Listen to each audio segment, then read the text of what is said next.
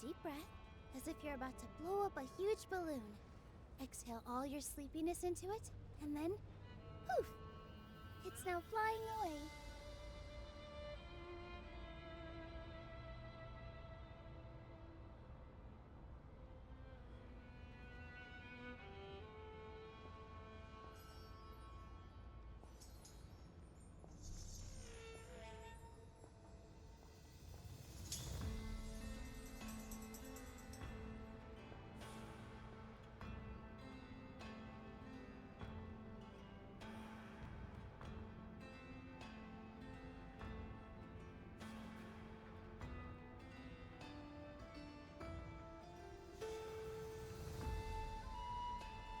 First, get into position like this. Then move like that. Yep, that's it.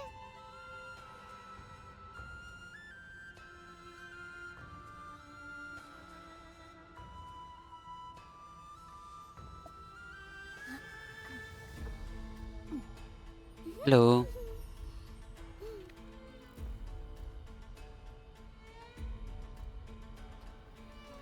Good morning.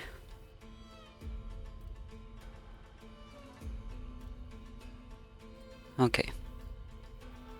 So, I teleported here because I am impatient, but actually we're going to start with Columbina's Hellenic Chronicle.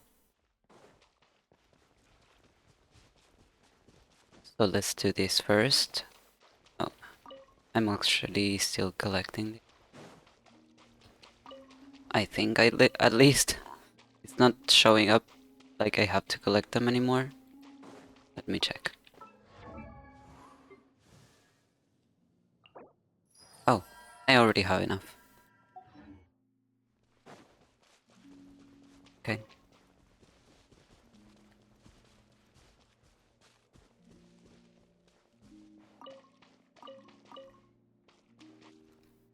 Record keeping Kuhenki. Let's view the records. Uh-huh. So where is it?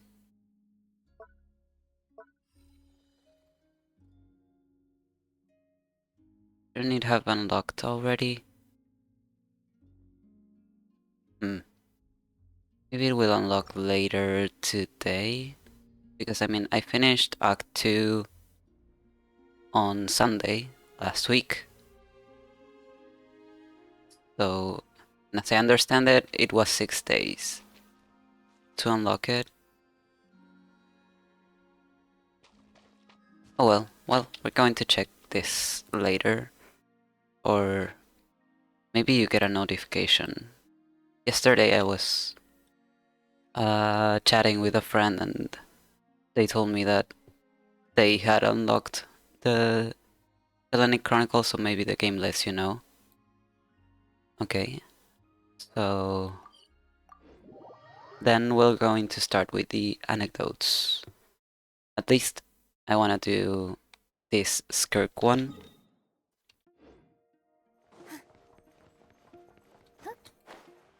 And then after this we can start the world quest. Skirk, where are you? Okay, she's pretty far away. Over there. Is she with Dory?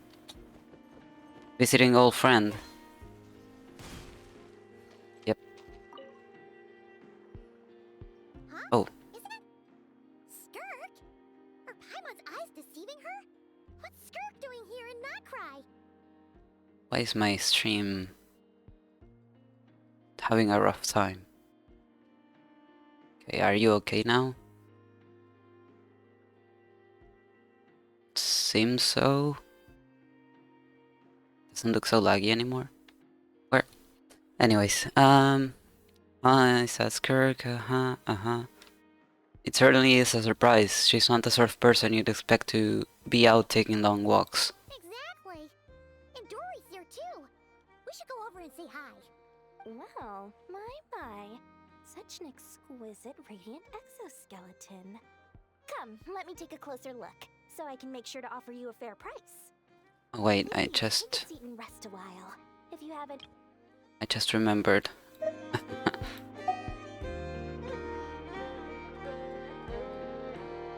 Yeah, I usually put it on 1 when I'm talking on Discord, otherwise it's too loud. I forgot to reset it to its normal volume. Please take a seat. Let's not waste time. Just tell me how much you're offering. Of course, of course. Just a moment, just a moment. Remarkable. Not so much as a scratch. Even the very best bounty hunters would struggle to retrieve a radiant exoskeleton of such quality. The fuck is a radiant exoskeleton? Skirk! Dory! What are you two doing here? I came to look around Nod-Krai, and thought I'd take the opportunity to make a little mora. What's this? My most valued customer is already acquainted with my most valued customer? Is Paimon hearing things? Or did you just say most valued customer twice? Naturally, my most valued customers are equally valued, so you both receive my most effusive enthusiasm. Please, rest here a moment while I work the price out. You've gotten stronger. It seems you haven't neglected your training since we last met. A lot has happened. I want to get as strong as possible. I see. Nod-Krai is home to many worthy opponents. Should you overcome this trial, your strength will increase further still. So, how have you been, Skirk? When we last saw you, you said fate would decide how we'd meet again. Well, Paimon didn't think it would decide so quickly. Was it Funny. quick? It's felt like a very long time to me. Well, time flows differently where you live. My life will experience little change until a true turning point arrives. But as for you, you are at a pivotal point in your journey. Have care. Victory and defeat are seldom long-lived. Excuse me, dear customer. After careful consideration, I'm prepared to offer you 6 million mora for these radiant exoskeletons. I assure you that this is the fairest possible price. While you might be able to sell a single item for 700,000 or so, when it comes to buying in bulk... I'll take half of that in cash. I won't be staying long, so there's no point carrying around more money than I need. As for the other half, give it to these two in the form of food or supplies. You should have plenty of both in your stores. Of course, of course. I can see my most valued customers enjoy a very close relationship. Here's your mora. Please, do stop by again. I'll Or be you going could just then. give me the Mora, it's okay. Until next time. Huh? Won't you stay for a chat? Oh, she's gone again. That's Skirk. That's just how she is, sweeping in and out like a sudden gust of wind. I'm used to it by now. Hey, that reminds Paimon. You haven't forgotten her somehow? Even though you've done lots of business together before? What's the deal with that? Because she didn't want to make her forget. Huh? What's the What point? do you mean? The all-knowing Lord Sangama Bay keeps every customer near and dear to her heart. Fine, if he must know, she's not really my customer, but rather a guest of Miss Alice, my supplier. Mm-hmm. Miss Alice introduced her to me, and now she drops by from time to time to do business. She's the perfect customer. She always brings quality goods and doesn't care too much about the price. Whoa, that's one suspicious-looking grin. You're not ripping her off, are you? Ridiculous! A strong, mysterious customer like that who brings me valuable items? I practically worship the ground she walks on. Dory's Divine Bazaar is a fair and reputable business. Now, I promised I'd supply you with food, so it's about time I start hunting for ingredients. 3 million mora. What can I find that's worth 3 million mora? It looks like I'm going to have to dig out something very special indeed. Or you could just give me the Mora. You know? Right now I have... 980 Mora. You know, I wouldn't be mad if you got me 3 million Mora. Definitely not. Okay, let's see if another Skirk one popped up. Not that I can see. Okay, so let's start this. Without further ado.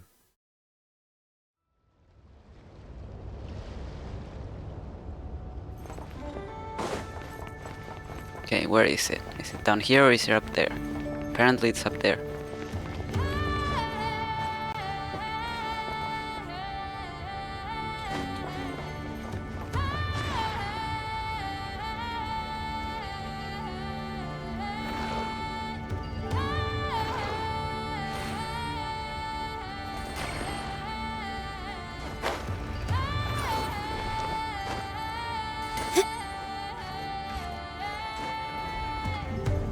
No, no, no, no, no. Don't fall. Oh.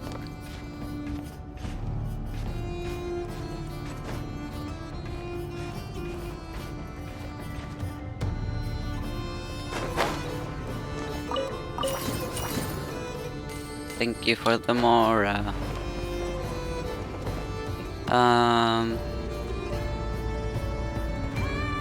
Actually, I do have to climb up here.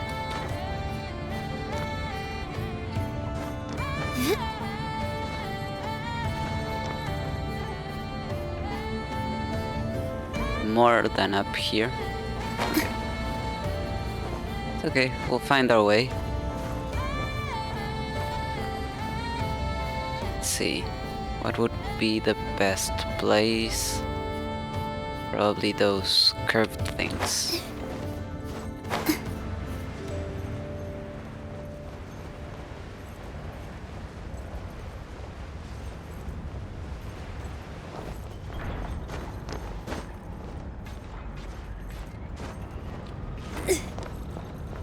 I'm sure there's an easier way to get there, but you know, I enjoy doing things in a difficult way.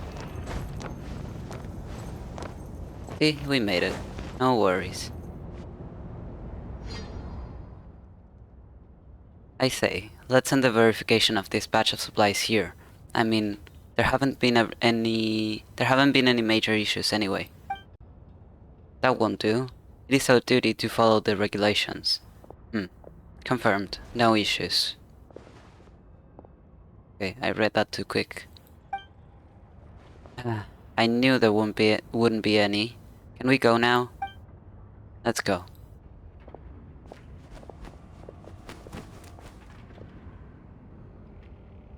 Alma?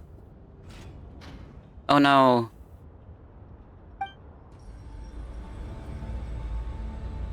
That puffing got locked up. So it went in by itself. In that case, wouldn't it be transported inside this building? Okay, give me one moment. My cat is stupid and locked himself up in the kitchen and now he's meowing like he can't get out. But there's a window open, so Let's take it easy. let's see what's wrong with my stupid boy.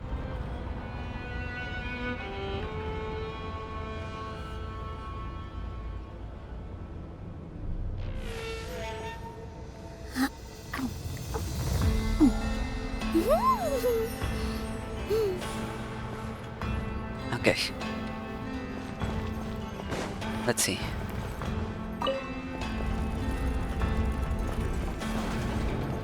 Oh, let's go. We're gonna ride on the container again. Not gonna lie, this is one of my favorite songs of Nod-Krai. It's so ominous.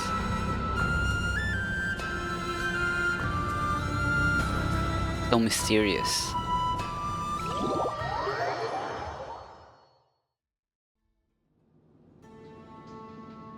Okay. Wow, Paimon wasn't expecting it to be so easy to get inside. Since we didn't come in the usual way, we should... Okay. We should do something, apparently, but I don't know what.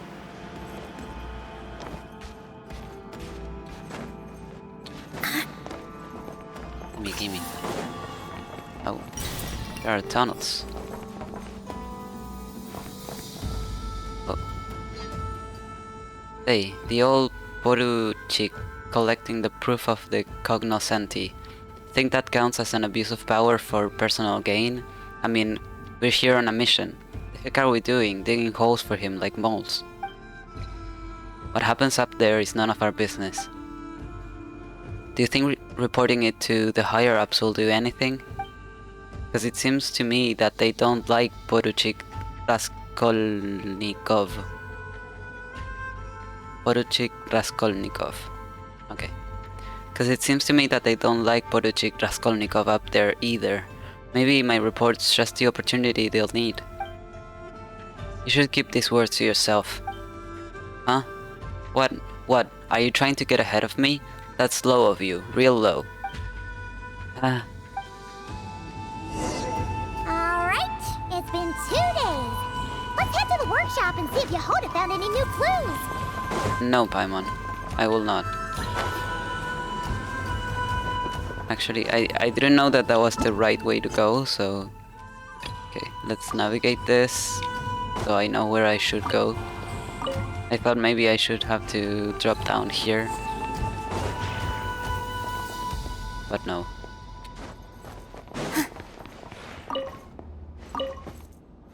Let me explore this place first.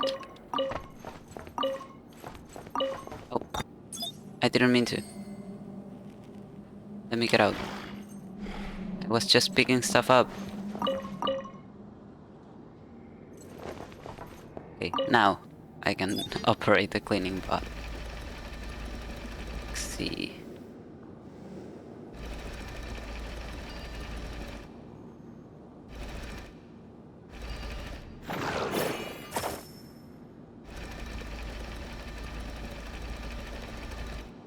And where do I have to take this?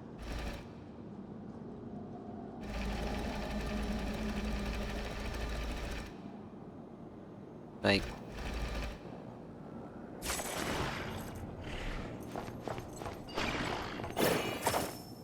Okay, and what do I do with this?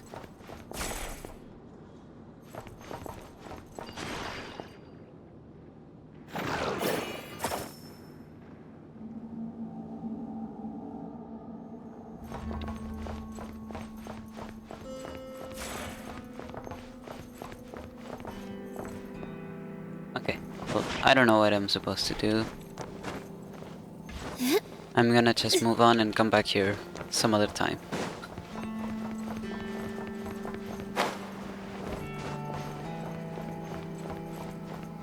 The puffin. Is that you? Or is it another puffin?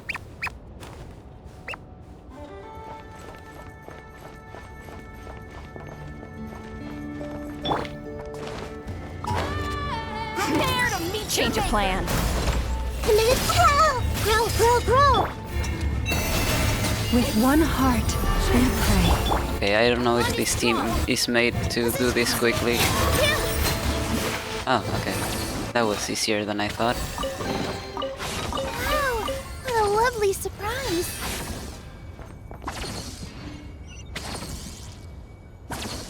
Okay.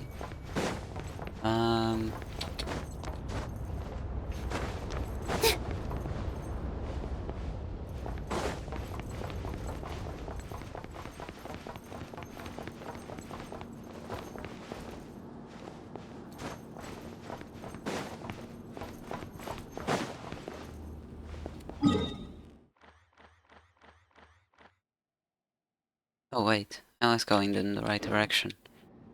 Just didn't know where to go.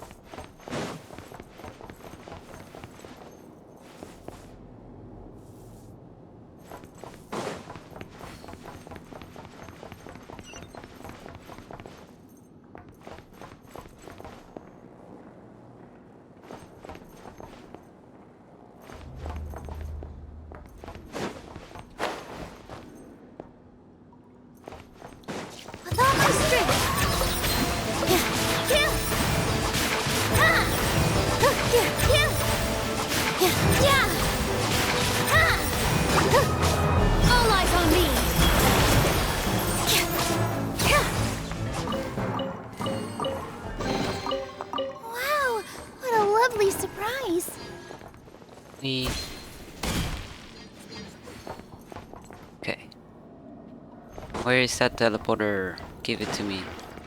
Thank you.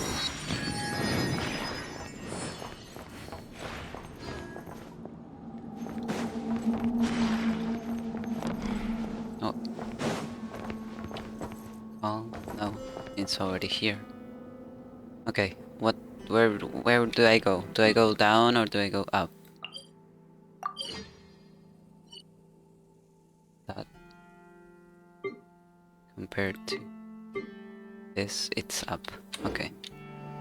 Let's go up.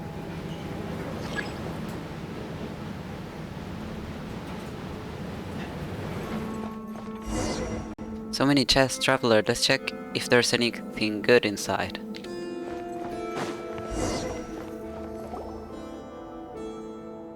They're all empty. This is the only one left. We've looked up and down and haven't seen hide or hair of that thief. Where in the world could she be hiding? Maybe she's gotten what she wanted and already made the big escape.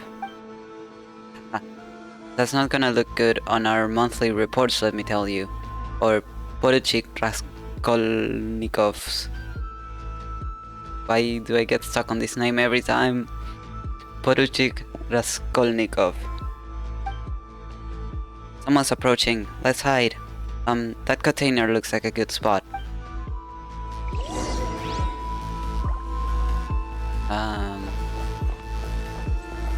Okay. If I can.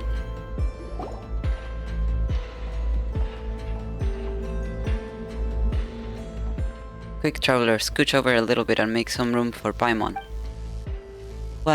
What are you doing? Huh? For some reason the container seems to already be occupied. It is also clear that the current occupant is most displeased to have uninvited guests. Wow, traveler, are you okay? What hole did you all crawl out from? Look, isn't that the thief we're looking for? Give it back. That's my treasure. Give it back.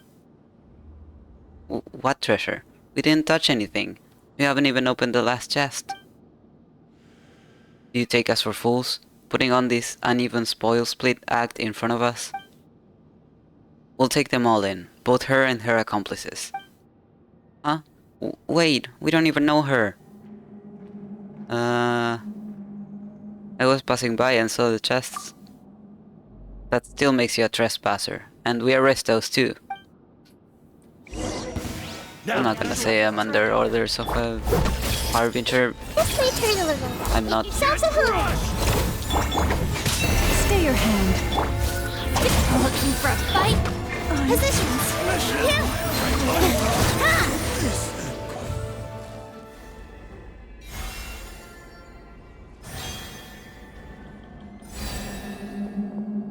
Hey, where do you think you're going? Oh, you weasel, trying to teach us. Say what you want, a true master thief only has her eyes on the treasure. I couldn't care less about anything else. That way, hurry! God, stay put.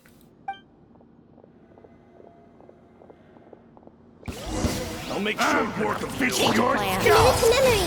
No. Leave this place. This way. Time for the big good mission. Quiet. Phew, finally, we're safe, at least for now. Ugh, just our rotten luck. Paimon wouldn't have guessed that the container, contained the thief the Fatui were chasing. We wouldn't be in such a mess if it weren't for her. Great, now the chest is gone and we had to fight the Fatui. And she even accused us of taking some treasure of hers. Lies. Lies and slander. Ugh, the more Paimon thinks about it. Speaking of... What's this? Something I swiped in the dark just now. Huh? Is this the treasure she mentioned? What should we do now? Let's take it to the last unfound. Yeah. Wait, no. We don't even know if there is one around here, and even if there were, it's not like we can just waltz in there, much less her. Paimon wouldn't have cared as much if it were just an item from a chest no one knows. We should find a way to return it. As long as it's returned to its rightful owner, everything will be fine. But we've probably got the attention of the Fatui here, so let's keep it on the down low to make things easier, yeah? Sure.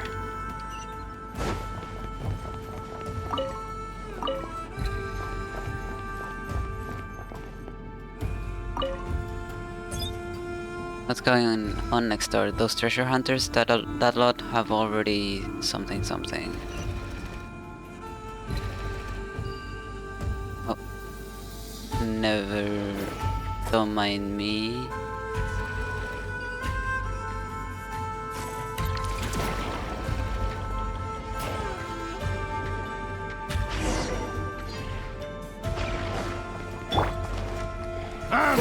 Fix yourself! Hello? Receive my blessing. Fix it. Okay. I didn't even get to use Nilu. There's a ladder here for some reason because there's no space to get up.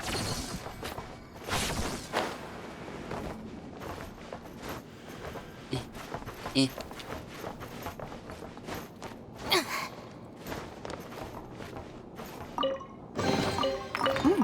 It's all yours.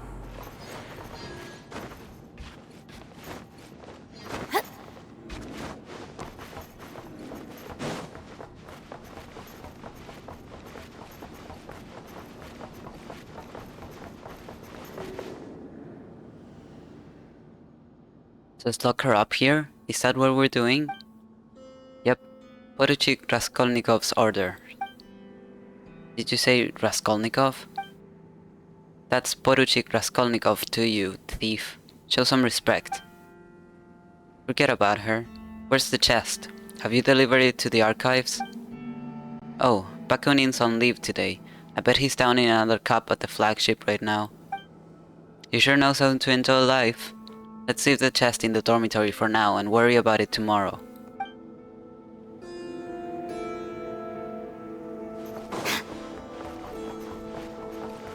Okay, so dormitory. What's this? A card.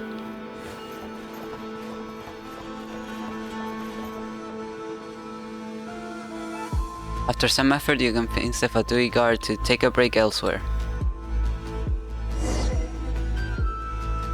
Did we? Or did we just beat him up?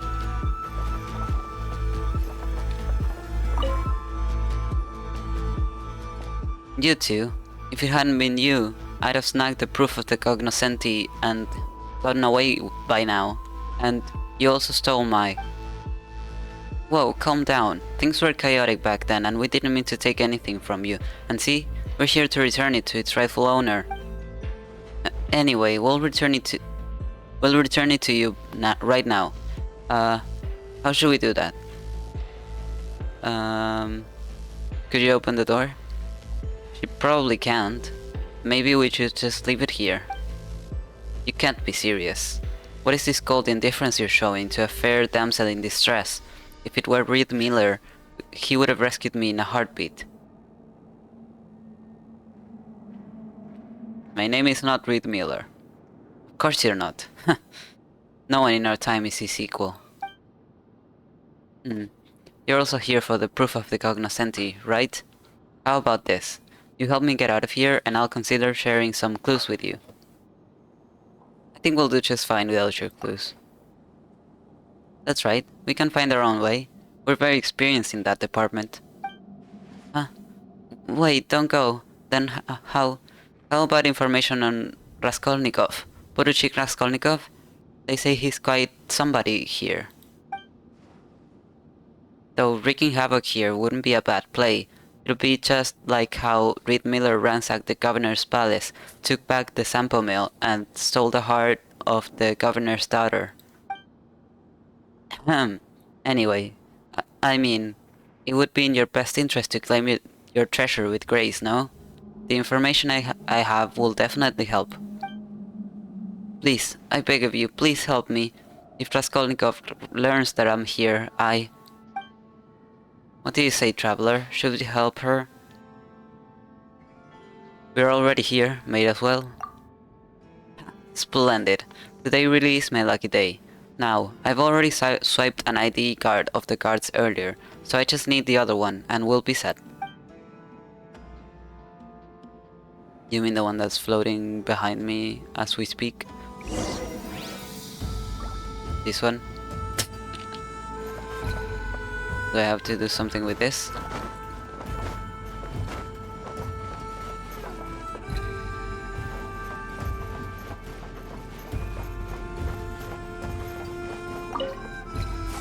Okay, let's see. I did see this space.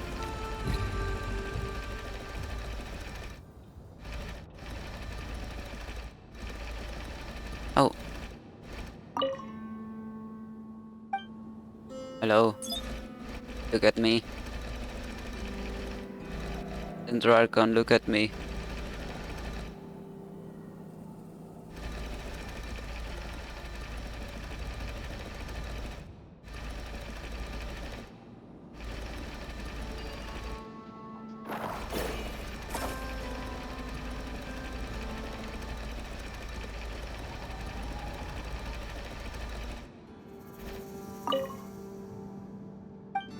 No. So what am I supposed to do then? I don't know where the other car is, but even if you find it, there's still the problem of getting it inside and placing it high up to remove the barrier. For some reason I stole it through this space. Oh wait, no. It just wants to come to me, but it cannot.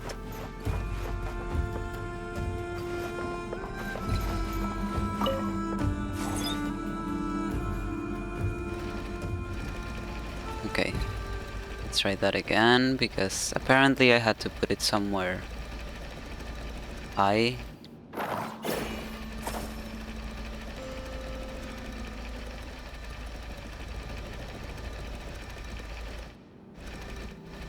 How? How do I put it up there?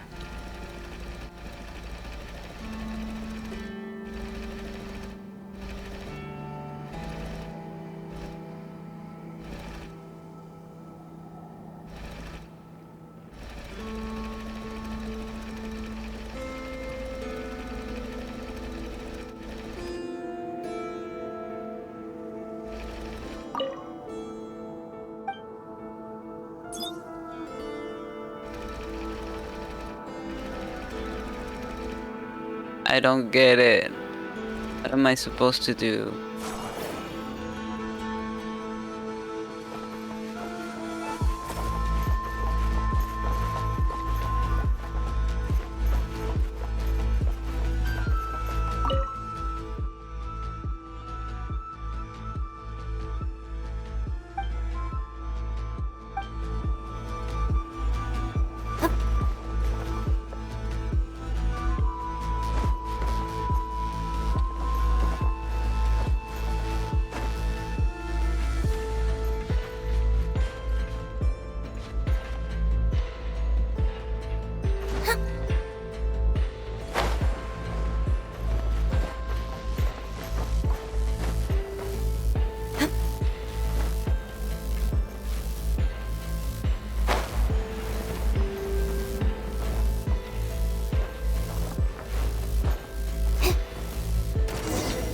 Okay.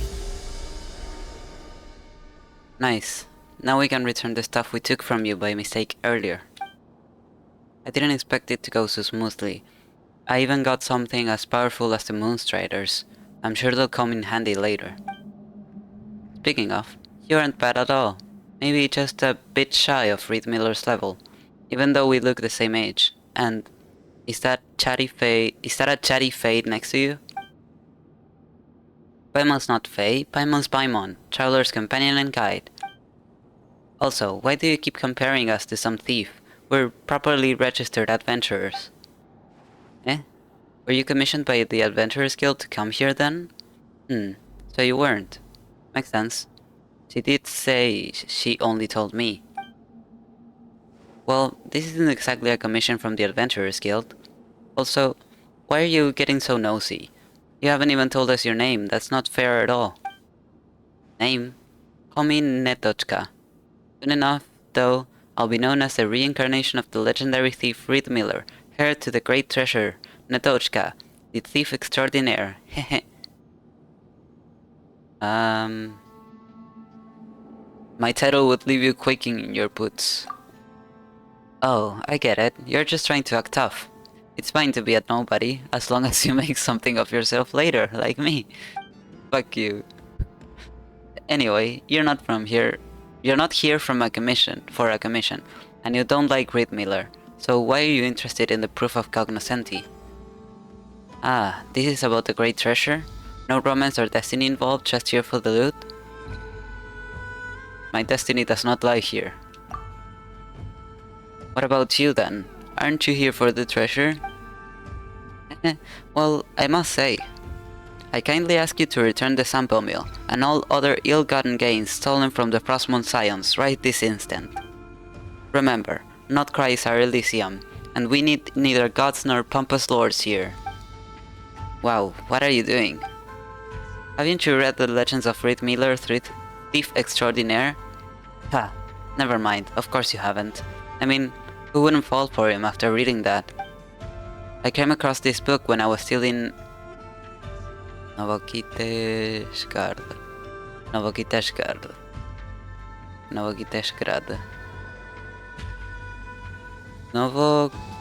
I came across this book when I was still in Novokiteshgrad. From that moment on, I knew my mission. Upon my arrival in Nasha town, the very first person I met gave me a clue regarding the proof of cognoscenti. That's destiny for sure. Just as the oppressive, greedy governor here stole treasures from the Frostmourne Scions all those years ago, the Fatui now have seized things that don't belong to them. I must retrieve the proof of cognoscenti from them and find Reed Miller's great treasure, so that his name, now forgotten, will be held in esteem once more throughout the world. So you're a die-hard Reed Miller fan. There's nothing wrong with that. And just like how Reed Miller has had his trusty companions Shadow Weasel and Wagtail, your unexpected arrival must also be fate. Otherwise, I'd probably still be stuck here, even if you hadn't taken my treasure. So what exactly is this treasure you're talking about? It's a thief's starter kit that someone sold me at a heartbreaking discount. However, none of the doors here have keyholes, so it's completely useless. That person was like a prophet from the old tales. She seemed to know everything about me and my intentions at a first glance. Not only did she prepare everything I needed, but she also pointed the way forward for me, just for me. Even Paimon wouldn't fall for that. What do you mean even Paimon wouldn't fall for that? But you're right, all that heartbreaking discount and exclusive information stuff sounds like a scam. Wait a minute, did you get all your intel from her? That's not reliable info at all. That can't be, she was so sincere, there's no way she was lying. You just haven't met her yet, I think. When we get back to Nasha town, I'll introduce you. As for Raskolnikov, well, Poruchik Raskolnikov, I do know him. We knew each other back in okay, now I have another name that I'm getting stuck on. I passed Poruchik Raskolnikov, but now it's this one. Okay. Novokiteshgrad. We knew each other back in Novokiteshgrad. But never mind him for now. We just need to find the proof of cognoscenti. So let's get moving. It's like we're Reed Miller, the thief extraordinaire, and his two sidekicks, Shadow Weasel and Wagtail. Come again.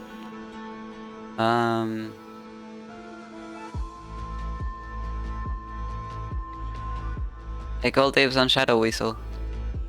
So that makes Paimon Wagtail? Wait, why can't Paimon be Reed Miller? Character assignments require careful consideration. Naturally, it's first come, first served, and since I was here first, I get to be Reed Miller. Ugh, what kind of roleplay is this anyway? You're right, it is quite juvenile. Then let's go with Netochka, the thief extraordinaire, and her merry companions, Goldfinch and Snowy Owl. Yay, code names! You think that's better, Traveler? Alright then. Snowy Owl doesn't sound too bad. It's all mysterious and wise and stuff. So that's settled then? Now we can focus on finding the proof of cognoscenti. Earlier I heard that the chest was sent to the dormitory. Those two Fatui didn't follow Raskolnikov's orders. They're definitely in for big trouble. He's always been a meticulous guy. Everything has to go exactly as he plans. You could call him a perfectionist. No matter what trouble comes up, he always manages to handle it all methodically. Some people really admire that trait. Anyway, enough about that now. We've got that proof to find, and I still remember the direction those two Fatui went. Follow me.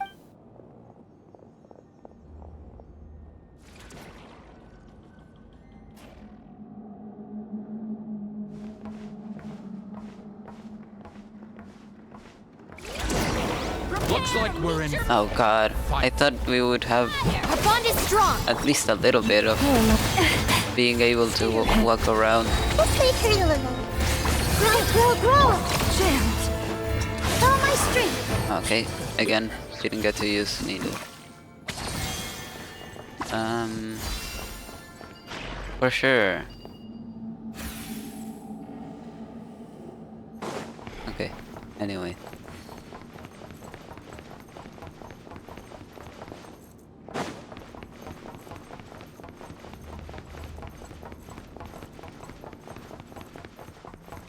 Proof of cognoscenti.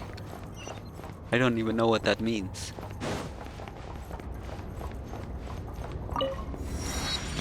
Sounds Italian. Netochka, are you sure it's this way? It looks dangerous. Trust me, this is definitely the right way. Besides, isn't sneaking across rooftops what cool rogues do? We need to keep our voices down. Don't worry, Snowy Owl. I'm here with you. Let's go.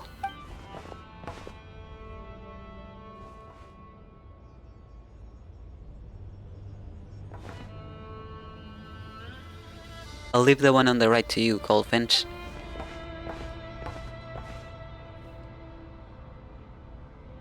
Oh, I didn't expect the Moonstriders to come in handy so soon.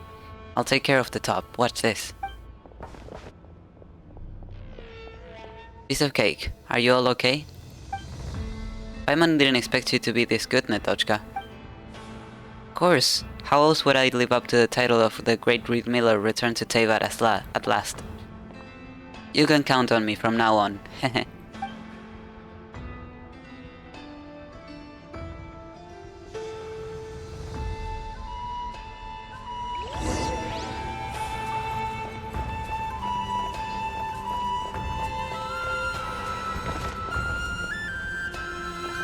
But you don't do barrel rolls when you land.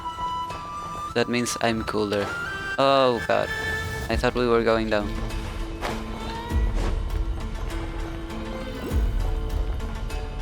Where? I heard a Lunaculus. Change of plan. Let's make her a little.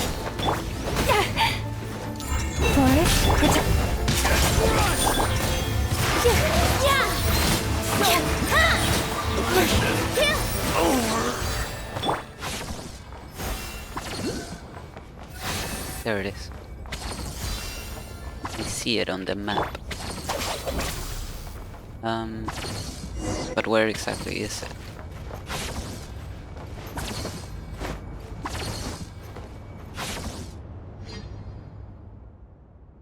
It's just down here and inside. I'll split off now. Goldfinch, Snowy Owl, don't get lost now. Netochka scales the walls and roof with the power of the Moonstriders and vanishes from sight. Looks like she's having the time of her life. Traveler, let's hurry and catch up. Sure. But I'm looking for this Lunaculus first. Is it up here? No. Here? No. I'm supposed to be exactly over it or underneath it, so... Oh, maybe it's inside here. Okay, there's a thingy. one of these. So maybe taking this will take me there. Oh, there it is. Perfect.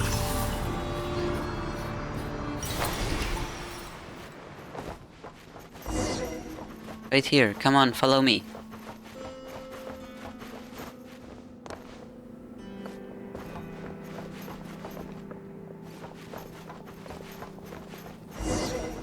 This looks like their dormitory, but where's that treasure chest? Let's take a look around.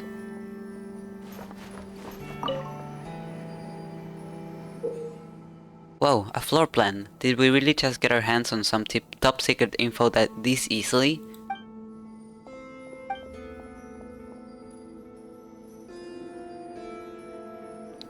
Paimon thought grabbing an important item like this would come with some kind of dramatic scene. Haha, very funny. Breaking the fourth wall. I see you. There's clearly no chest on the bed, so maybe under it. Whoa, no chest in sight. And it's completely spotless too, to boot. I can read, I promise.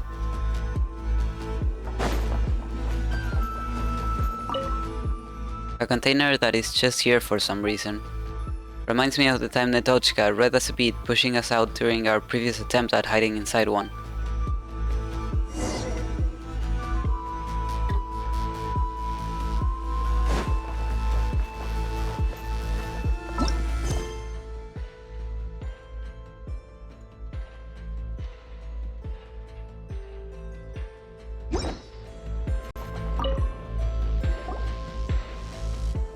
It seems the proof of cognoscenti isn't here, at least the chest containing it isn't. But look, at least we found the floor plan of this place. Paimon's not sure how useful it'll be though. How terribly careless of them. Right? How could they just leave something like this out in the open? But if it's not here, where else could it be? Should I check the archives again or...? Seriously, I've been itching to see him eat crow? What do you mean? Of course it's real. You know what Poruchik Raskolnikov is like. You think he's going to let someone get away with a fumble like that? Tell me about it. I had a minor slip-up at work before. It wasn't a big deal, but I got slammed over it. Are they getting closer or something? We can't let them see us. Let's improvise and hide. Gotta look for a good spot. I'll take the container this time.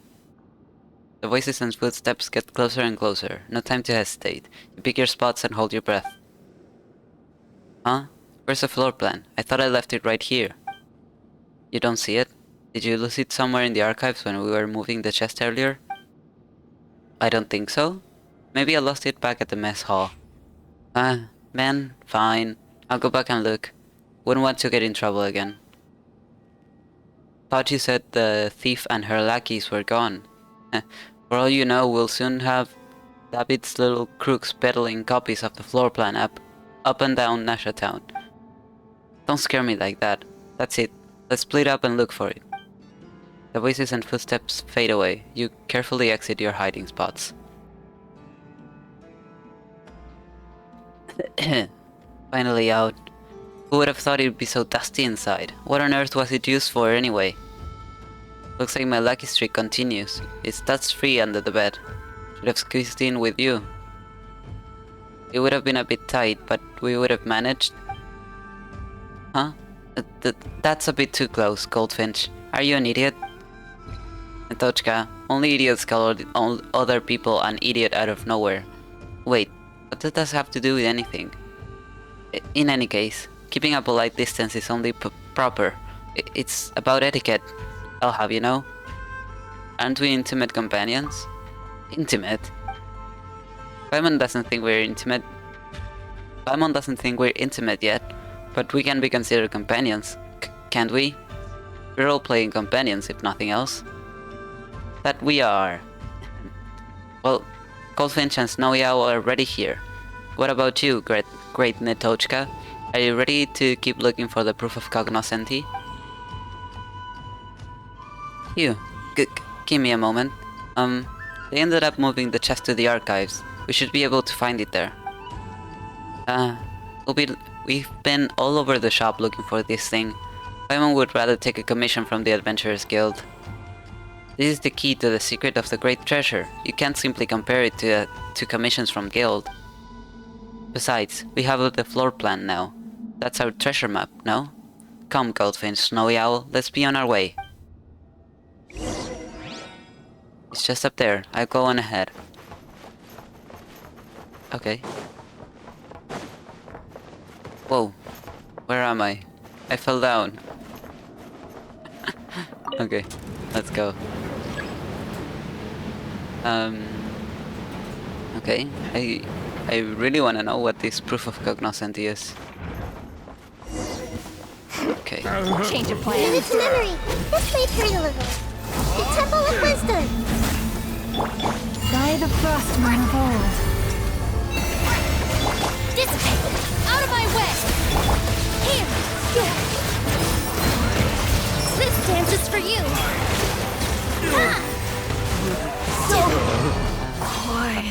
Pam pam. Para para para para pam pam.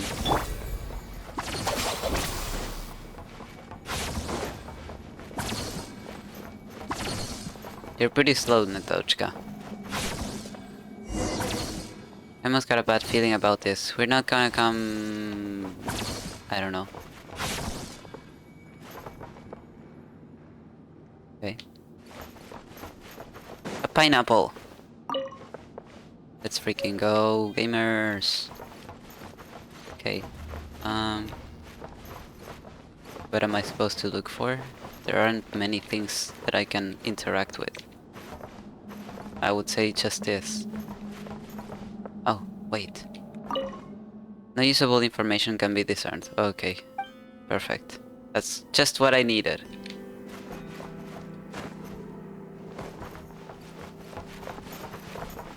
Nod-Krai Regional Safety Assessment Report. You thick volumes. Bro, why don't you let me read anything?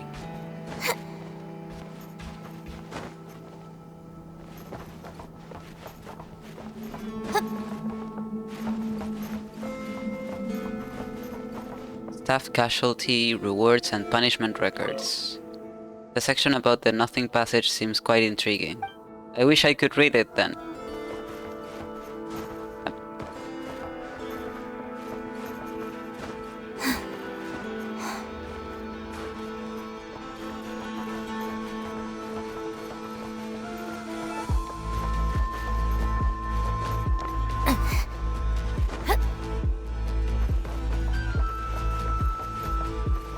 Okay. Then this is the only thing I can do. Paimon can see something from here. Looks like the disposal workshop. It's on the floor plan too. I guess this is where they get rid of the defective products. Look up. I think I see someone. Zoom in on the scene. It's Raskolnikov. And the chest. Where is the chest actually? Sir, the proof of the cognoscenti has been recovered. I brought the goods. What about you?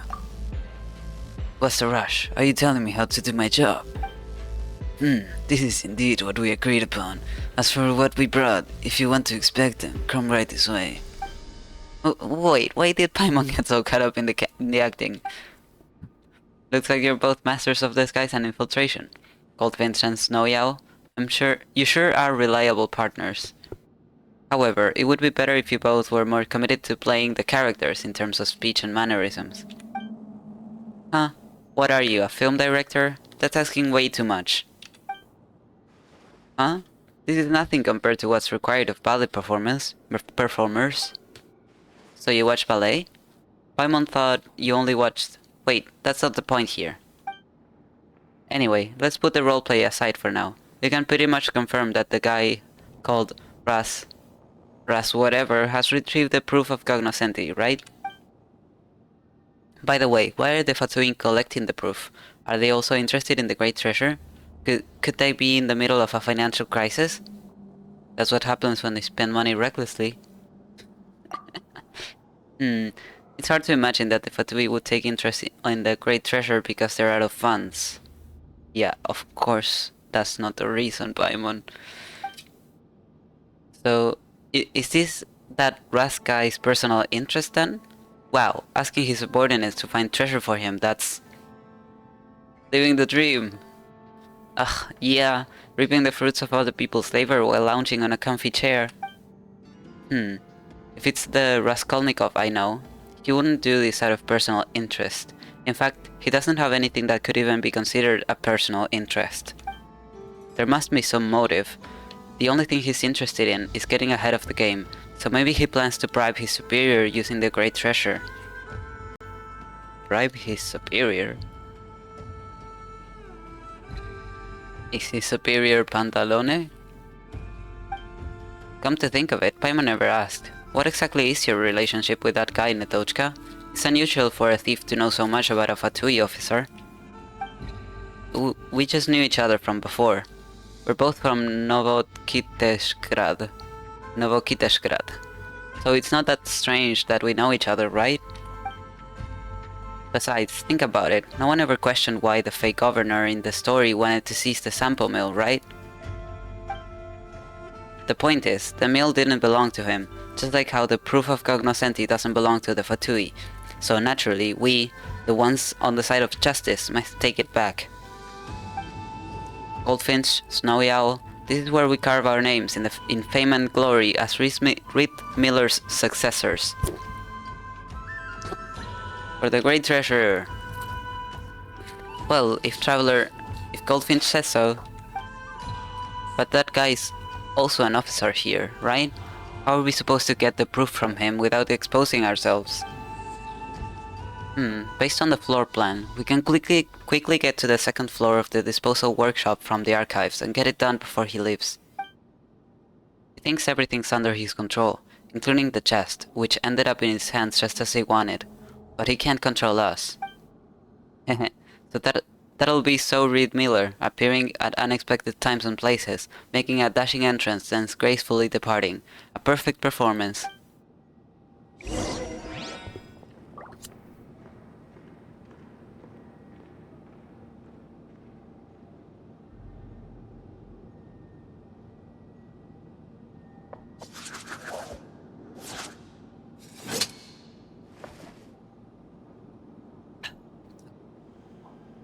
I had to drink some water.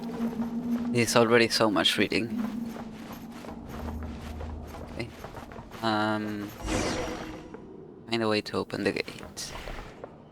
Oh.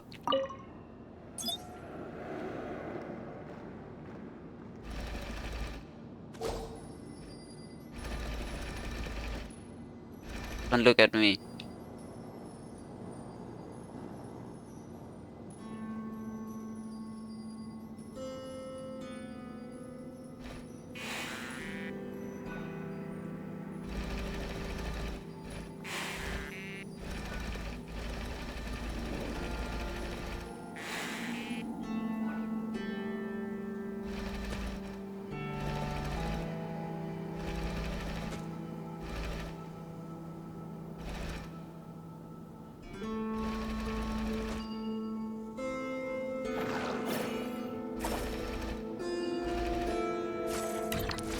Phew.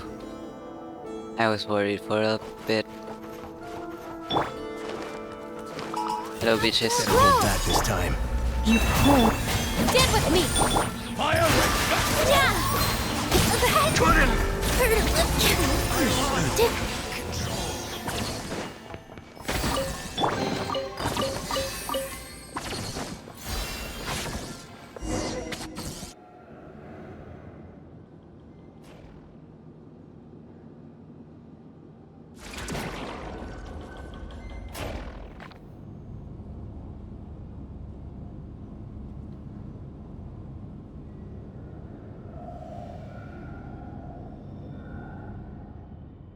Huh? How did we end up on the other side? We followed the floor plan exactly. Do ants in a maze know that they travel along pre-designed paths? I am surprised that you took the bait without a speck of doubt. You've fallen right into my trap, little thief. Raskolnikov. It's Poruchik Raskolnikov. It's been a while, Netochka. I never expected Police Chief Stalanov's daughter to end up playing thief in this godforsaken place. Police Chief's daughter? It seems these two playmates in your game of house don't know you very well. Not that it matters. I must say, your little farce helped me root out quite a few deceptive, two-faced subordinates. Organization members who failed to execute orders to the letter should be terminated immediately. Never mind Nod-Krai's background, we've met lots of odd ducks, so what if she's the police chief's daughter? Snowy Owl. And all that about executing orders to the letter, you're all just moving a chest back and forth. The one giving nonsensical orders is the real weirdo here. Hand over the proof of cognoscenti. Oh right, all this nonsense almost made Paimon forget that that's what's important here. And it doesn't belong to the Fatui. I must take it back, that's my mission. Take it back? Ridiculous. Of course Riedmiller's treasure doesn't belong to the Fatui. It belongs to Her Majesty the Tsaritsa. Whoever brings the great treasure back to Snezhnograd will be rewarded. Should I do so, I could even be promoted to staff officer. I knew it. You're as obsessed with these titles as ever. Enough. Since you claim to be Riedmiller's successor, you must be prepared to follow in his footsteps too. This place shall be your execution ground. If you have any last words, now is the time. But I will not relay them to Chief Stalanov on your behalf. It's best that he never finds out what happened to his precious daughter. I owe my former teacher this much respect. Precious daughter? Pfft. All he cares about are his endless cases and promising juniors like you. Huh, you're no better, still as arrogant as ever. But it matters little, because this will all end shortly. Ugh. So you really don't know who I am? So long as you're an accomplice of the thief illegally infiltrating the Experimental Design Bureau, this place will be your grave too. Looks like we'll have to do this the hard way. I'm sorry, I lied to you. I do know him, but none of what I know will help us. I can't even help much in battle. There's no point saying that now, Nod-Krai. Just leave the fighting to us, to Traveler. I knew it would end up like this. But you prefer things this way, right? Straight up fights are better than wild chest hunts. Whoa, watch out! God, these two hammers are so annoying. Be careful not to let them hit you. Okay. You should have told me another time. So I wasn't reading while they activated.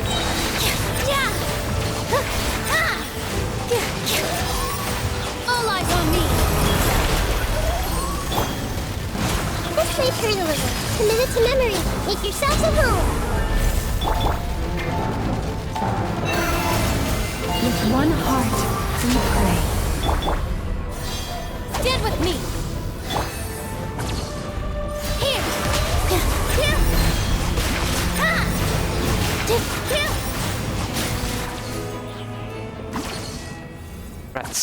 Rats scurrying everywhere. Oh boy, this guy looks like he could be bad news. Grow! Okay, that didn't land. You poor lost. Our bond is strong! Okay, but are the thingies still going to happen? Or... This way, turn a little. Commit it to memory. Sharing my knowledge. Branch into song. Lightning, terrified! Stand with me! Positions!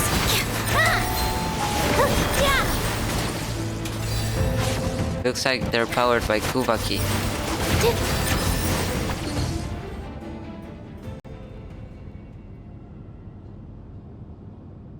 Goldfinch, just a little longer.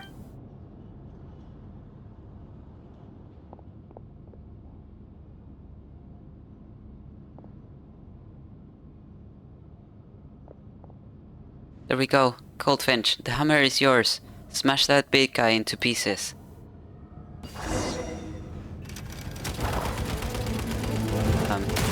Right, but why isn't it responding?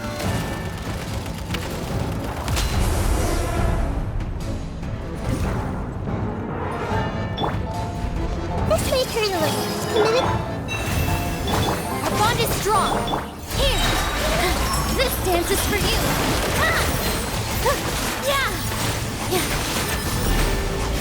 Yeah. Yeah. Yeah.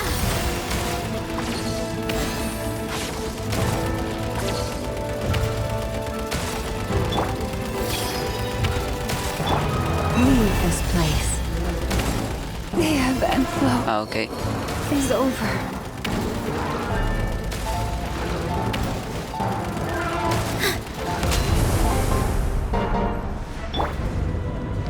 This may hurt a little.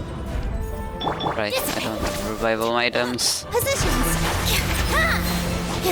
Hello?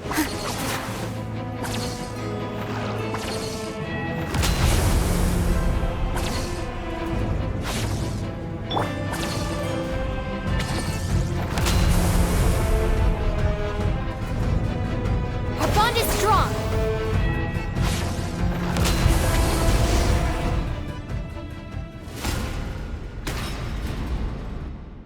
What? How? Oh, Paimon knows. This is what they call turning their own blade onto them. It seems I've miscalculated. The proof of cognoscenti that you seek is in my hands. If you want it, follow me outside. I'll be waiting for you at the highest point of the Experimental Design Bureau. Eh? He ran away? That coward. Leave it to me, I'll go after him.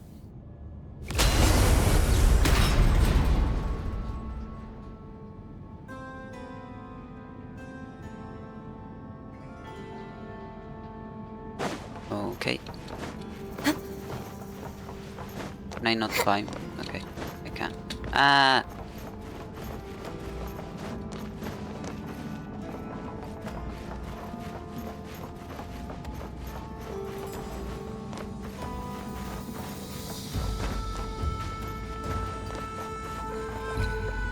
Okay, I'm up here, but how do I get there? That's not what I meant.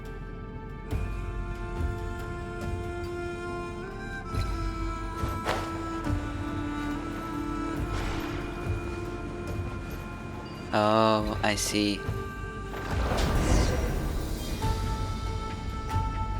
How did I not think about that?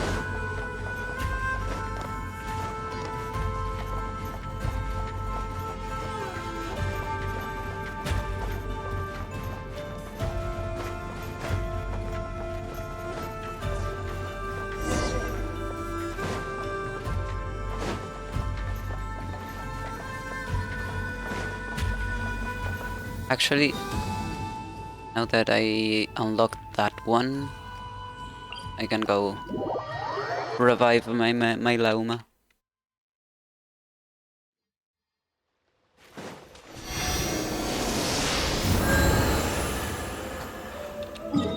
That's better. This one? No, this one.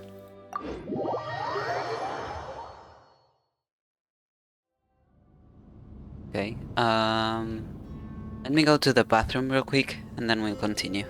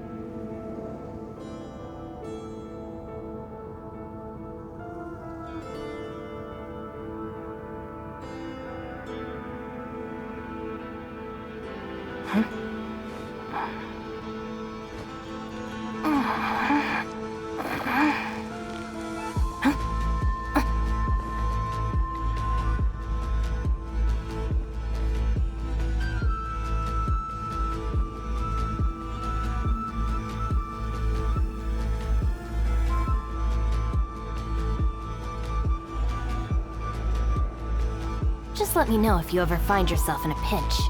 I can help you out.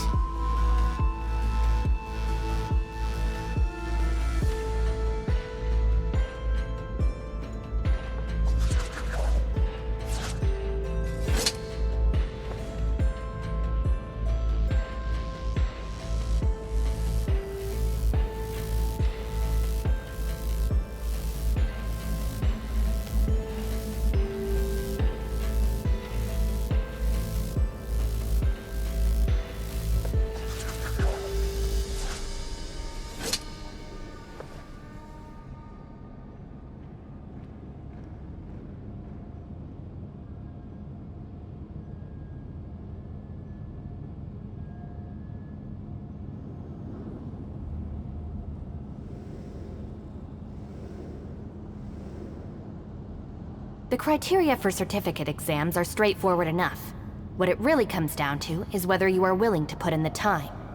If you study and practice, then it's really not all that difficult.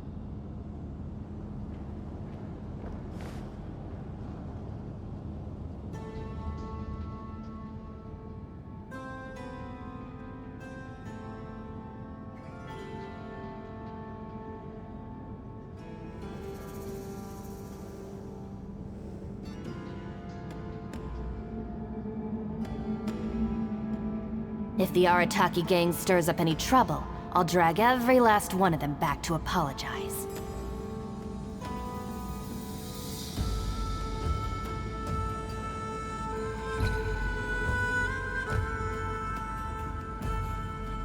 Okay.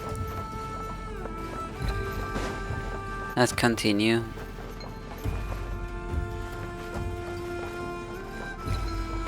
Is there anything to be done in this room? No. Okay. There you go.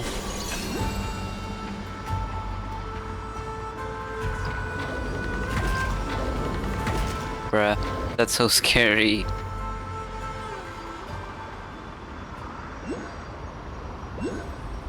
Whoa.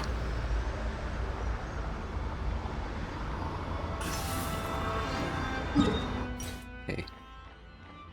Let me mark it. It was somewhere around here, I think. Luna Keyless.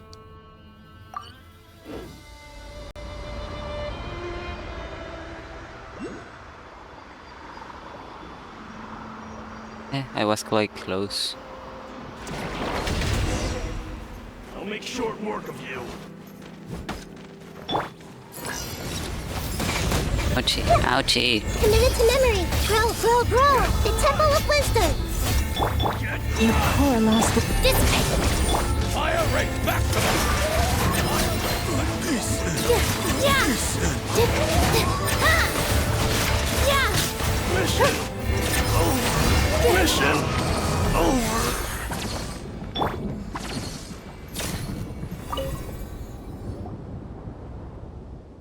Sorry, I've made trouble for you again. We're used to it at this point. Now, if you ditched us or tried to shoo us off at this point, now that would make us mad. Okay, then, thank you for keeping me company. That's more like it. Speaking of, didn't that Ras guy said he'd meet us at the highest point? Why still leave my malfunctioning it then? What should we do? Do we try to fix it? Well, knocking on it a few times might do the trick. I doubt that it's that easy to fix. That scared Paimon. She thought it would hit her for sure. Oh, I heard about this strange lightning before. A treasure hunter I met told me that, with the Moonstriders, it should be easy to jump from where the lightning strikes to the top level. I guess you can fly up, Snowy Owl, but what about you, Goldfinch? I have my ways. Yeah, this is child's play for him, but you might have to wait a bit.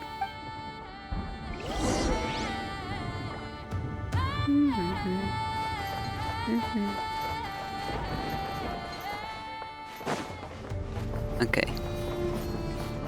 It's pointing me in this direction, so let's look around here.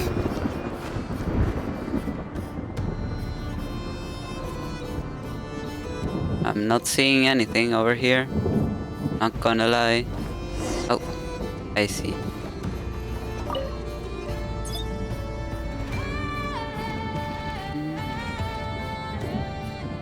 Okay. I see what I have to do. I need to free you, my little dude.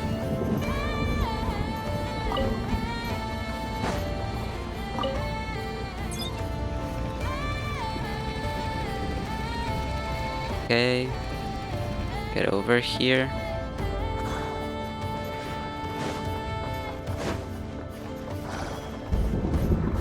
Whee!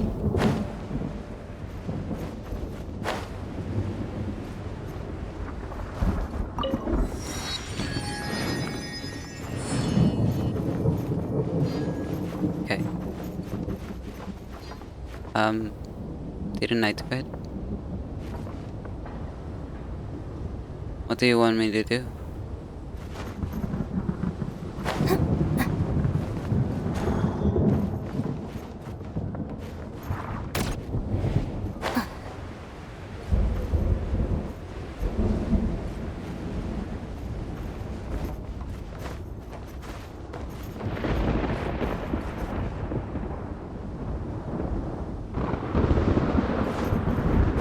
Should I talk to Nod-Krai? Is that what I have to do? No, I cannot talk to her.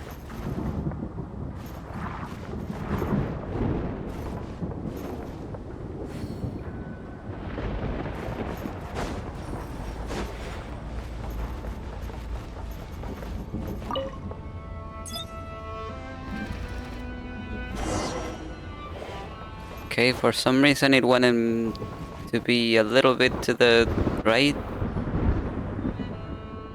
Everything should be fine now. Let's go. Then I'll be off. Don't fall too far behind.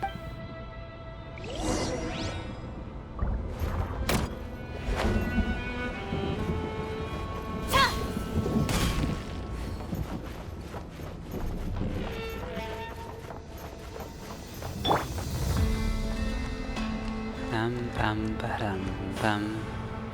Okay, wait. Don't I need electrocharge for this guy? Let's go with my electrocharge team.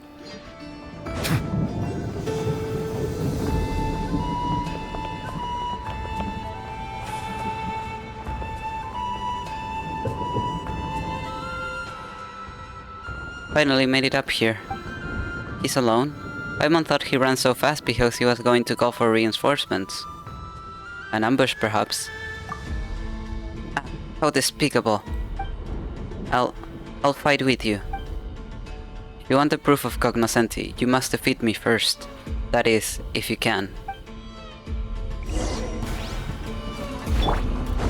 Get Use to the work! force authorized. Right now. Emerge. Right here. Illusion shattered. Bow your head. The tides beckon. Ouchie. When does your attack stop?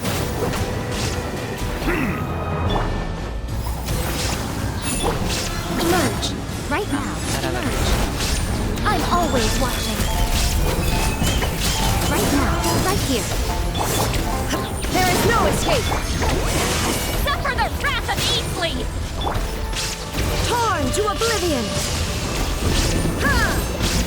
Kyur! Ha! Ha! Ha! Kyur! Fulfill our pact! Show them. Emerge. Right here. Shine down. Silence! Huh. Let the mighty be humble!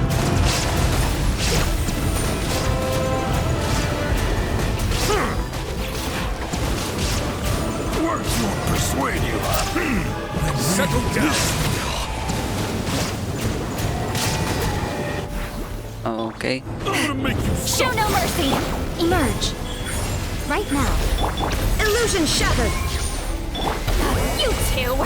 Time to end this! Nothing lasts forever. Inazuma shines eternal. Ha! Ha!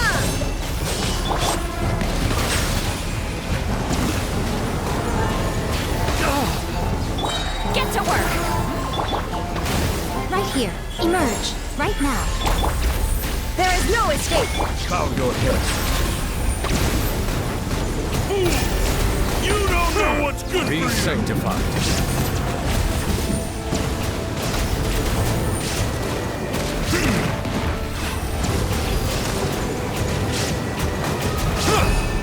Fulfill our pact! Right here, right now. Shine down! Silence!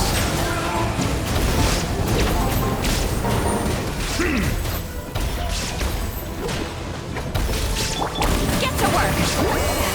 Suffer the wrath of Eastling! Right here, right now. A sight to behold. There is no escape! Torn to oblivion!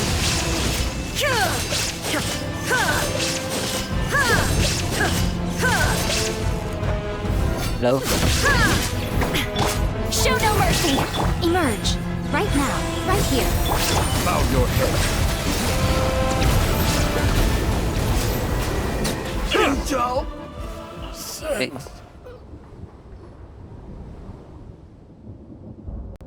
Phew, we won. Now, hand the proof over. Come and get it yourself. Paimon didn't expect you to admit defeat so easily, and there really weren't any reinforcements. Things going so smoothly makes me uneasy. Could this be the trigger for an even bigger trap? Didn't you say you'd get promoted if you brought the great treasure back to Snezhnograd? Why are you giving us the proof so easily? When did I ever say that I would be the one to do that? Keeping the proof at the design bureau will bring nothing but trouble. As long as it stays here, there will be an endless swarm of rats coveting it, trying to infiltrate this supposedly impregnable stronghold, just like Hulot. I am to guard the design bureau and ensure its efficient operation, but orders from my superiors must be obeyed. This already constitutes insubordination, of course, but due to my failings, the proof of the cognoscenti that we spent so much manpower to find was ultimately stolen by a petty thief. Now you can go back to Nasha Town, or whatever you want, to announce your victory. Did you lose to us on purpose? Losing to an opponent who has deep ties with the Harbingers brings no shame upon me. I'm impressed you managed to find such help. So you did know about us. Eh? I knew that you were exceptionally skilled, Goldfinch, but... a fool blessed with blind luck. I've always hated your kind. Forget it. Take the proof of the cognoscenti. The Experimental Design Bureau will no longer devote manpower to searching for this accursed thing. We won't meet again. But if you insist on future unwelcome visitation, I'll show you what I'm really made of. Raskolnikov leaves. This curtain call is completely different from what I imagined, even with the proof of cognoscenti. I need some time to think about all this. Okay. Understandable. It's hard for me to accept too.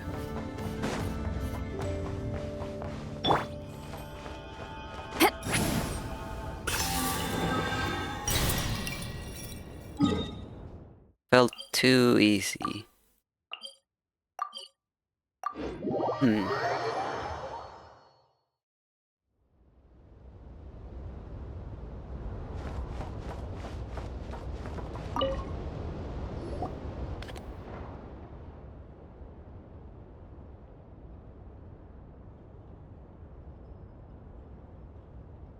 If only he were the big-backed governor oppressing the innocent, then I would have. Now, I made you look like the unreasonable child. I'm sorry for dragging you into this farce. Say, do you really have connections to the Harbingers? That's a surprise. If you'd told me earlier. You could have been called Traveler the Thief Extraordinaire and his merry companions, or Paimon the Thief Extraordinaire and her merry companions, or something similar? Right. Speaking of which, you should take the proof of the cognoscenti. Yes, it's much better in your hands than mine. Why do you sound so defeated all of a sudden?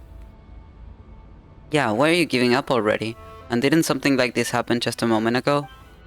You and that Ras whatever guy, you talk in circles around each other and act like everything's settled afterwards. And that makes Paimon feel kind of uneasy, even if we did get the proof. It's just like a sneeze that won't come out. I just suddenly realized that, compared to Raskolnikov and all of you, I am just an insignificant character in the story, like I've always been. I wish I could become Reed Miller, a true protagonist with an adventure to call my own. Someone who can acclaim the spotlight and receive the adoration of all. Excuse me, be right back.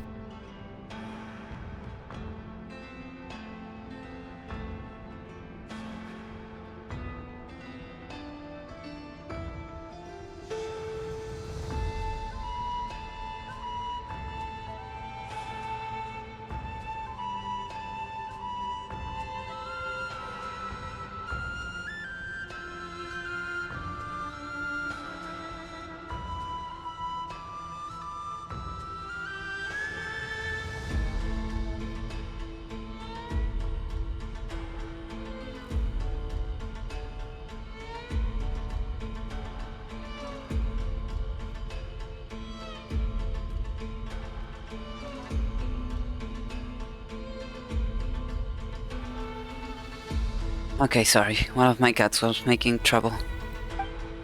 So I told myself that it was my destiny to become Reed Miller's successor. To turn my fantasy into reality, I came here in search of clues about the great treasure. Back in Nasha Town, Hidimbi gave me some clues on the proof of cognoscenti and said I was special, that she had chosen me. I was so happy at the time.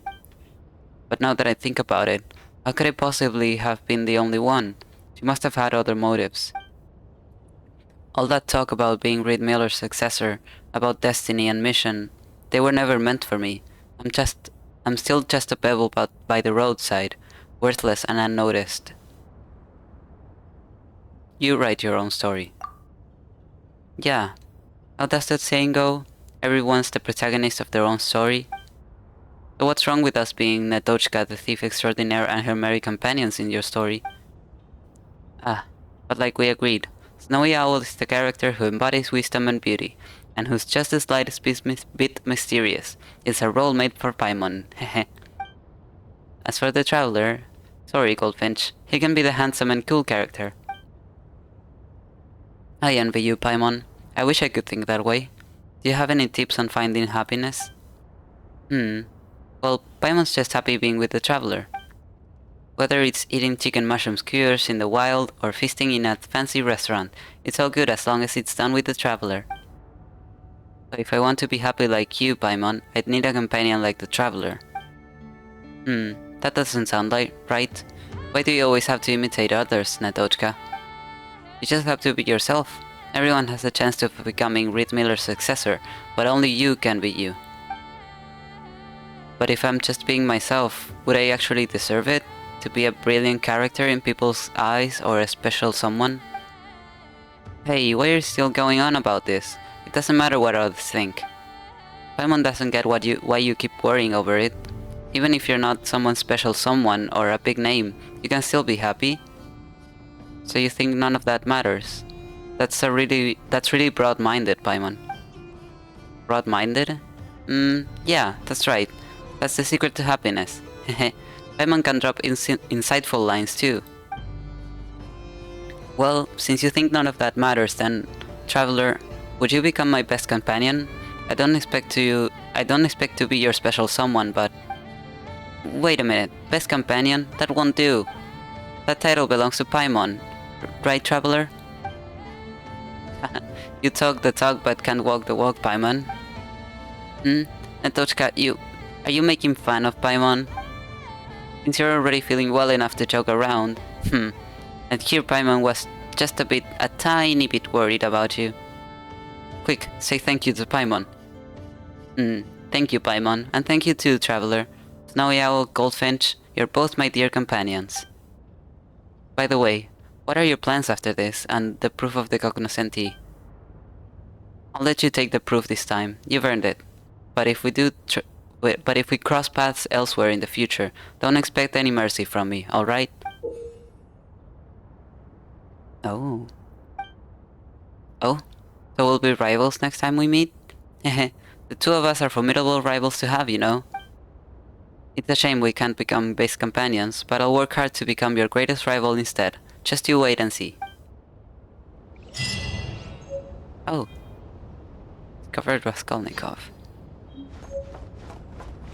Goblet. Okay, let me look at it. Where is it? Down here. A goblet lavishly adorned. It is said to be a keepsake from Reed Miller, the founder of the Treasure Hoarders.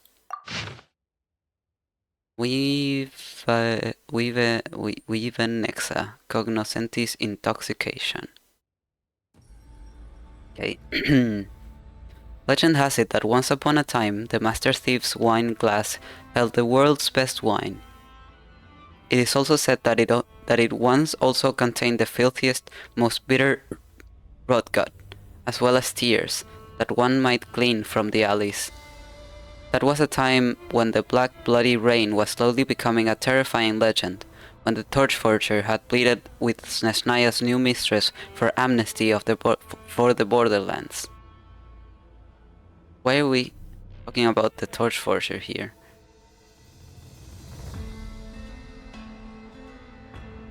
Okay. So the torch forger, that was... No, wait, you're right. That was the time of Reed Miller. I don't know why in my mind Torch Forger was so long ago and Reed Miller was more recent for some reason, but no. They're from the same age. Okay, let me reread this again in my head to really understand.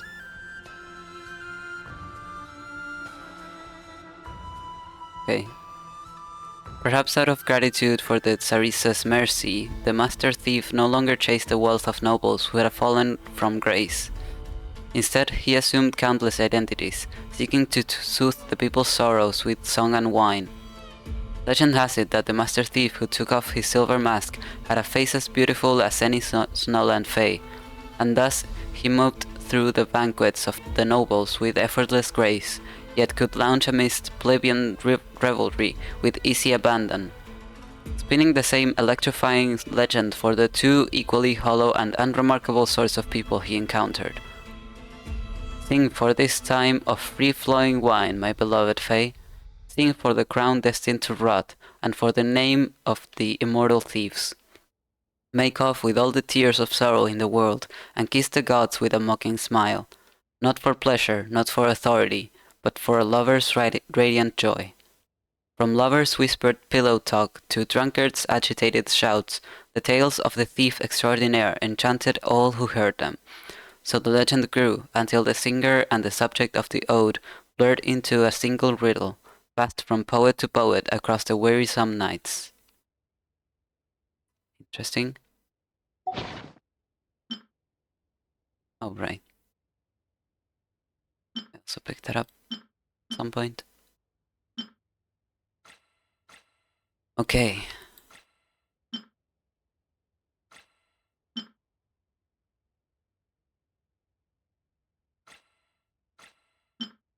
Interesting. Oh, she's still here. Can't see Novokitse... No, can't see Novokiteshgrad from here. About Novokiteshgrad. I felt stifled while I lived there, but now that I've left, I find myself missing it. This is the first time I've been so far from home. I thought there would be plenty of Fae living in other places too, like back home. Even Snezhnograd has its fair share of them.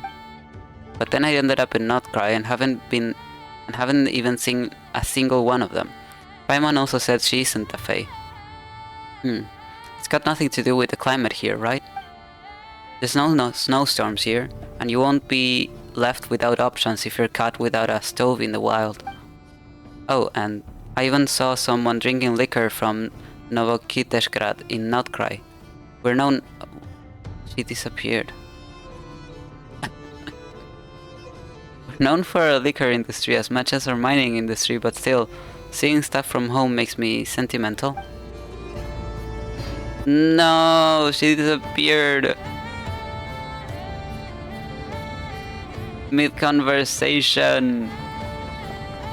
How dare you, game. Okay, I still haven't gotten here. How do I get here?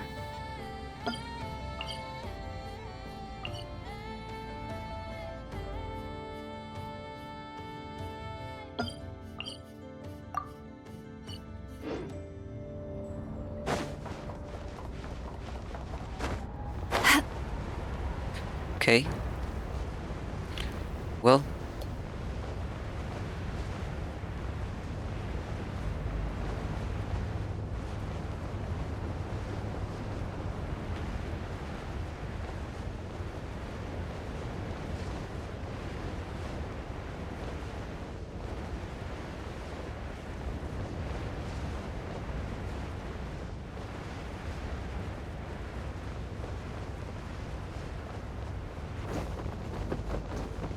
Incoming!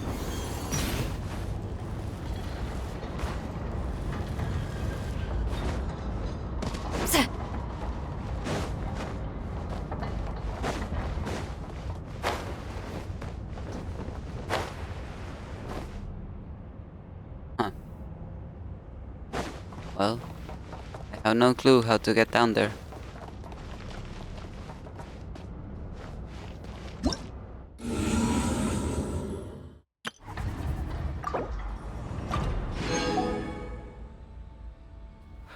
Okay, nice. Okay. Now we can do the event. And depending on... I mean, it's looking likely that I'm going to start doing some Hiisi Island world quest today. I really thought that world quest would have been longer. So I was like, okay, I will only have time to do this, basically. But it looks like we'll have time for more, which is good. Because I'm actually mostly looking forward to the... Well,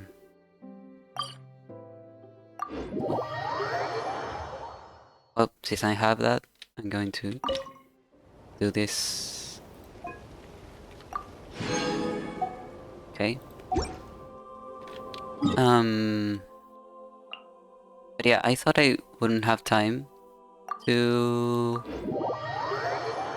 do everything that I wanted, so I'm glad to know that I do at the time.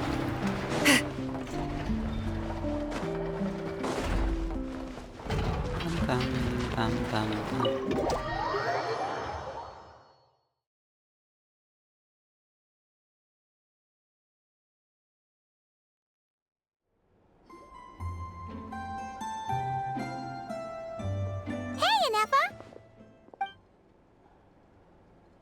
Nice break from reading everything. Hello.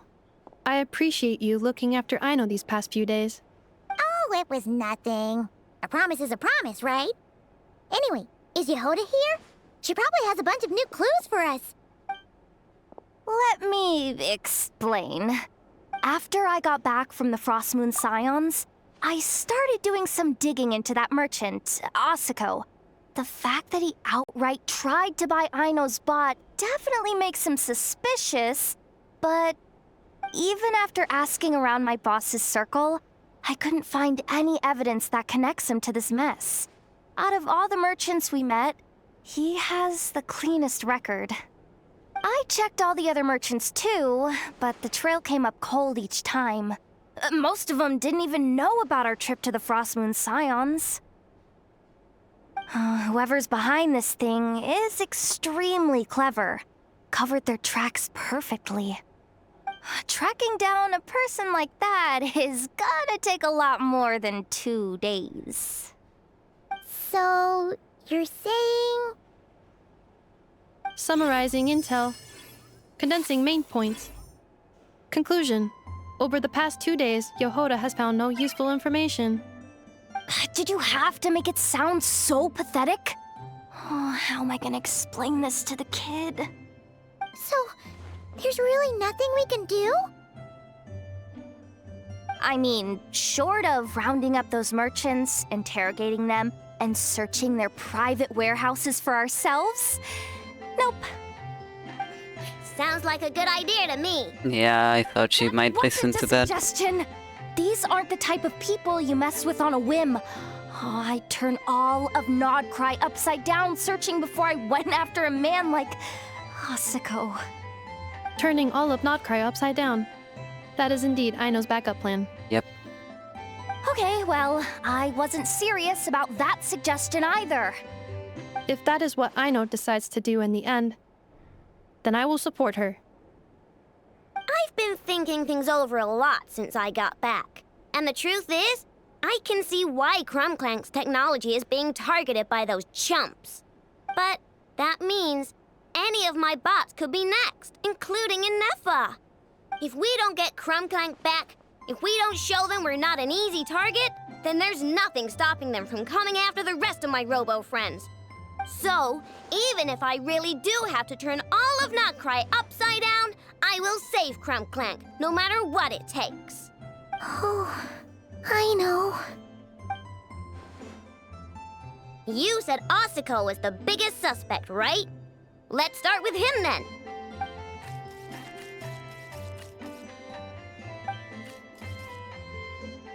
Someone sent a letter.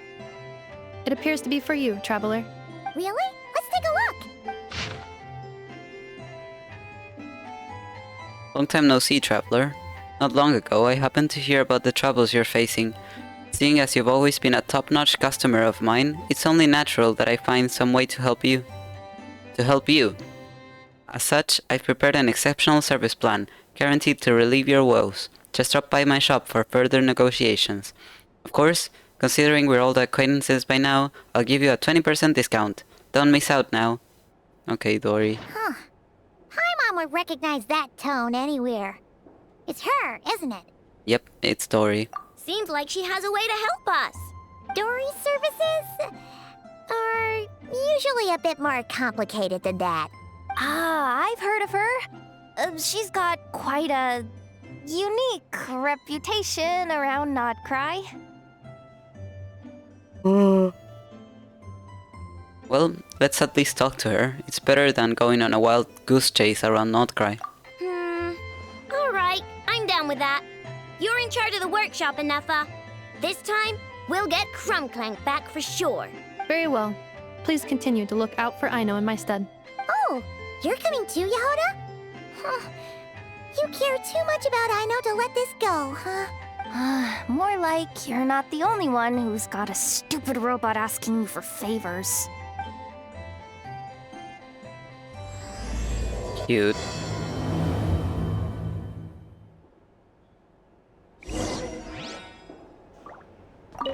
I'll keep watch over the workshop. Once again, I leave Aino to you. Yep, don't worry. I got her.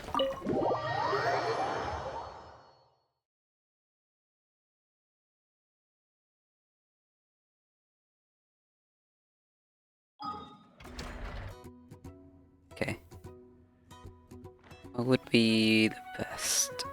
I think this one is closest.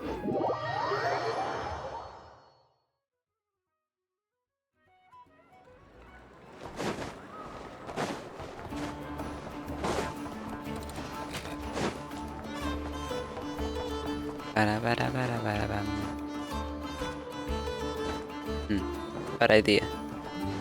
Let's recover stamina first.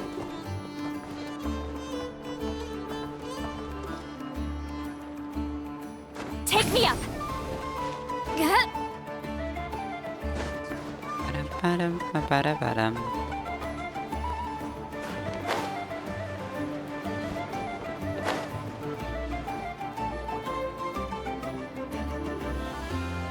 Huh. Looks like that old man isn't here this time. Ah, look what the cat dragged in. Traveler, Paimon, I see you got my letter. Dory! So it was you! My assistant told me about your little visit 2 days ago. Rumor has it, some terrible thief broke into the Crumkake craft shop and ran off with one of Miss Aino's most treasured companions. Yes, that's exactly right. You must know how much I value you as a customer, Traveler. So, I thought, if you set out to help Miss Aino, I should do my part too. I did some digging, and I do believe I've come up with the perfect plan. There are too many merchants targeting that bot to root out the thief by going after them one by one. So, how about approaching this from a different angle? Maybe the question we should be asking isn't who stole the bot, but where the thief took it in the first place. Huh. She has a point. And lucky for you, I happen to know just the expert to help us out. She's been working smuggling cases for years. If you need to track down stolen merchandise, she's your gal. Yalan?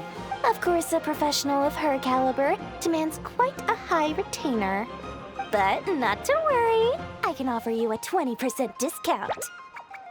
How about this? You give me the funds in advance, discount applied of course, and I'll contact the expert. See if we can't bring that price down a little. I'm all about client convenience, as I'm sure you all know. And if she sympathizes with our cause and ups the discount, we'll call the difference a little something for my trouble. Sound good? Just tell us how much you want. 20% off would be 800,000 mora. Do we have a deal? 800,000? Oh, can't you go any lower? If only I could. But there has to be room for me to take a cut now, doesn't there? 800,000 mora is worth it if it means we get Krumklank back. It's fine, I'll cover it. Splendid! I'll contact the expert right away. Well, if you're okay with it, I know. And the sooner we talk to this expert, the better. Great news! The expert is already in the area. I hope you have a productive conversation. Wait, a Melusine? That's the deal from Marcy Village! Yeah. Traveler? Paimon? Fancy seeing you here. So, the expert is a Melusine? I've heard about these creatures before. They have special senses, right? They can pick up on things humans would never even notice. Yep. Really? That sounds amazing! With her help, we'll get leads on Krumklank for sure. Oh, I guess the price of the retainer was worth it after all. There's something you should know about Dory. Retainer? What retainer? The Traveler is a hero to the Melusines. It's an honor to help him out. I would never ask for even a single mora in return. Oh, wow! I didn't realize this expert idolized you so much, Traveler. Well, since she won't accept payment, I suppose there's no choice but for the entire 800,000 to go to me. As always, I appreciate your patronage. Although, I guess this turn of events is all thanks to your past heroics. In that case, I'll give you a generous 50% off the next time we do business. And the swindler claims another victim. Anyway, what are you doing in Nod-Krai, Sadil? Well, one of the Melusine agents from the Marechaussee Phantom followed the trail of a smuggling case straight to Nod-Krai. But she still hasn't made it back to Fontaine. We all started to get worried, and I happen to have some time off, so I'm here to check up on her. But enough about that for now. This merchant told me you needed help tracking down your missing companion. Could you describe them to me? The more details, the better. Then, would it be possible to take me to the last place you saw them? Sure thing! Nice. You got an expert on the case.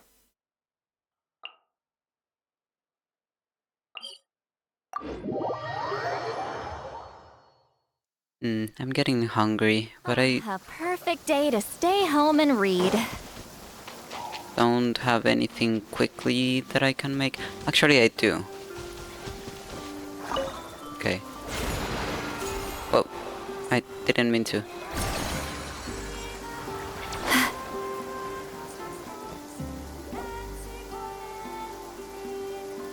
All right, this is the last place we saw Krumklank. I remember that the recon bot disappeared right over there. I've learned a little about those flying machines since I've been here. Their battery life isn't very long. Flying all the way out here is probably their limit. So, someone must have been in the vicinity to pick it up. We should ask around. Maybe someone saw something. Oh, there's a group of people over there. Let's ask them.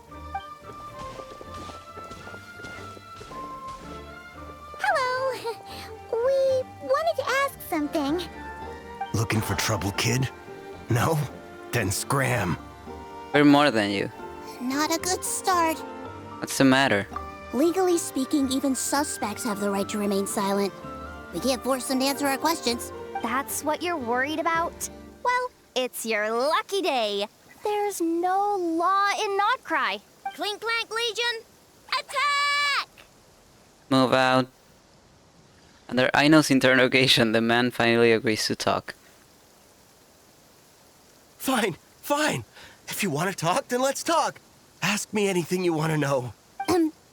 Have you seen a group of people carrying a heavy object pass through here?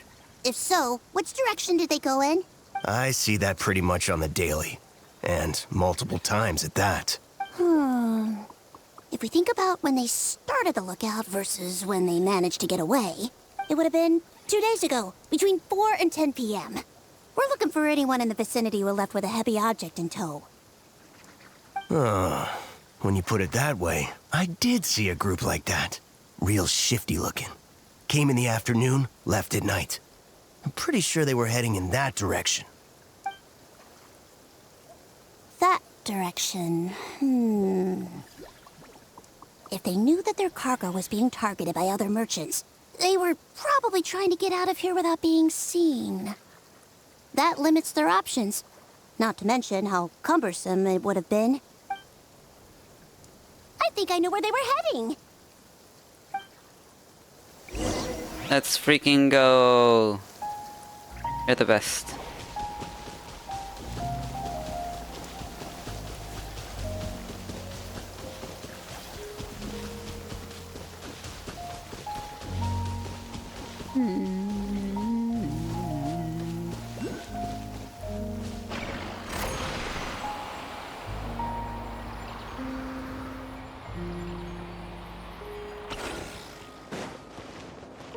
Take me up!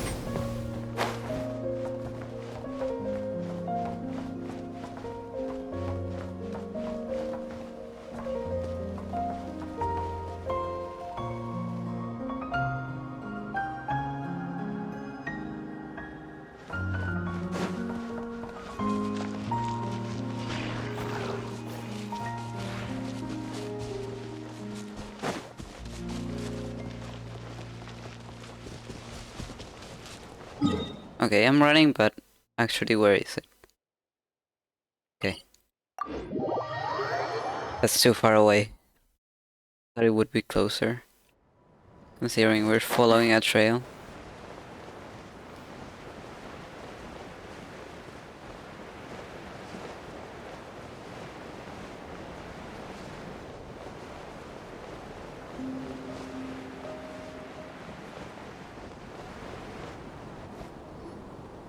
So, this is the place? But there's no one here. Assuming their stamina is within the range of a normal adult, if we factor in the weight of their cargo, they would have had to stop here and rest. Which means there should be quite a few traces around here. Traces? What kind of traces? This place just looks like a random stretch of wilderness. Oh, there's a whole bunch. Here and over there. Oh, it might be hard for you humans to pick up on. If I point them out, could you help me investigate? Sure.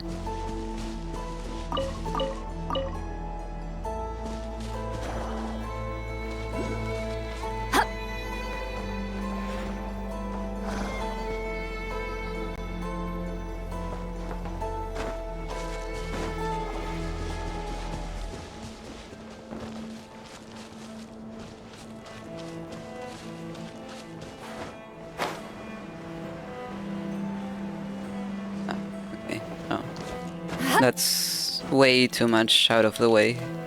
I will pick that up later.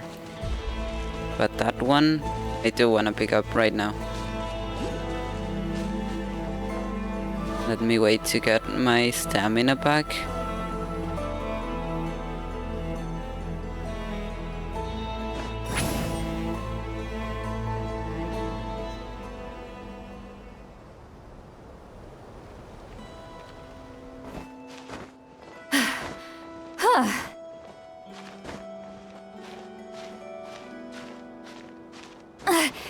I'm tired already.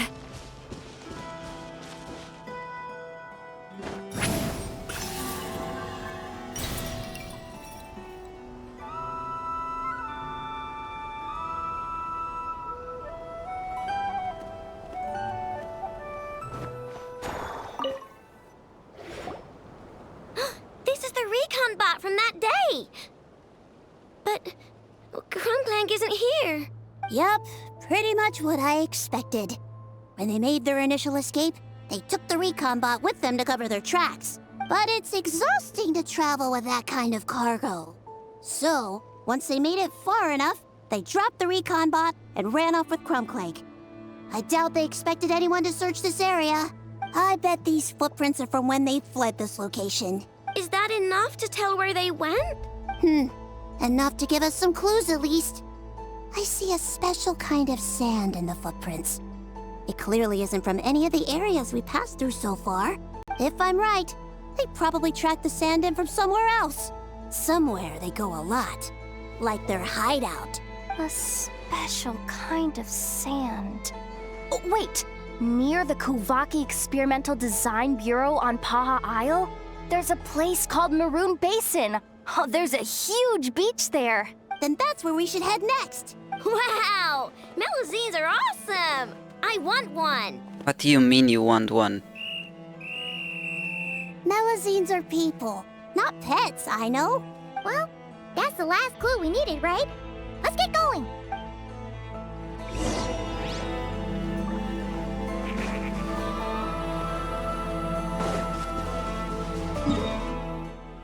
This time I won't be running for no reason.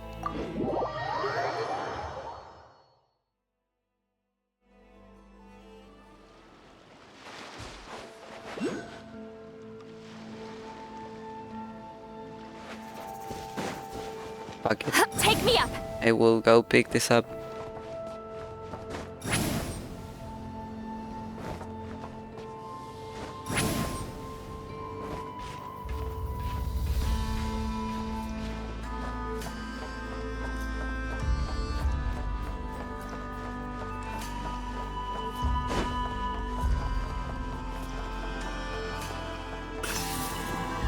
There's another one?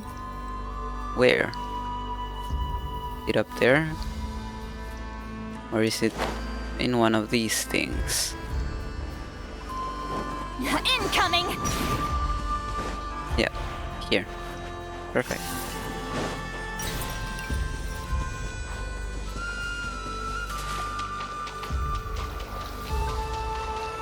Actually, why am I going back there? Over here.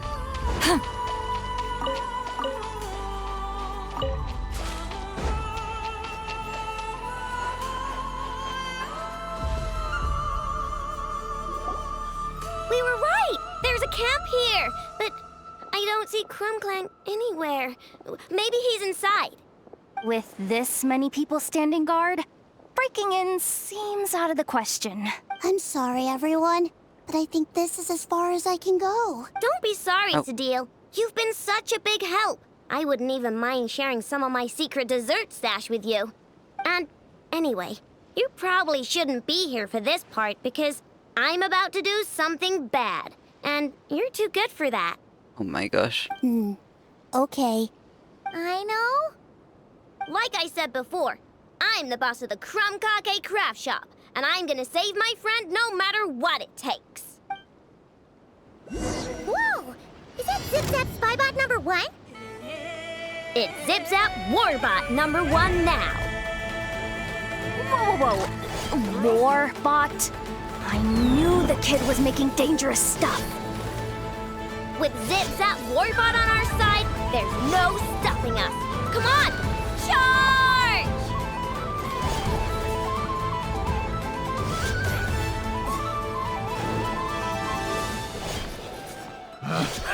It's too late. The wrong test subject. What is this thing? Help! Does somebody help me? What are you running for? Just take it down. There's nothing scary about. Bro, this bud is broken.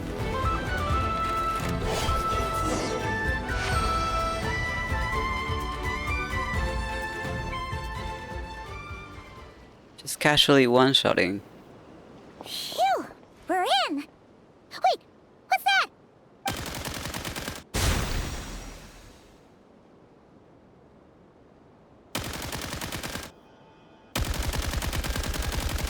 Whatever it is, it doesn't look friendly. Hold on. This hunk of metal has Crumclank's core. The thief already took him apart. Quite the improvement, don't you think? My creation is 10 times more powerful than your little toy. Can't say I'm surprised. That's what a true genius can do. Wait! You're that guy from the black market! The one at the front desk! You're the one behind all this? If your goal is to accomplish something that will shock the world, you're better off working behind the scenes. I must admit, though, I'm rather surprised you made it this far. I expected you to spend more time fixating on those merchants. You deliberately tried to steer us in the wrong direction! Oh no, What? the bad guy The lied. fact that the first notice you found just so happened to have the clues you were searching for? The front desk is where people go to exchange information. But I get to decide what to put front and center. The person who controls the information controls the people who seek it. So you're the one who stole Crumclank! Both times? So what if I am? There's only one rule in Nod-Krai. Winner takes all. With this prototype, the Mora I earn will put me on equal footing with the other factions. Then, no one, not even you, will be able to say a word against me. Just using a piece of tech you stole from Aino? Stole? No, rescued. I'm taking advantage of its wasted potential. Ever since learning about Kuvaki, I knew there was huge potential for machine integration. But no one saw my vision. I came all this way, but the stubborn natives refused to even entertain my ideas. It didn't go any better with the Fatui and their monopoly on Kuvaki research. But then this stupid girl who spends all her time making useless toys opens a workshop, and all the factions of Nod-Krai practically grovel at her feet. She's the one who gets to make a groundbreaking machine that has the potential to reshape the entire market. That role should have been mine! Right. 'Cause it's definitely not embarrassing to have beef with a kid. Truly. That's enough! Give Crumclank back to us, right now! We'll see about that.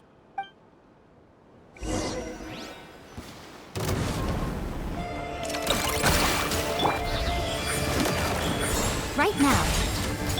Get to work! You Why is this machine so powerful?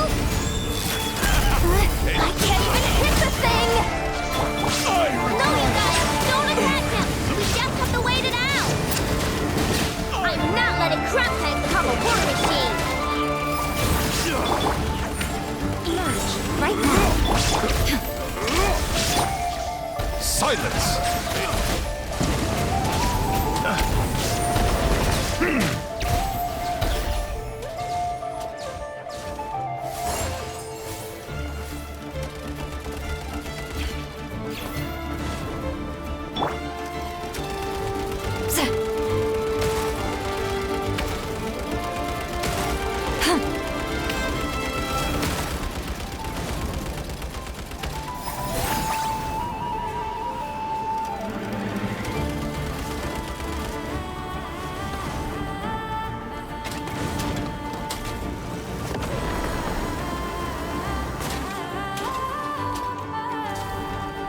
Get to work!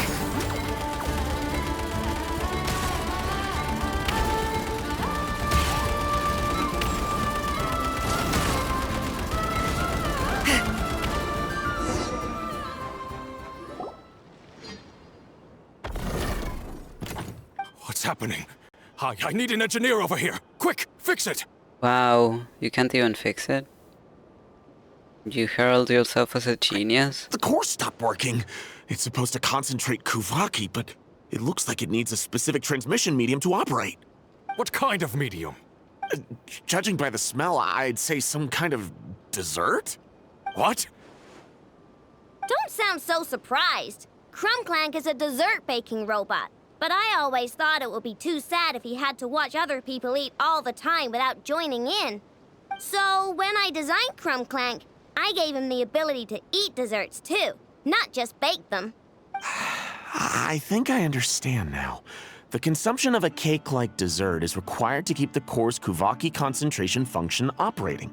If cake baking is the goal, that kind of system is sustainable. But to use it as a weapon, not even Nod-Krai's entire flour and sugar production would be enough to generate the required amount of power. And you're just noticing this now? Well then get rid of that stupid function! Make it run on something else! Boss, it's embedded into the system. I'm not skilled enough to change something like that. I didn't even notice it at first. See? Crumbclank isn't a war machine. Now give him back! This technology could have been revolutionary! It was supposed to be my big break! And now it's trapped in some useless kitchen bot, all because of your stupid, childish idea. No, the prototype stays with me. I just need to hold out until I can secure an investment. Someone, get back the prototype! Try me, you stupid...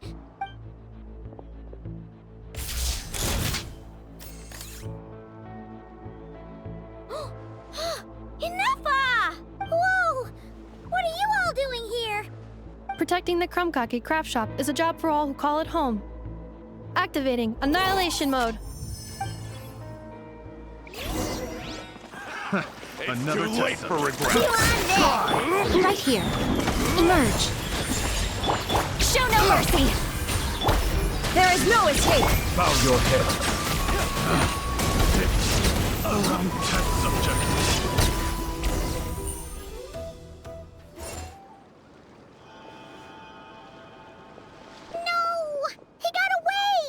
Let him run for now. Nod-Krai doesn't have laws, but it does have rules. Once word starts to spread about what happened here, he'll get what's coming to him. Is everyone all right? Apparently Nod-Krai doesn't have a police force, so I contacted your friends for help. Wow! Way to think ahead, Sadil. Wait! What about Crumbclank? Miss Aino, during the altercation, my brethren and I retrieved the core from that construct. It should go to its rightful owner. I apologize for thinking otherwise before. This technology needs safekeeping, and I think... No. I know that it's safest in your hands. And I know you're not the bad guys I thought you were, so... Enough with all the mushy stuff, alright? Let's go home, Enougha. Oh, and when we get back, I want dessert. I think my monthly quota deserves to be reset, don't you? That just made me hungrier.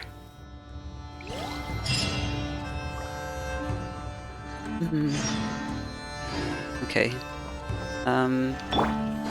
Let me see. Let me grab this. And now, while we wait for the following day, I'm gonna go get something to eat.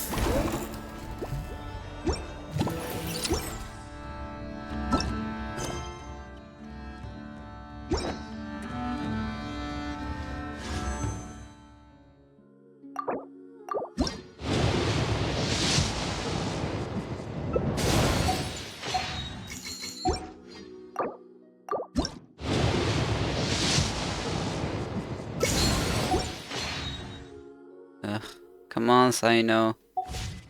Come home.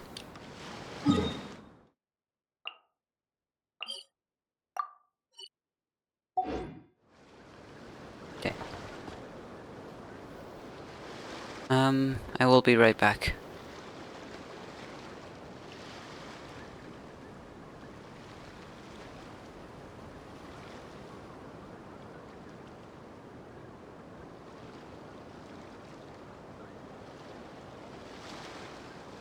Going into a trance is risky for most people.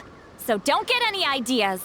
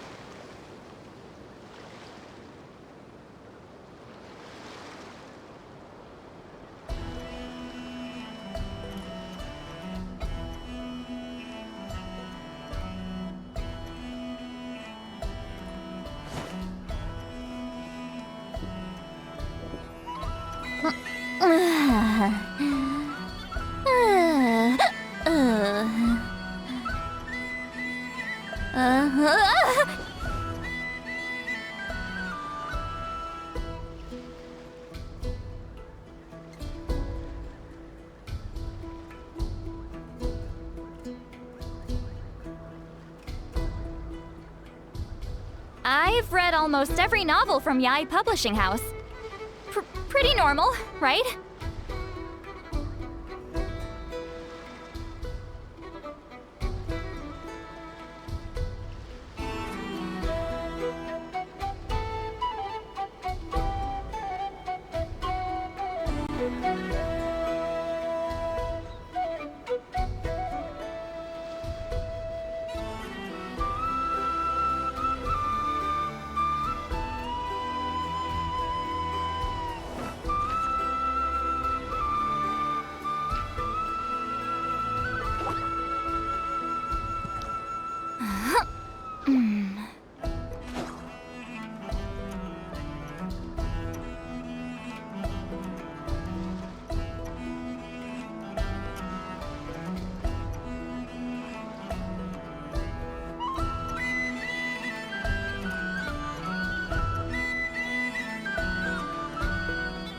Going into a trance is risky for most people, so don't get any ideas.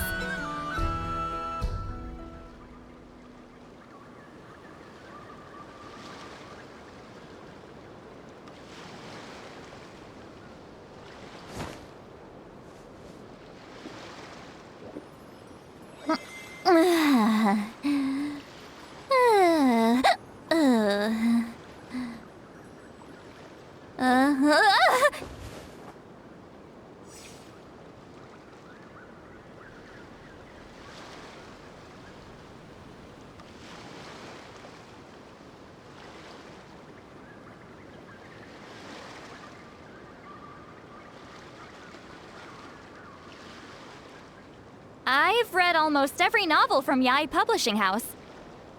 Pretty normal, right?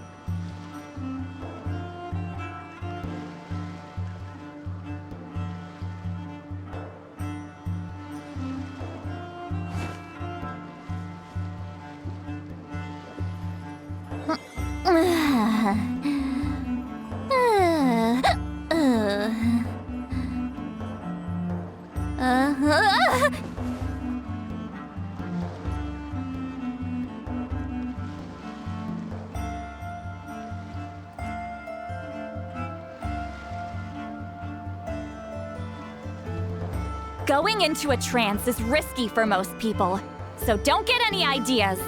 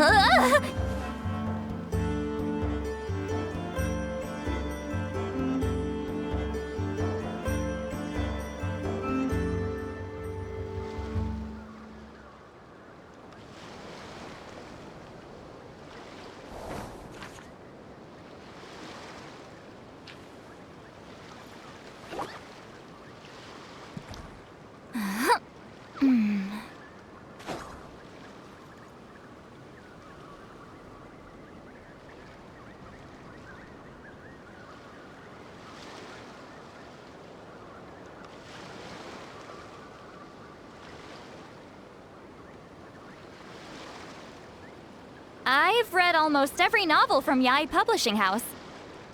Pretty normal, right?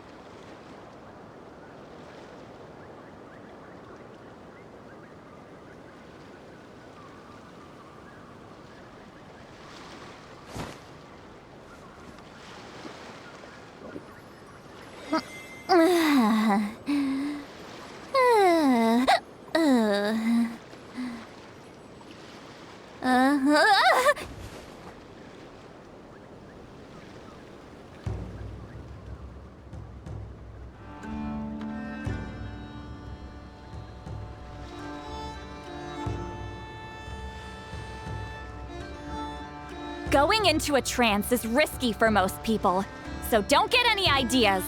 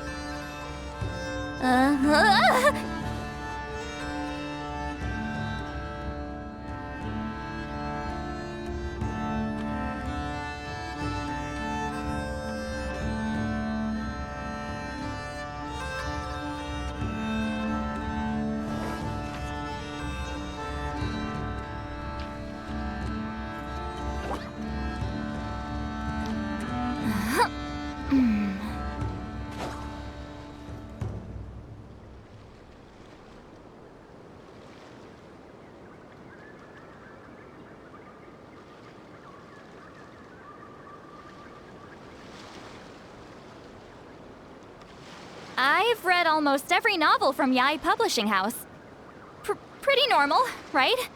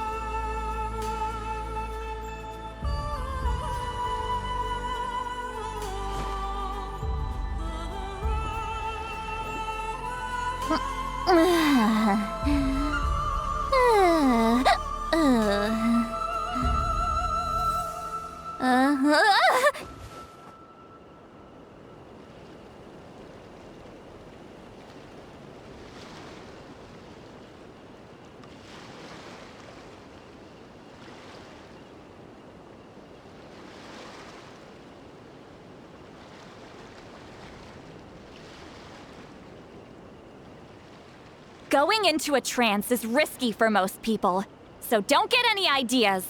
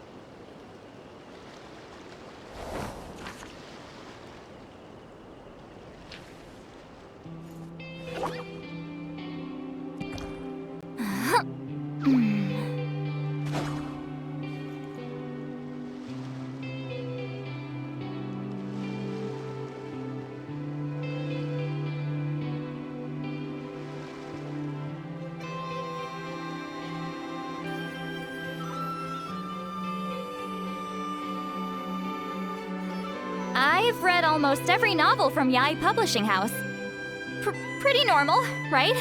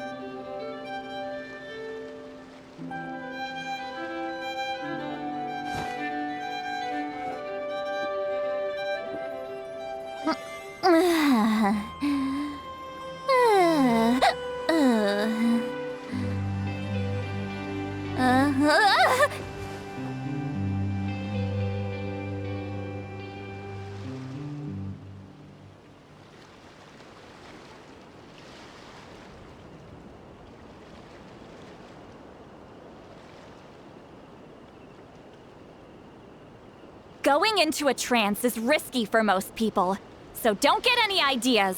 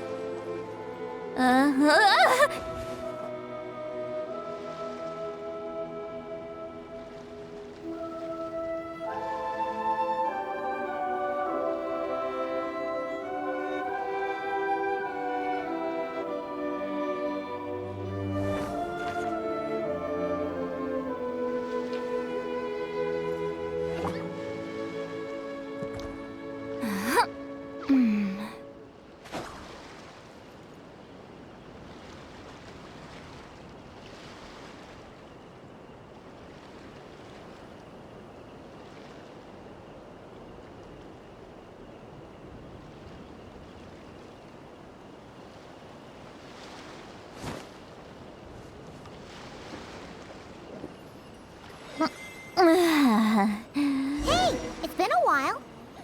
Why don't we check up on Aino?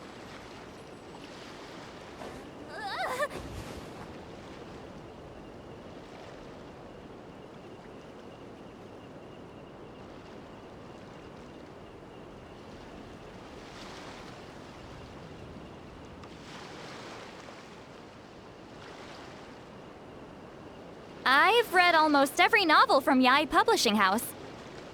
Pretty normal, right?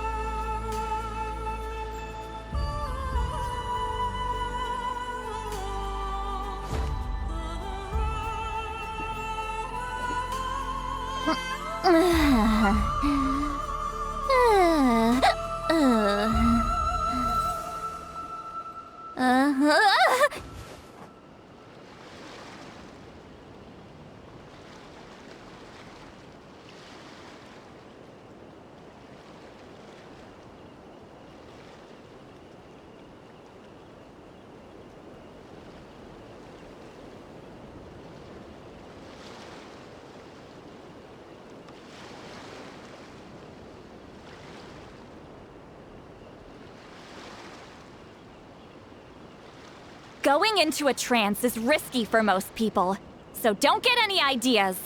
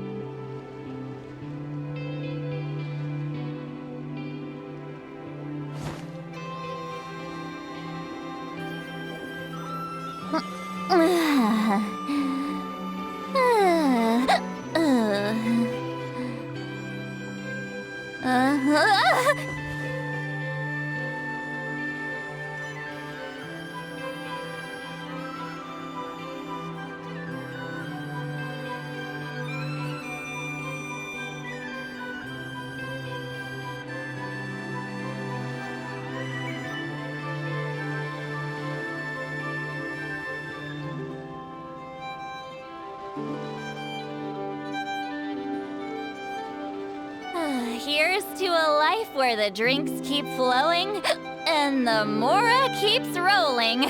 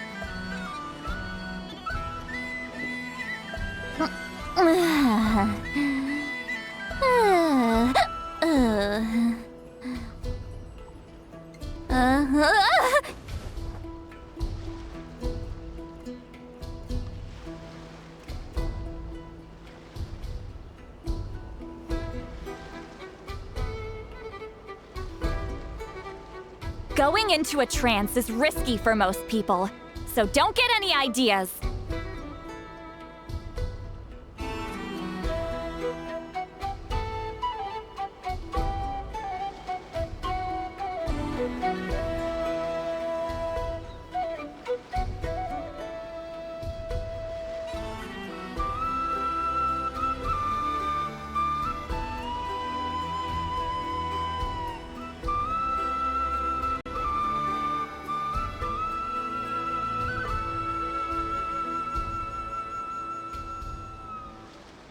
here's to a life where the drinks keep flowing and the mora keeps rolling.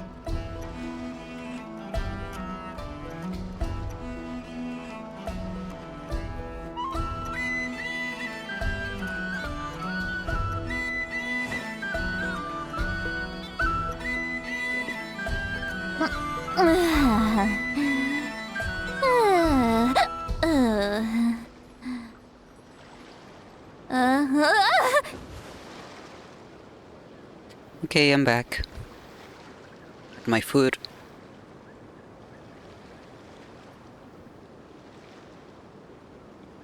And we can continue.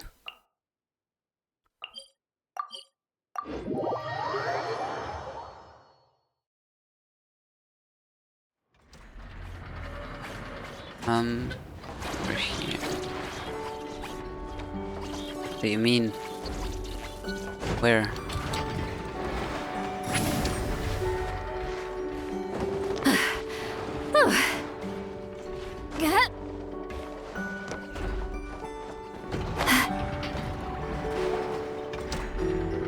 Hey, Aneva! Oh, Yehuda! You're here too? Well, after all that hard work, I at least deserve a slice of cake for my efforts. Don't you think? Wait, there's cake? Yes. You two are here just in time.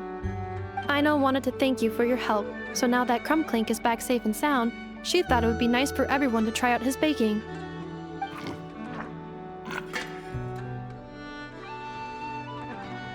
Wow! So this is what Crumbclank was supposed to look like. Yes. Luckily, the core was still intact, so all Aino had to do was make a new body.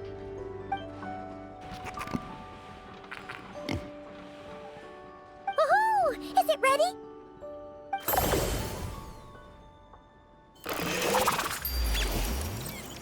Hey! He ate it! It's not unusual for a chef to take a few bites before serving a dish. No need to worry.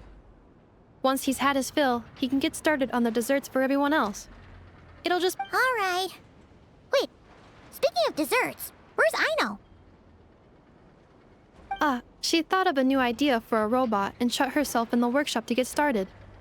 When inspiration strikes, she jumps into action. That's just who she is. Why does Aino like building robots so much?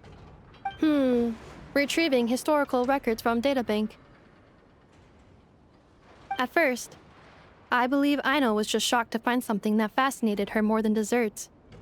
And fortunately, her friends respected her passion, even if, aside from struggling to make ends meet, there was little time for much else. Then, one day, an acclaimed teacher discovered her and recognized her passion for what it truly was: genius. Just like her friends, she finally discovered what she wanted to do, and not only that, she excelled at it. And when genius and passion collide, there's not much that can get in the way. So, Aino left her childhood friends, established the Clink Clink Crumbkake craft shop, and started making all kinds of robot companions. Perhaps it all comes down to the natural instinct of a genius, the drive to see their imagination come to life. Oh, so that's what draws her to robotics. Based on my own experience with Aino, I think there's more to it than that.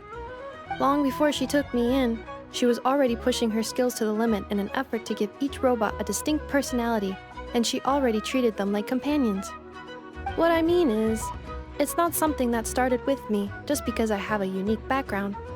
I think, after walking the path of a genius for so long, she looked around and realized there was no one at her side.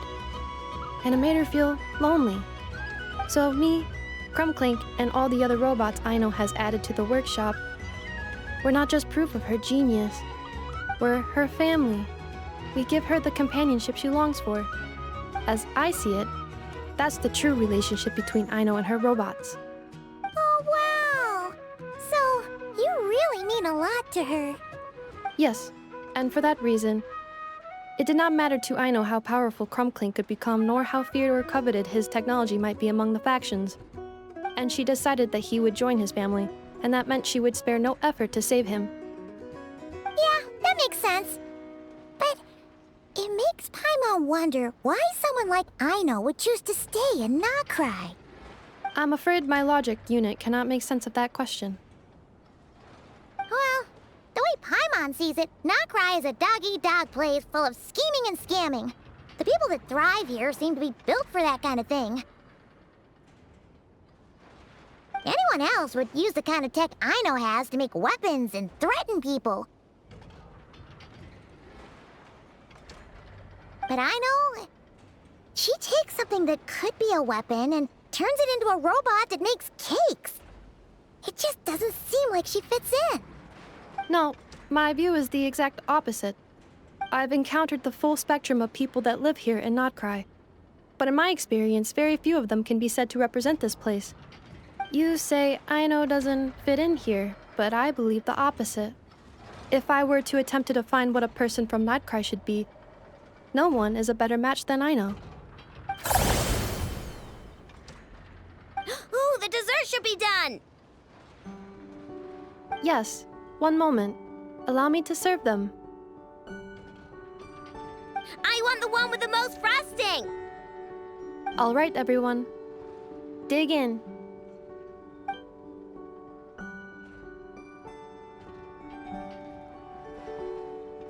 Ooh, so worth it.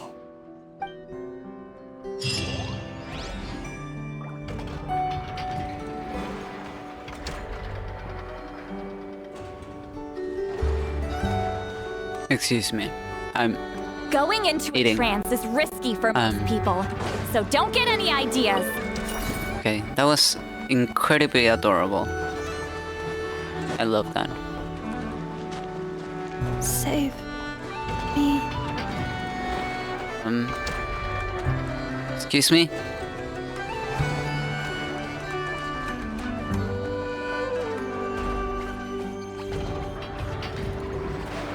Hey, Cinefa saying save me.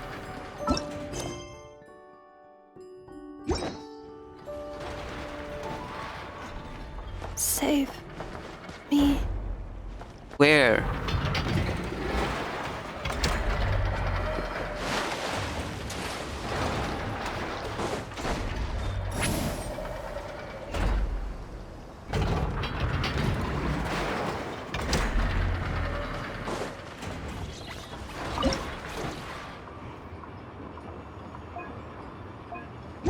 Save me. Stop. I don't know where you are. Stop it.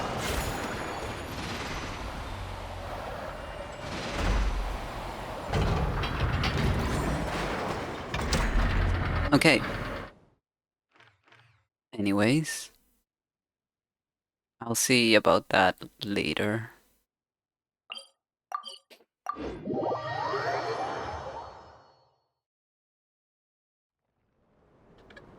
For now,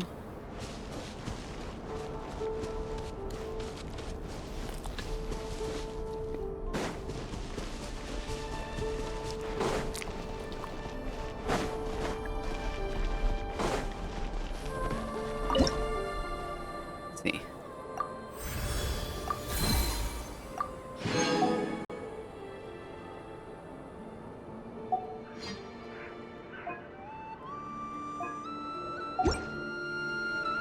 Okay.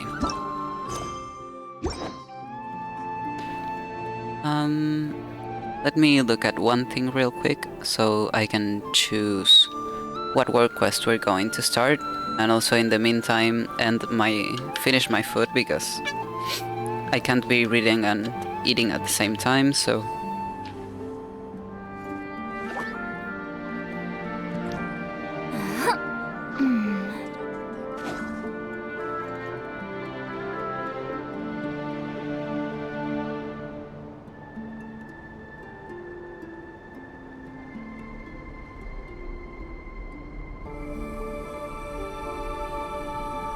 I've read almost every novel from Yae Publishing House. Pretty normal, right?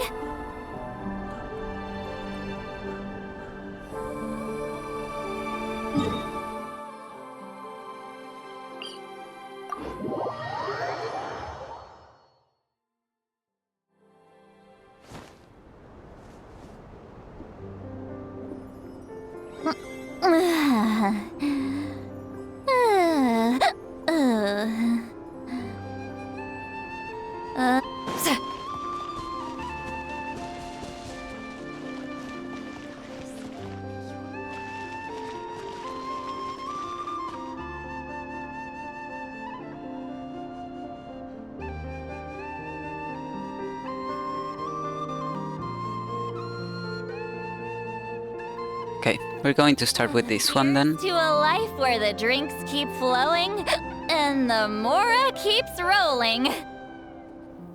But give me 2 minutes to finish my food and then we're going to start.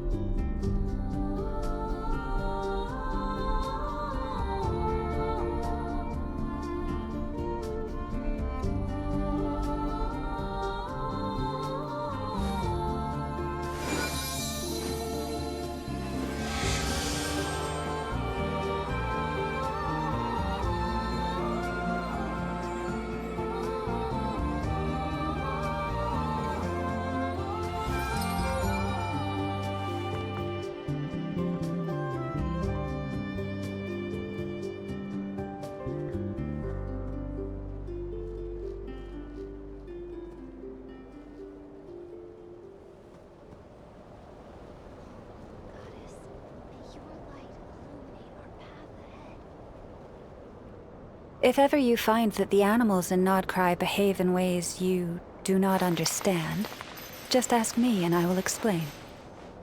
Okay. Well, let's begin. Let's talk to Evelina. Let's talk to... Ah, may the moonlight shine upon your path ahead. Are you two here to pray to Lady Kutar as well? Prayer? You mean in front of the statue? Huh, it really is huge. Haha, beautiful, isn't it? This idol of the new moon was reportedly carved by a moon chanter from 500 years ago, depicting Lady Kutar's original form. As for Lady Kutar's birth, and the miracles she performed in this sublunary sphere, I am but a humble acolyte, so I shall refrain from going into too many details with you both. In any case, this is the final destination of the pilgrimage route, where wishes are offered to Lady Kutar. Even if you didn't come here to pray, I hope you shall feel her blessings. Oh, Paimon understands now. Eh? Wait, this is the end? Then what's that superimposing pillar up ahead? That's not actually a pillar. Beneath it is the Court of the First Edict, an ancient sanctuary that was sealed off 500 years ago by Moonchanter decree. Court of the First Edict, huh? That's giving me finale of the Deep Galleries lore vibes. In a sense, you could say it's forbidden ground for us First Moon Scions, and because of the Moonchanter seal, no one can enter anymore, so it's better not to get too close. And as for that huge edifice up there, it actually fell from the sky. By Lady Kutar's grace, none of the falling debris hurt anyone. Debris? Yes, when it came down, several fragments fell from it. One of them fell into the camp below. You two must have seen it on your way here, right? As for the other, slightly larger fragments, I remember that they mostly fell to the west. In any case, it was surely Lady Kutar's guidance that brought you both here. Even if you did not come to pray, may the moonlight bless your path ahead.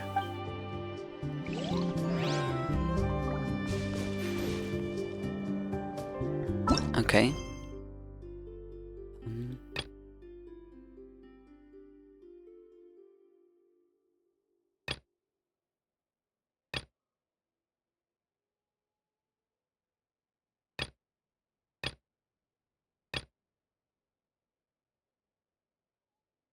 Is it this one?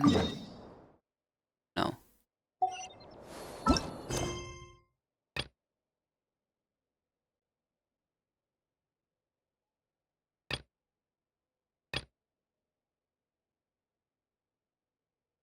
Wait. Let me see. Okay. So maybe I have to continue with this one. That seems to be most likely. I accidentally started this one the other day. I did take some screenshots to remember what she said. I can look at them in a little bit. Because she did say some interesting stuff that I would like to talk about.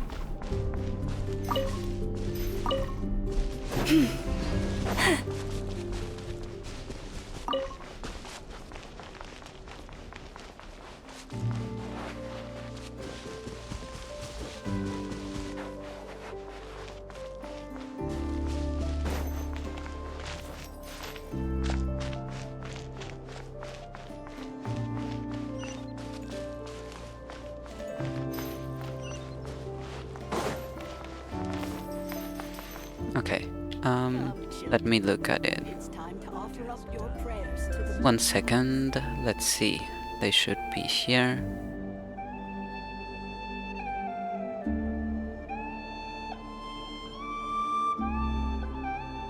Have you decided where you will go from here? If not, why not find a patch of soft grass and rest a while? Okay, yeah, she also referred to Paimon as a fae. And you've never heard the story of the legendary thief Reed Miller and the Fae Princess? But Mai told me is super famous aside. Come, lady with moonlit eyes, let me steal your heart with this jewel that matches your gaze and whisk you away from this gilded cage. Like the fisherman who fell in love with a fae, the thief who died 3 times but escaped from the lady of the underworld thrice, and the changeling who fought long to become human. All of that sounds very somewhat foreshadowing. I don't know what right now, but it sounds like it's foreshadowing. Come, children. It's time to offer up your... And also Reed Miller's companion, the Shadow Weasel, who swore to never step into the moonlight again. And that's all the screenshots I took when talking to her. Yeah, I have a ton of them. What else would you want me to do? Guide you on your way. Thank you.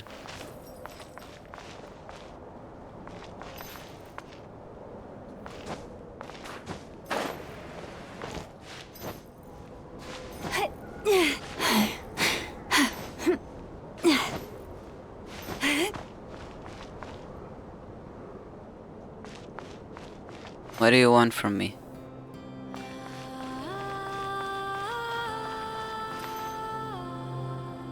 I've already collected all of them. What do you mean?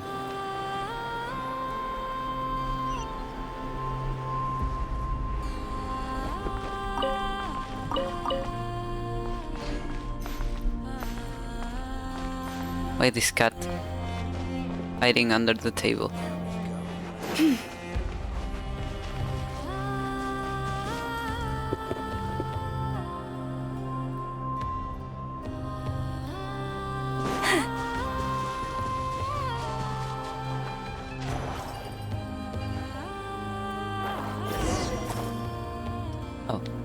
I see. That's what you wanted me to do.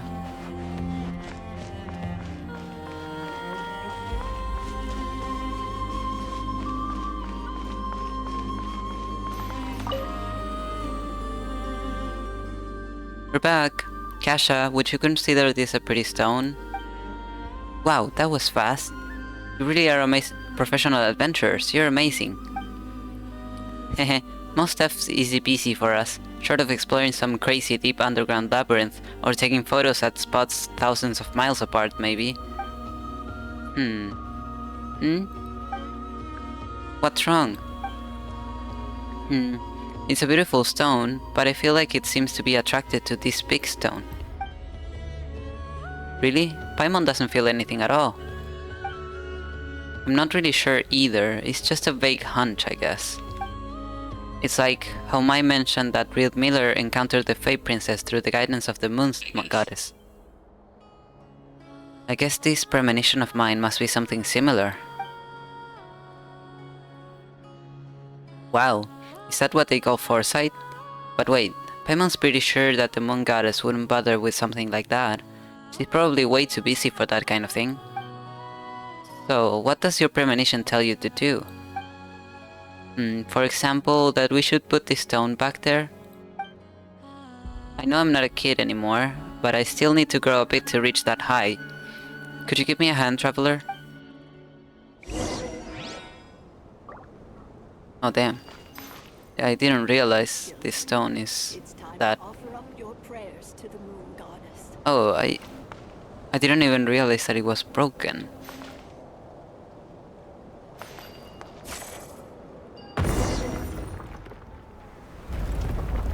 Okay. Go. Go with your people.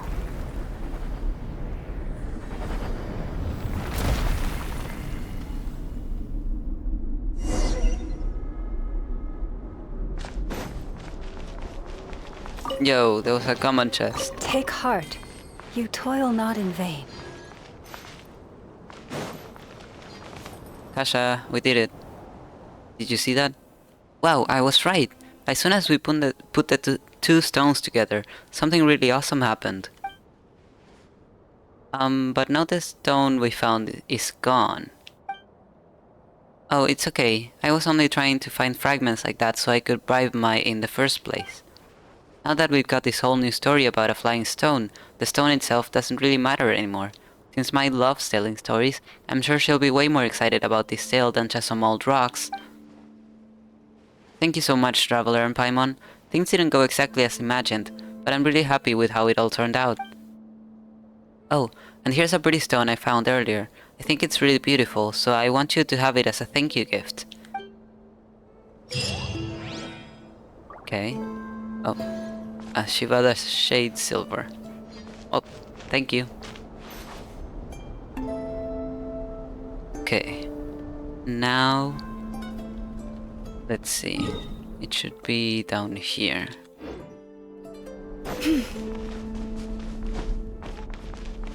Okay, this is all moving pretty fast.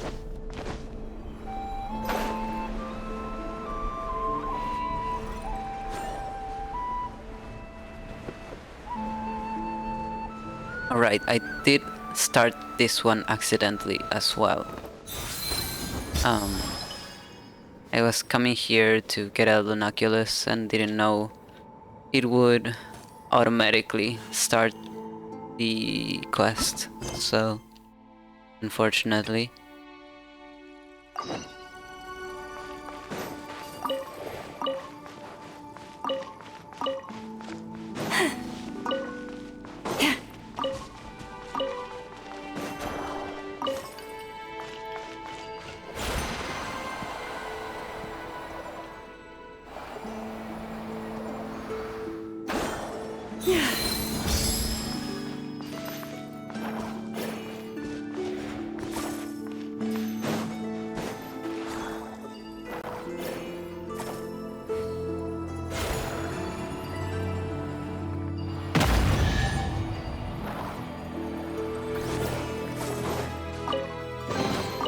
Take heart. You toil not in vain. Okay.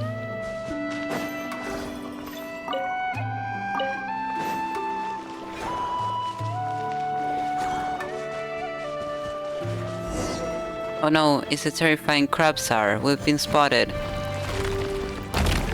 Huh? Why is the crab running away? Hey, these little crabs. They were hiding just now. The little crabs seem to be trying to give us something.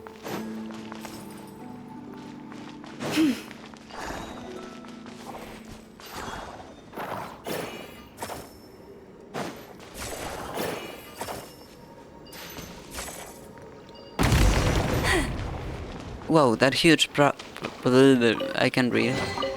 The world wishes you well.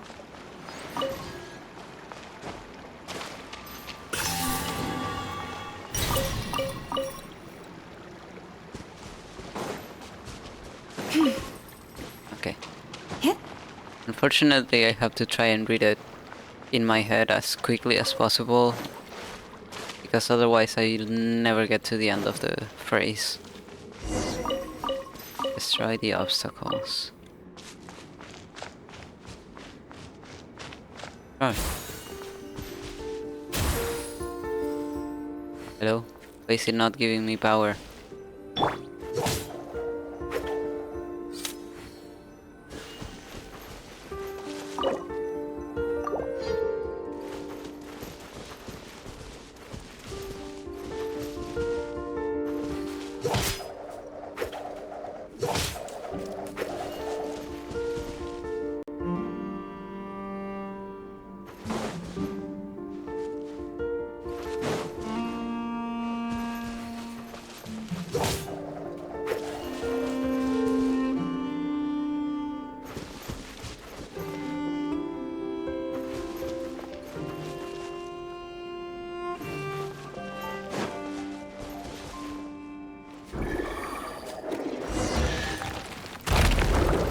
Oh, I just had to wait for him to do his thing. Alright, this'll do. Okay. Gotta keep chasing. Dude's a coward. Face me.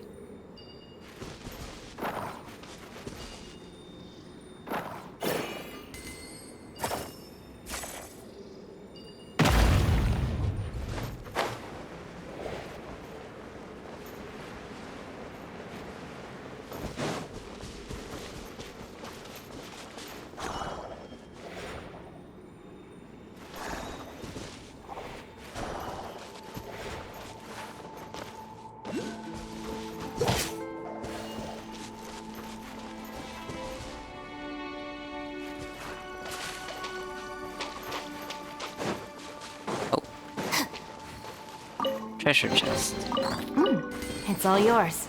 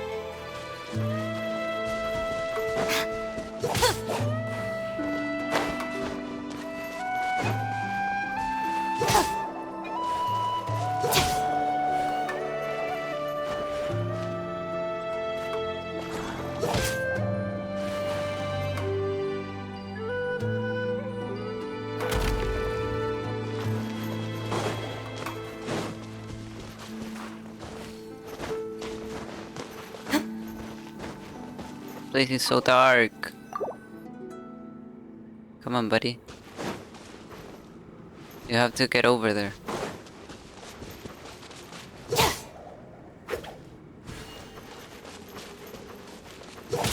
Come on. Move it.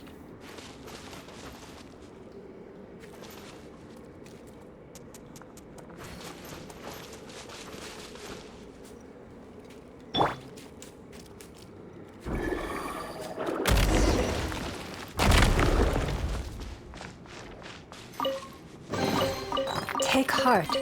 You toil not in vain.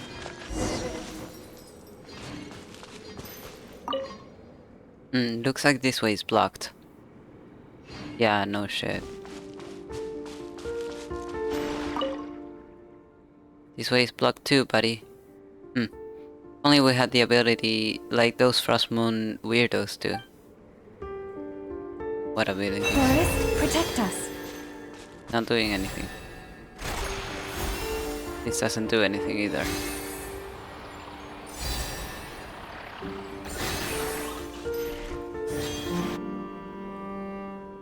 Huh? Looks like there's no way forward.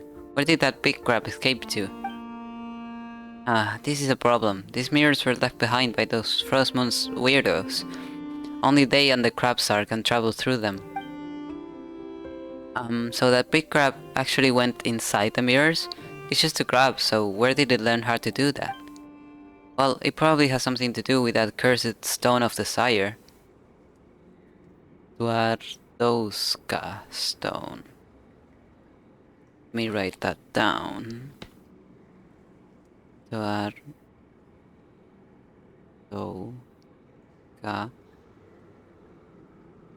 Stone. Stone of Fire.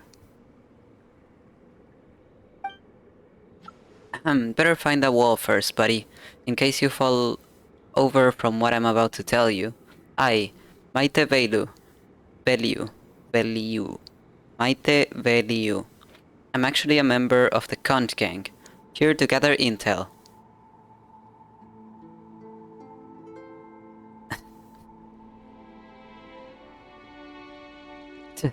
Run, Miss Paimanovna, I'll hold them off. Run? Wait, what's so scary about that? Also, what kind of corny reaction is that? And who is Miss Paimanovna anyway? Huh. It's normal to react that way when you hear our name, but don't worry, buddy. I'm not your enemy.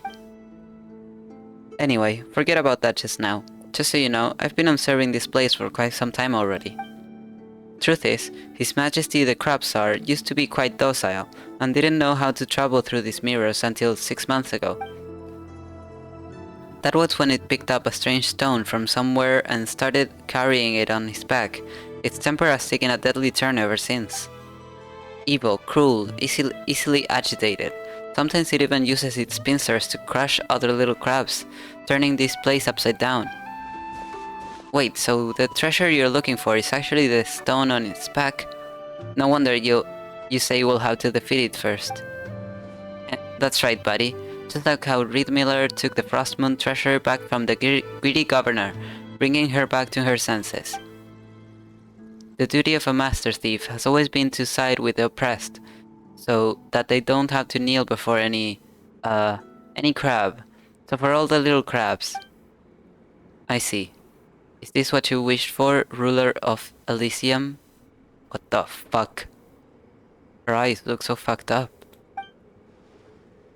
Eek. No, I wasn't scared. I'm the heir of the legendary thief Reed Miller. Anyway, identify yourself, now. Whoa, you scared Paimon for sure. I didn't expect to find anyone else in a place like this. Huh. You look like a Frostmoon priestess.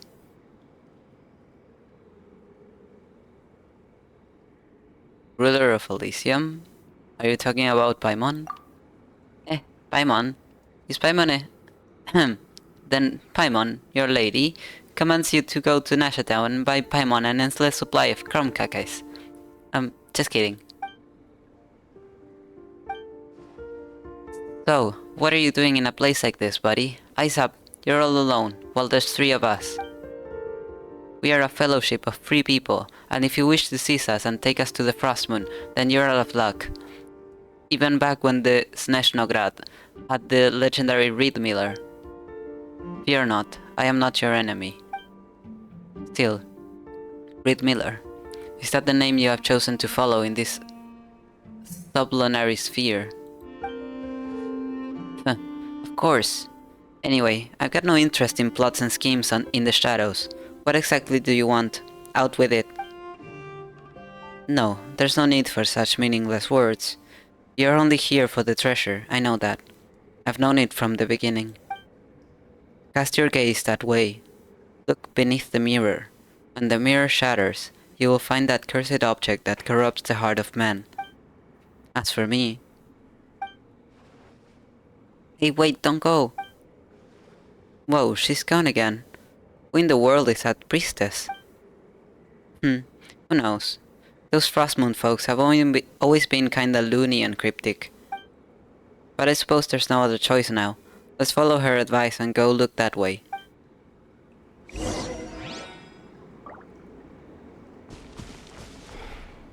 Come back!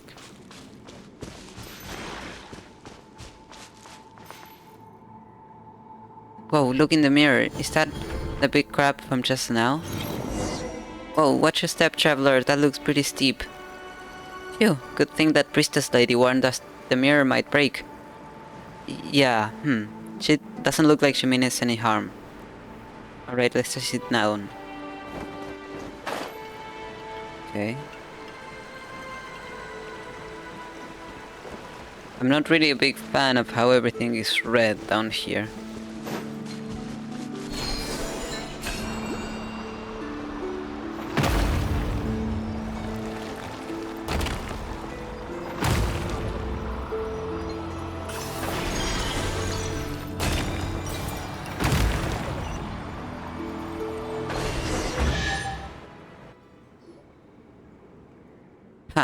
Nowhere left to run now, huh? I know these grounds like the back of my hand, and I can tell you we've got it cornered. Once we take it down here, this will all be over. What do you say? Are you ready, brother? I'm ready. Alright, let's do this. Time to show that fellow what a proper no-holds-barred frontal sneak attack looks like. Right, a frontal sneak attack. Wait, can you even call it a sneak attack if we do it from the front? No. The answer is no, you can't. But this is a child, so let her be. Good. You toil not in vain.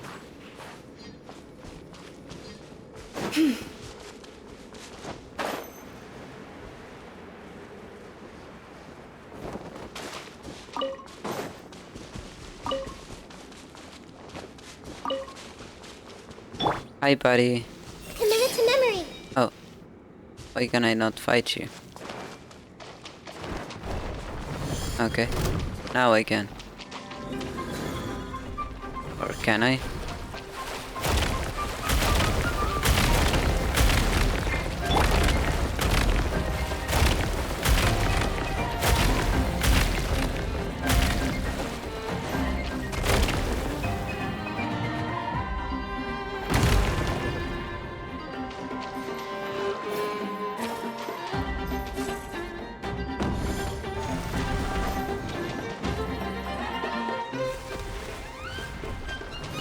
Leave this place.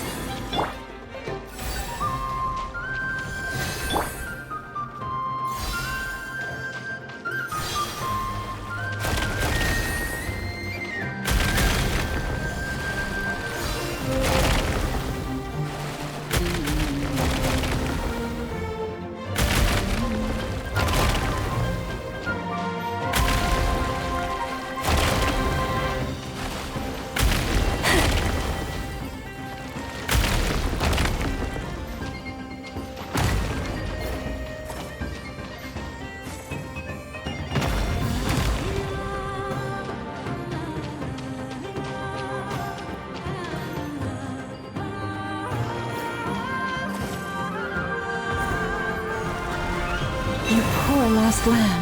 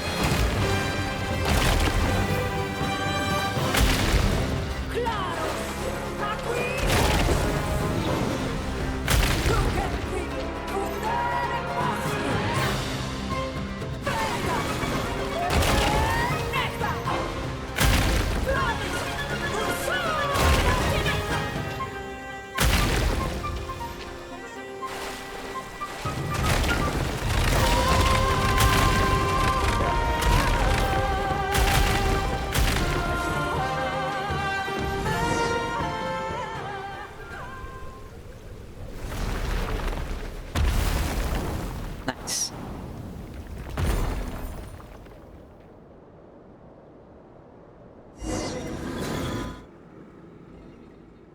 It flew away. Have you come searching for me? Whoa, it's the priestess from before. We weren't exactly looking for you, but who are you really? It's always like this, always. promising to take me away, then always leaving me behind. This time is no different. Asking those questions just to give me false hope so I would stay, waiting for a salvation that will never come. Isn't that right? No, that's not what we meant. Please don't cry. We're adventurers and we love helping others. If you need help with anything, just tell us. She's gone again. Who in the world is that strange lady? Lauma might know. Oh right, since she's dressed like a Frostmoon Scion, Lauma must know her. Let's ask her about it the next time we meet, shall we? Hey, wait, where's Maite? Well buddy, how's it going? Have you calmed down? Seems like he's hiding away out of regret, after all the terrible things he did to the little crabs while under the stone's influence. That's kind of sad. It's alright. Let it reflect on its actions for now. Those who do bad things must be punished. This is the fate of all evil rulers. Still, Paimon didn't expect that stone to fly away like that. Well, it's not a bad thing. If it had actually circulated on the market, it might have hurt even more people. Here, have this too. Now that His Majesty the Tsar has become docile once more, my observation notes are complete. And from now on, you're a French of the Conch Gang. When you dine at the Speranza restaurant in Snashatown, just mention the name Maite. And collect my free meal ticket? No, I don't have that kind of pull yet. You still need to settle your bills with Big Sis Katya. Huh? What's the point of mentioning your name then? Of course there's a point. If Big Sis Katya is in a good mood, she might even buy you all drinks or something. So it still depends on someone else's mood? Then, even if she isn't feeling up to it, I'll still buy you drinks. No, I'll treat you to a meal. I'll have to work a few days for the funds, though. A promise, and one good turn deserves another. That's the rule set by the legendary Reed Miller. So take this IOU, buddy. This is the IOU? Perhaps this treasure has been waiting for you all along.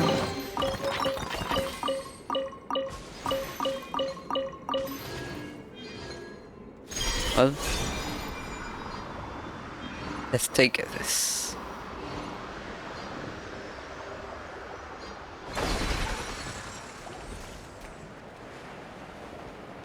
Don't look at me, don't look at me, don't fight me. Thank God. Okay. Let's see. The next one should be...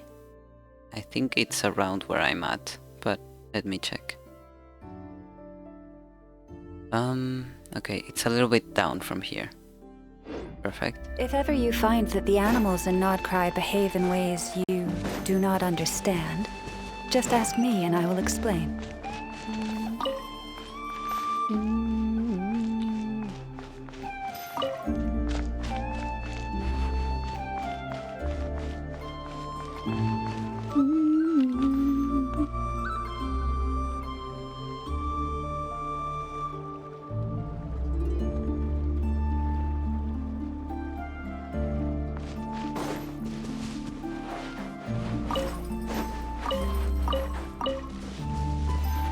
Okay. Yep, this is where I should continue, but...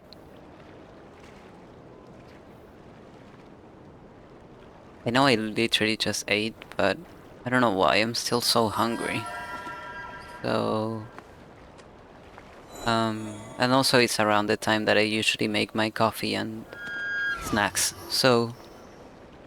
I'm gonna go do that, and then we can continue. To be fair, from the guide I'm following, I'm just following a guide that just numbered the quests to do them in a certain order, but I don't know anything about them, luckily. But from what I'm following, this would be the fourth one in a series of 6. So we're doing a really good pace.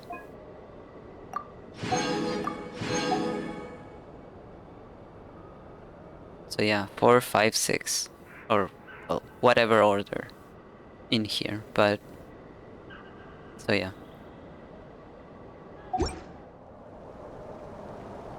We're doing very good. Oh yeah, I did get close to that one. That one is numbered as 5, Decided where you but will I'm go from on here. 4th currently. The one over here is 4th, and then the one over here is 5th, and then I'm supposed to come back here. That's all I know from the guide.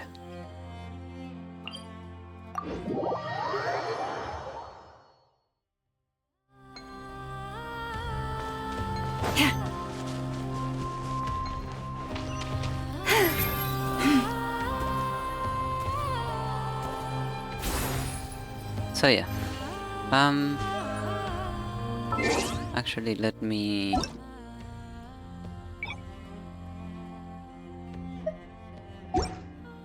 turn that off. Grab this, these achievements. Nice.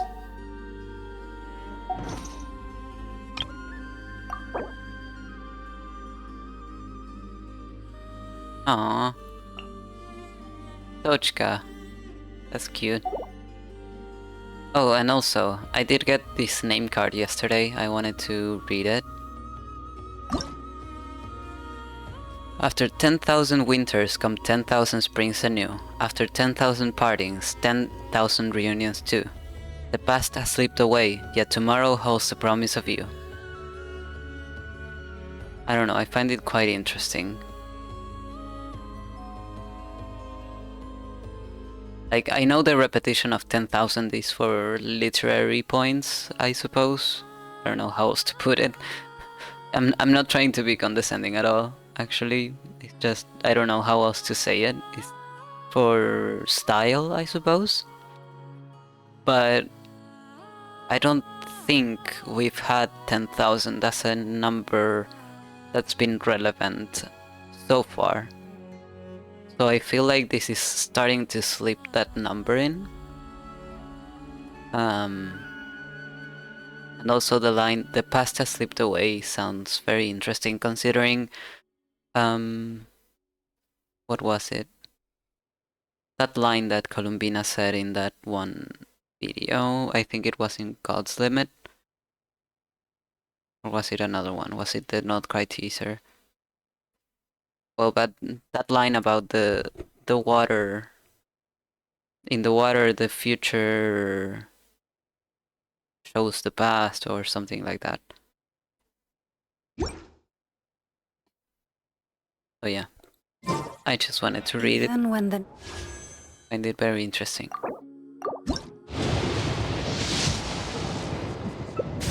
That's not Sino.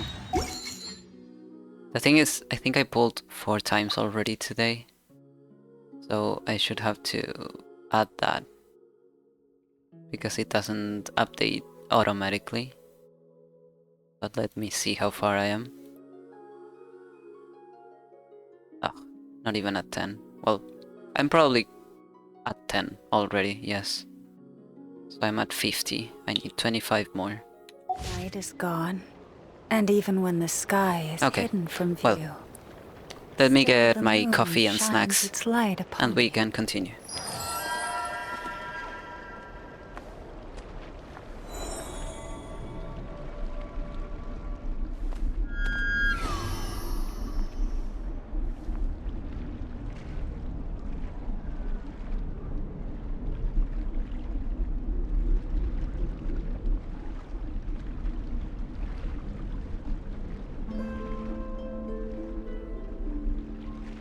If ever you find that the animals in Nod-Krai behave in ways you do not understand, just ask me and I will explain.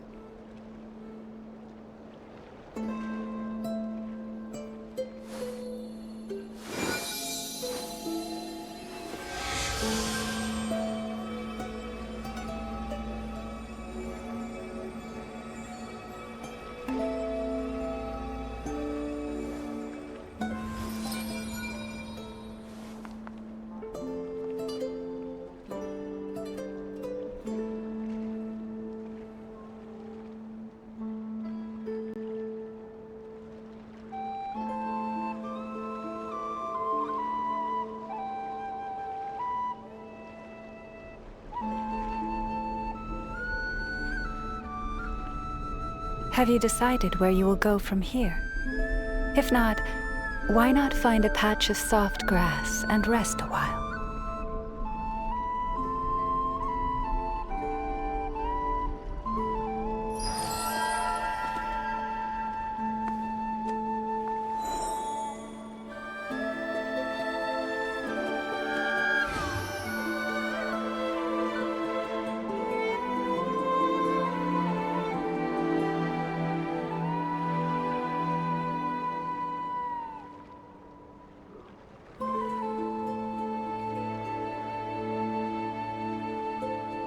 If ever you find that the animals in Nod-Krai behave in ways you do not understand, just ask me and I will explain.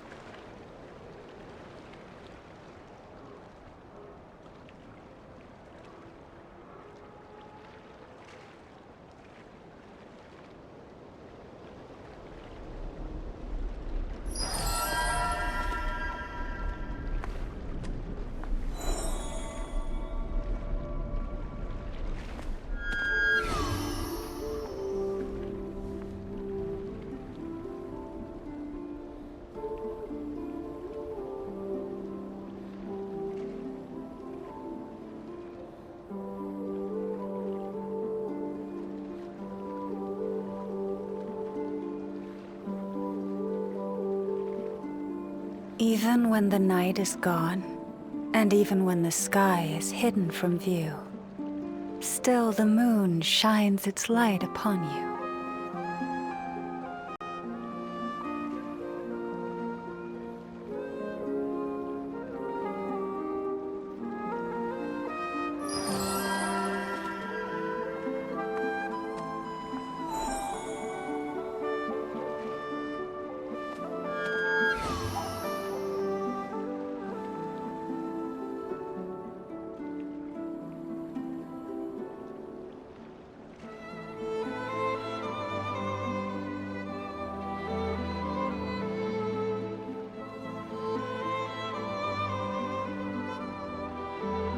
If ever you find that the animals in Nod-Krai behave in ways you do not understand, just ask me and I will explain.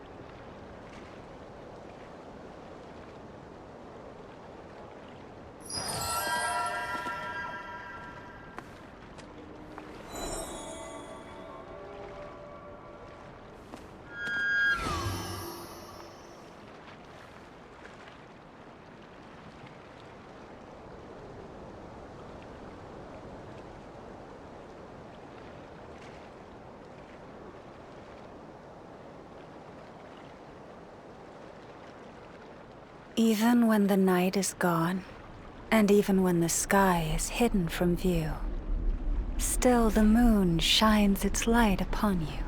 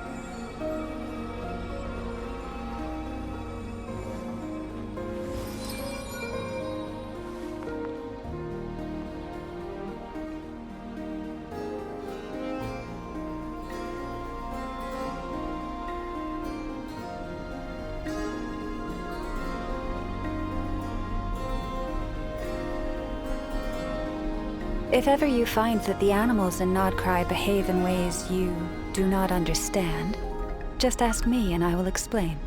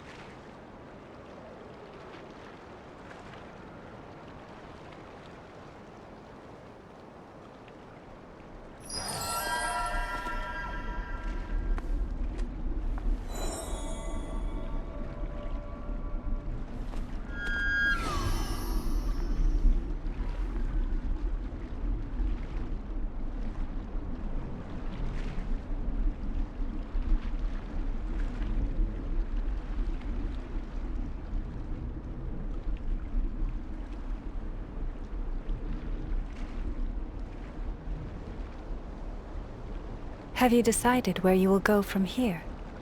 If not, why not find a patch of soft grass and rest a while?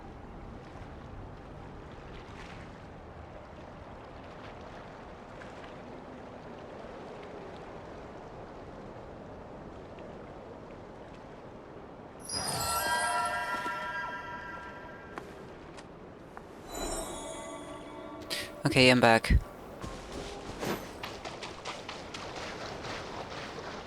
Let's see. Bekani. Talk to me. 25, 26. What are you counting? Shh, keep it down. Forget it. Not like I was gonna catch anything anyway. Come on, kid. Isn't it obvious? I'm timing my cast. What, did you think I was waving this rod around to cast spells or something? Well, you're a member of the Frostmourne Scions, so maybe it's not that far off base. Maybe you're catching a bestest travel companion, who knows? You're giving me too much credit, young man. I'm barely half a Frostmourne Scion, not even an acolyte, just a regular guy with no Kuvaki power to speak of. Anyway, this is the first time Paimon's been around someone timed their fishing down to the second.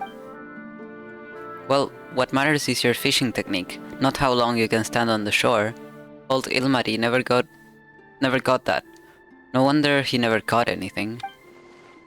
So I take it you two must be treasure hunters? No, we're adventurers, but we do take on work. Do you need something? Pretty much. As long as you're up for getting paid to do a job, who you are is all the same to me. I've got something you could help with, if you've got time. You see, I'm the best angler on Hiisi Island by a long shot.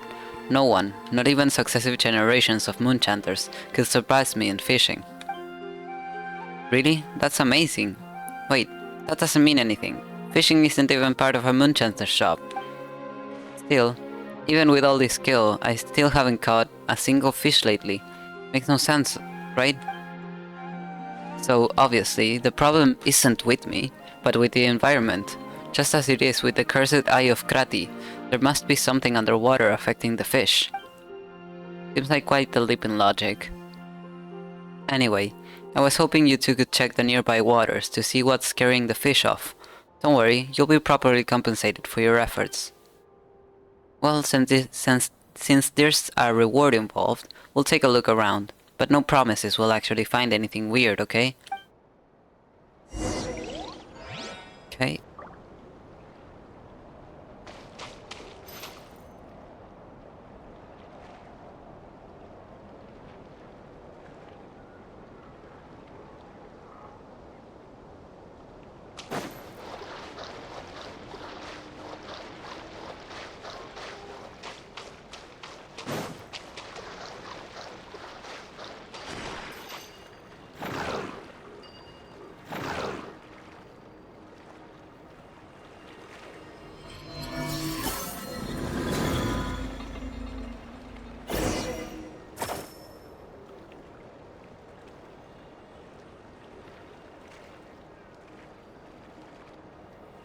If ever you find that the animals in Nod-Krai behave in ways you do not understand, just ask me and I will explain.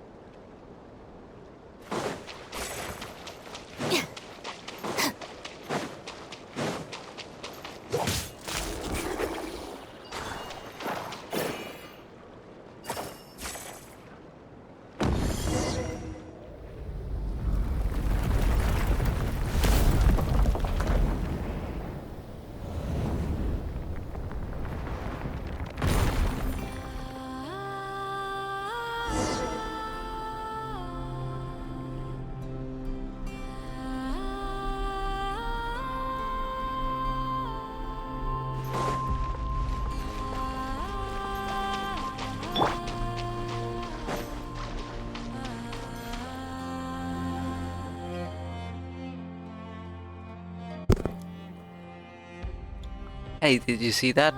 I don't even know what happened. One moment I was looking away, and the next thing I knew, that big rock just flew off. You explain what happened earlier. Oh my, I have no idea what any of that means, but if you can pull off something that amazing, you must have the Moon Maiden's favor. Oh, the Moon Goddess protects. She protects indeed. Now I can fish here to my heart's content, so long as that annoying bard doesn't bring his pet over, or Goddess forbid, start singing. As promised, here's your payment. Although I haven't caught any fish lately, I've reeled in all kinds of stuff, some of which should be worth quite a bit. Not that more is much use around Hiisi Island anyway, so it's all yours. Thanks for your help. Now, it's time to fish in peace. Good for you, man. Okay. Now, time to go to this island. This ominous place.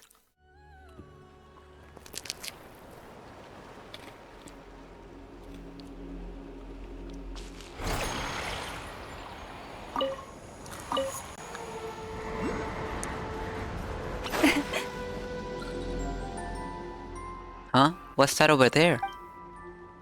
Bot.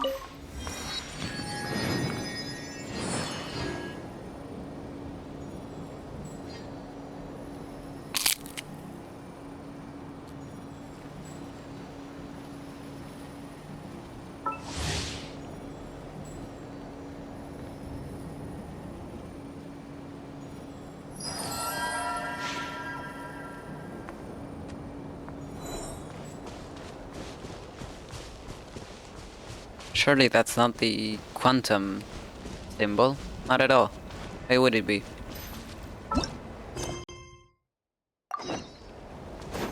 Anyways. I just wanted to grab that. Hello. Huh? Kraka 3, you're back already? That's weird. You didn't collect the fragment, so why are you here so soon? Hello? I'm sorry. Please let me explain. There's a really good reason I'm dressed like this. It's not heresy or anything, I swear. What? Paimon hasn't even said anything yet. Huh? Oh, you're just an adventurer from the outside. But the Moon Goddess in silken locks. I thought you were. Wait a sec. Why are you dressed like that? And acting like it's totally normal to boot? Well, it's my favorite outfit. Wait, you must be... You're the one the Moon Maiden holds dear. Talented beyond belief and totally unfazed, even with all this Kuvaki turbulence. About that. Well, Paimon thinks we can just skip over the details, but seriously, why are you dressed like that? What are you doing here? And what even is Kuvaki turbulence? Pardon my rudeness. I am she who serveth the Frost Moon, born of the tides and bearer of the High Priestess's mantle beneath the moon's silver gaze. In this sublunary sphere, I am known as Vernadska.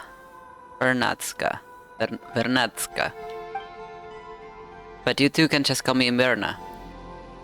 I'm currently on a very secret mission to restore balance to the Kuvaki here. So if I may, how should I address you both? In this sublunary sphere, I am known as Traveler. Copying the way she talks? Really? Fine, fine. In this sublunary sphere, Paimon is Paimon. Ugh, that was super embarrassing. And wait, you mentioned you're on a secret mission. It's not very secret if you just tell us immediately, is it? And calling yourself a high priestess while dressed like that? You ain't fooling anyone, miss. Well, you can't judge a book by the cover it wears, yes? We too have had scammers parading around Nasha Town in Frostmoon groves they clearly found somewhere. Oh, I know, a demonstration of our ancestors' blessings should convince you of my identity. Bear witness. Hiya!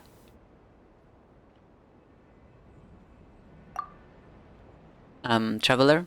Seems to Paimon like we bore witness to a whole lot of nothing. Oops, I forgot this outfit wards off Kuvaki. Hang on, I'll take it off and try again. Oh, but with the turbulence afoot, I might get a little nosebleed without my suit. Well, since it won't take long, I guess I'll be fine. Who cares? First I'll undo this strap here. Wait, no need to go that far. We believe you. Just keep the suit on. Great. Does that mean you two would be willing to help me with my mission? Traveler, did Paimon pass out for a minute or 10? Why's she suddenly asking us about some promise we never heard about? It's gotta be a fake, Paimon's sure of it. I told you, I'm not faking. Forget it. Let's put my identity aside for now. Like they say, small slips sink big ships. Bro, why are you putting a tongue twister right here? If we leave the Kuvaki turbulence alone, we'll have a catastrophe on our hands before long. And you should get more people to help. Fortunately, I can't. The others don't have my level of resistance. If I call in backup, they'll be dealing with much worse than a simple nosebleed. That's why having helpers like you two show up is a rare stroke of luck. Alright, fine. We're adventurers, but we don't say no to folks in need. And even if you seem a bit unreliable.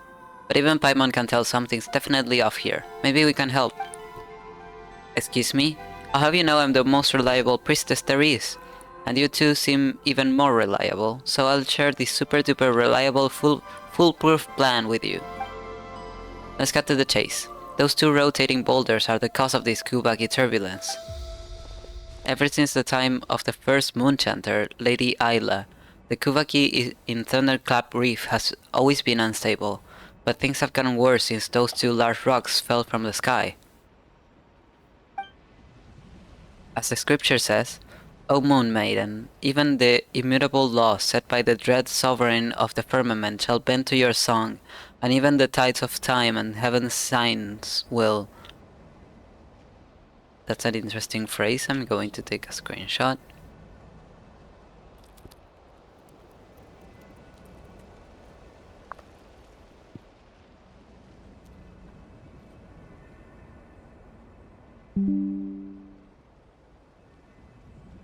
Okay. Well, what was the next line again? Oh well, I'm sure you get the idea. Paimon gets the idea. That you're super unreliable. Oh, come on. Forgetting one little verse in a prayer doesn't make me a bad priestess. Besides, we're not counting on prayers to fix this. We're using science. Based on my calculations, those two stones are filled with powerful Kuvaki energies, which is why the balance here is particularly messed up. The solution's simple. We're going to fight fire with fire. We use other Kuvaki charged fragments and hit those boulders at precise angles. We'll be able to counteract the disruption and calm the turbulent Kuvaki down. An exquisite plan, truly. Right? See, this is why the Moon Maiden favors you, traveler. You've got a sharp eye for genius. Paimon doesn't really get all this calculating and analyzing, but Paimon's not sure she can trust anything you say, Verna. Well, we won't know unless we try, but there's a problem. Kraka 5 and Kraka 7, who went looking for stone fragments, still haven't come back.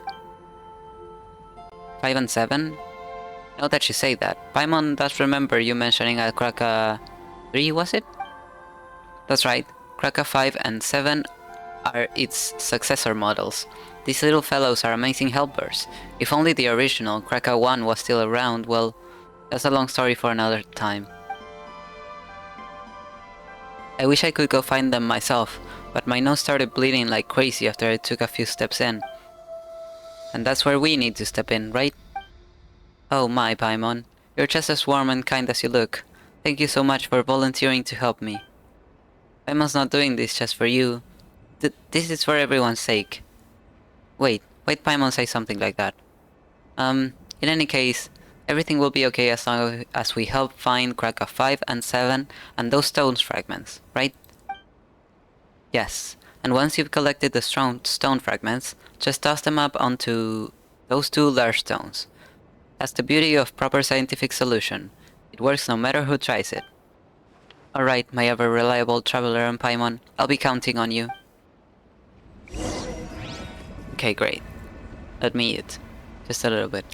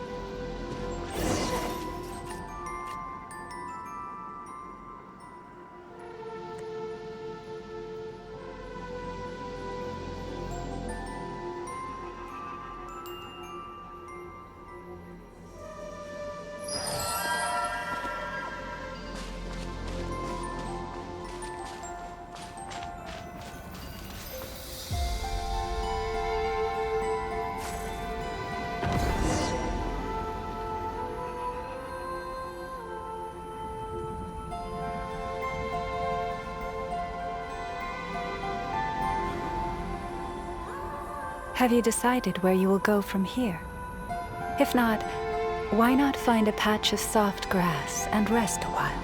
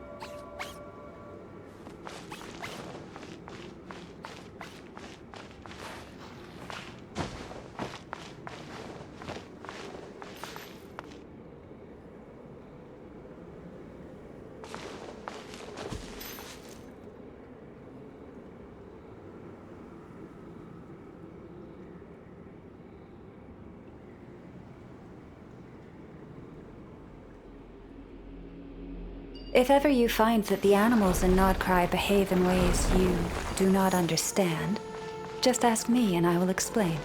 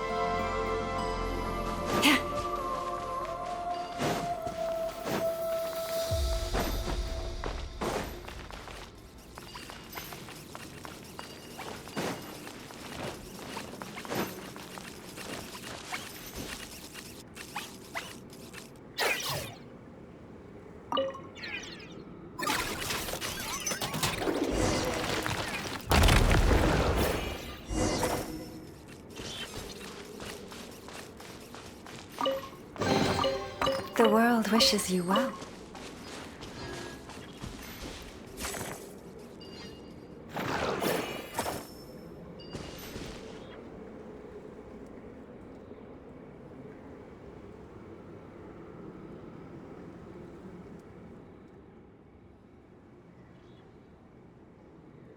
What should we do?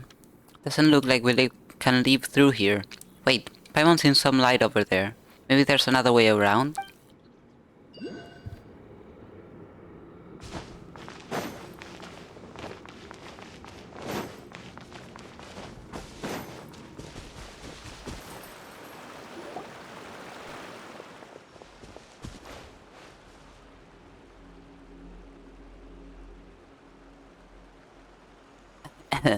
We finally made it out. Ugh, Paimon didn't expect that to collapse. That was so scary. Good thing we managed to find another exit. But with all that noise just now, Verna must have heard it too, right? Paimon had better hurry back and bring her here before she tries to dig into the cave. She might get herself trapped. Taking advantage of her ability to fly, okay. Huh? It collapsed? Oh no. How did this happen? Traveler and Paimon, are you both alright? You mean that you didn't hear that huge noise just now? And it's a little late to say are you alright, isn't it? We're standing here, aren't we? Sorry. I was busy calibrating Kraka 3, so I wasn't paying attention. Indeed, you have proven exceptionally trustworthy, Traveler. More so than even myself as a priestess. Had I encountered such circumstances, I fear I would have been at a complete loss. Alright, let's see what you've been up to, little Krakas. Well, aren't you a right troublemaker? You found the pieces, but didn't come back on time, so Traveler and Paimon had to turn this place upside down, just looking for you. Well, they found the pieces, but they got stuck on their way back. Don't you think you might have messed the settings up somewhere, Verna? Certainly not. I'm a direct apprentice of the famous Paha wrench, and the finest mechanic on Hiisi Island. There's no way I'd mess up a simple recall function. Nope, definitely not. Don't think Paimon didn't hear you hesitate. And let's face it, bad recall function or not, they didn't return, and that's a fact. Oh, but they have returned. You two reliable souls did bring them back, didn't you? Now all we have to do is toss this fragment up like you did previously, and everything should go off without a hitch. You're seriously sidestepping the issue here. As the sacred prayer goes, O great Father of Genesis, forger of the triplet moons, let your wrath ride that askew throne, that the fair one may become thy. Okay, I'm going to need another screenshot. Takoya Yannick... Excuse me. Yannikuinen. Takoya Yannikuinen. Become thy... what comes next? Forget the chant. Scientifically speaking, no matter the problem, a few good whacks will do the trick. Percussive maintenance, let's go. Yeah, science. That's right, whether it's treasure hoarders, specters, or troublemakers. From who knows where. Just whack him a few times and you're good to go. Wait, how is any of this even remotely scientific? No matter how Paimon looks at it, something about this plan feels off. Are we sure we won't accidentally blow the whole island sky high? Haha, you're a funny one, Paimon. No one would be silly enough to blow their own home apart, right? Rest assured, I've been thoroughly researching this for a long time, and can vouch that it is a very reliable plan. And we did test it once just now, didn't we? Guess we got no choice but to try at this point. Don't worry, Paimon, it'll be fine.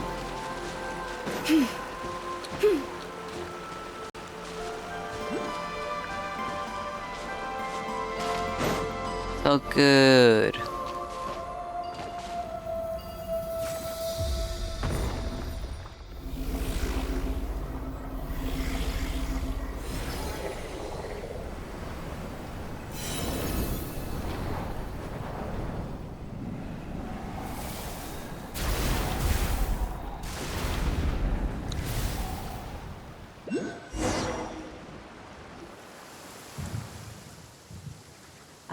What's going on? The Kuvaki feels even more unstable than before.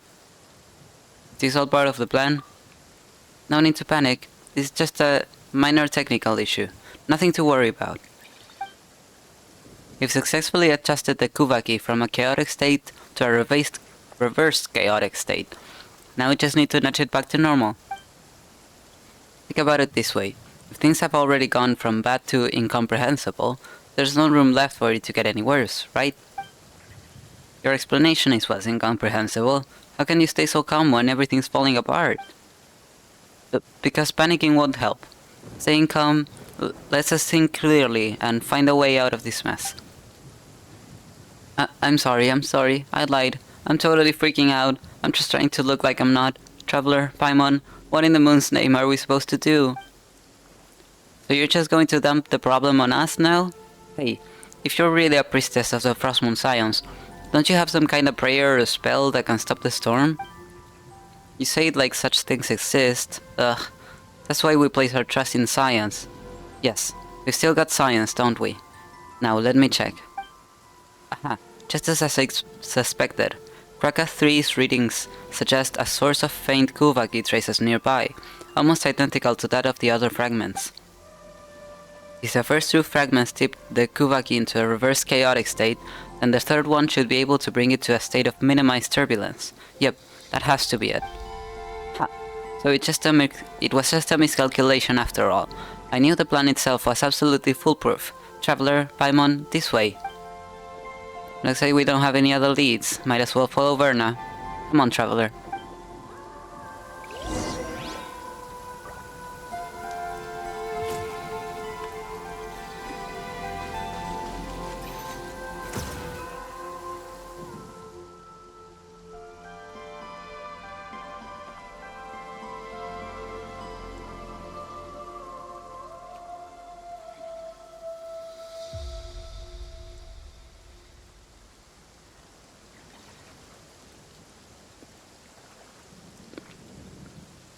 One moment.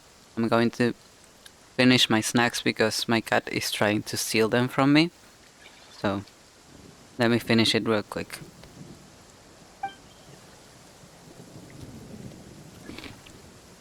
Bruh. My cat stepped on my spacebar.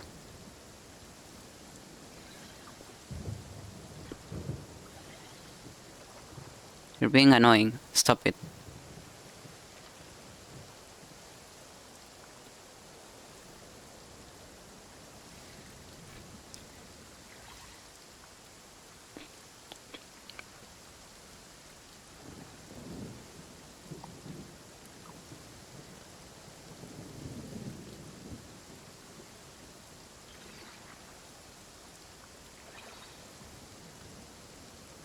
You arrive at last, hero of Elysium.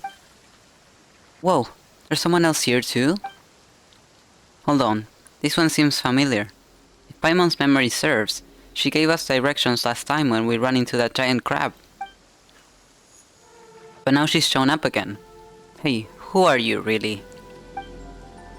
I am the dawn's first breath upon the world's weary brow, the final draught of nectar drowned from a bitter well. I am mother to all and daughter to all. Excuse you? Screenshot.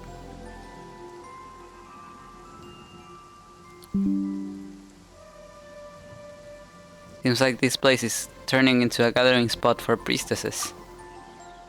That does sound like part of a rite, but it's a verse only a moon chanter is allowed to recite. Oh, then it must be the first one. A true priestess would never get the sequence of their prayers wrong. Another fraud in a borrowed robe. I've seen plenty of your kind. Last time it was a woman called Hidimbi. She too dressed apart, played the role and fooled quite a few. Isn't that the person who told, I don't remember her name now. But the girl from the world quest in Paha Isle. Wasn't it Hidimbi? that told her that she was special and pointed her in the direction of the proof of cogno something something? The names are escaping me, but tough luck for you, imposter. You've got a real priestess here, and I can see through your disguise. Do the mask's carvings determine the actor's worth? What matters is that she sits in that seat, and thus she plays the role. In this sublunary sphere, are we not all masked? It is merely that some veils can be seen and others not. Whoa, that sounds profound. If nothing else, she sounds more priestessy than you, Verna. Hey, what's that supposed to mean? It's okay, Verna, even if you're an imposter. Excuse you, I'm not the imposter, she is. Ugh, you outsiders are so easily tricked. Ignore the sweet words and look past the surface for once, why don't you? Ugh, never mind. According to my calculations, you're the one who hid the fragment we came to find, isn't that right? There's no trinket for common hands. Bro, move out. Move out of the way. Hand it over, or I'll use the moon goddess's favor to give your head a very enthusiastic blessing. Are you a priestess or a thug, Berna? What, you want me to bow kiss the forehead of the scammer and sing her a dainty hymn while we're at it? Now's not the time for etiquette. Your desires unfurl before me like threads, and I have traced their destined weave. But this is no place for us to speak. Walk with me, and I shall there lay bare the tapestry.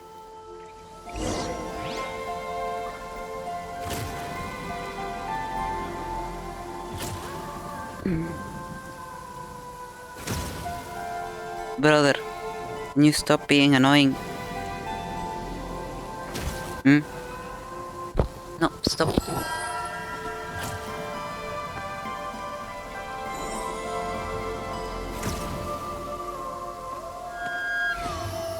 Can you behave? Hmm? Behave. Have you decided where you will go from here? If not, why not find a patch of soft grass and rest a while?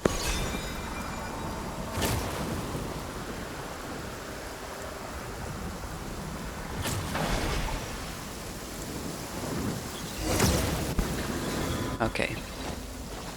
It took so long to eat my snacks that my coffee is cold. We meet again, hero of Elysium. Get it right, it's heroes, plural. Now hand over the fragment, imposter. Weedy breeze. Is what you seek not right before your eyes? I knew you wouldn't give up without a fight. Guess I'll just have to give you that blessing to the head. Wait, what did you say? You're just giving it to us? Then why have us come all this way in the first place? Because this is where it must happen. Fate demands it. I have waited too long, endured too much, all for this moment. All for the birth of a god. But it matters not. Soon it will end, and the newborn god will drape the world in true joy. What are you even talking about? Via, I have glimpsed it in the mirror of stars. There is no place for her in a world where the god has now been born. First off, it's Verna, not Via. Don't you know it's rude to... Wait, you weren't talking about me, were you? Indeed. So then, do what must be done. The ending you seek awaits. Wait. We're not here to hurt you or anything. You're just so vague and cryptic all the time. It's getting on Paimon's nerves. And what's with the Kuvaki turbulence around here? Why is that fragment in your hands? This ending we seek sure would be nice with an explanation of, well, anything. Patience. Once all comes to an end, we will meet again. Eh? You seek answers, do you not? When the moment comes, the path ahead will open. Well then, I shall await you at the court of the first edict. Huh? But isn't the court of the first edict already... Oh Nightingale, who soars above... Okay, fuck you. Hey, stop right there. Stop right there, criminals, come. Bruh.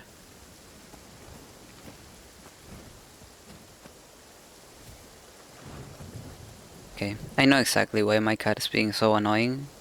He wants food, but it's not yet time. So, I will have to bear with his annoyance until it is time. In all actuality, I should give him food in 2 hours.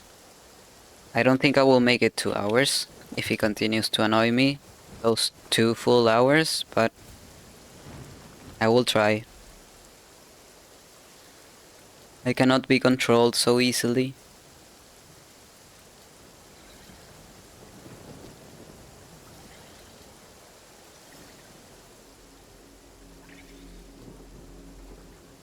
Okay. Whoa, traveler, watch out! Looks like something's woken up.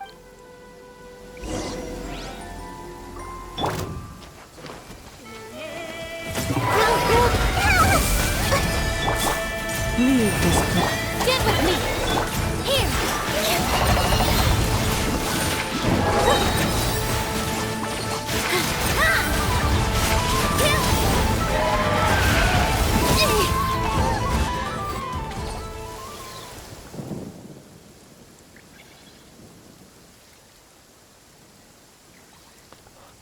Ah, this is unbelievable. Who does this fraud think she is?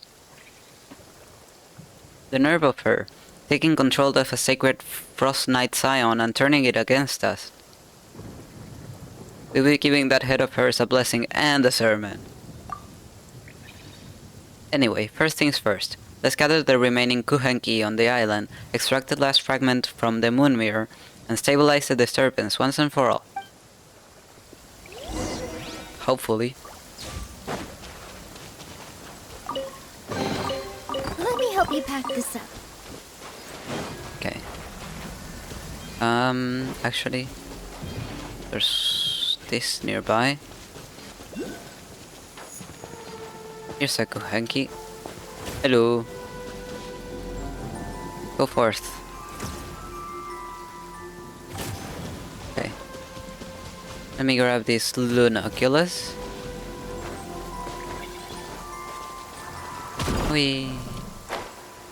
Where is it? Oh, there it is.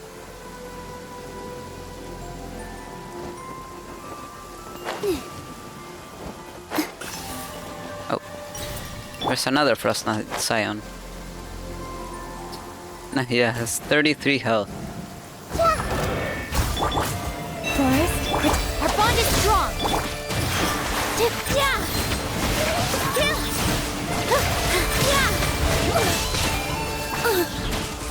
Bruh. All eyes on me. Let me move. Oh, okay. There she goes.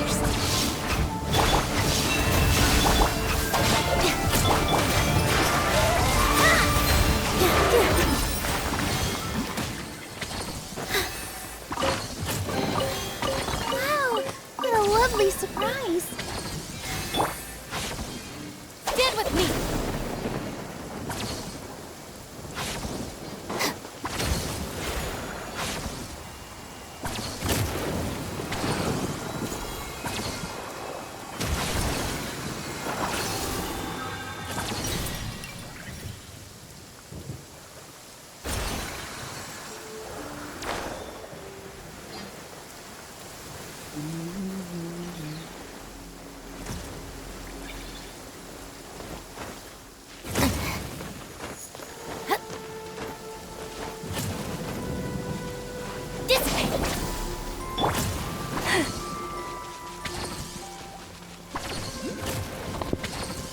Stop.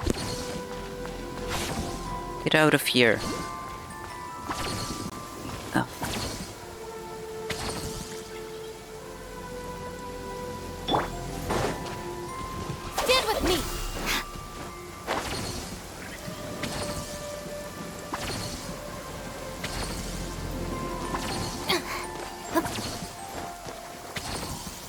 Oh wait, I just noticed a different symbol.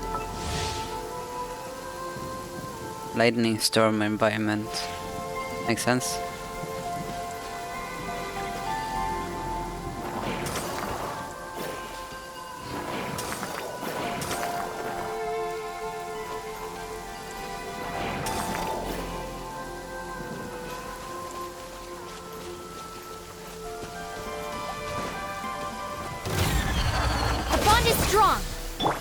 Lush as the moonlight for the everlasting forest. Positions. Yeah.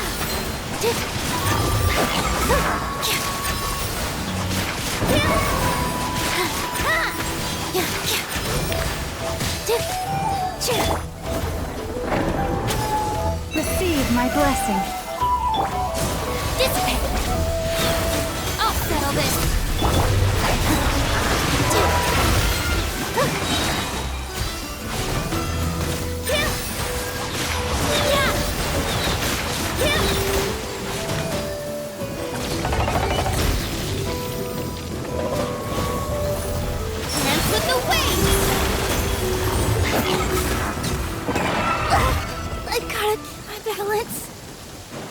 Okay. For you. This for me.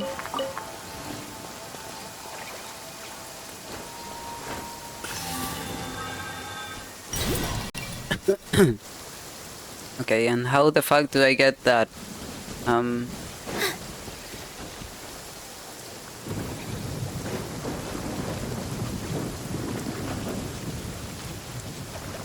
How do I get him?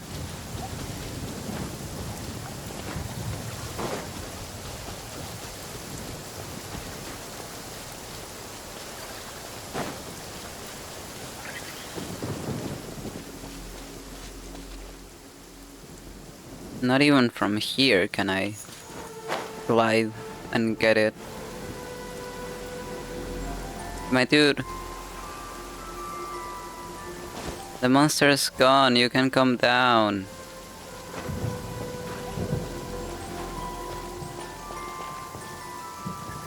Okay.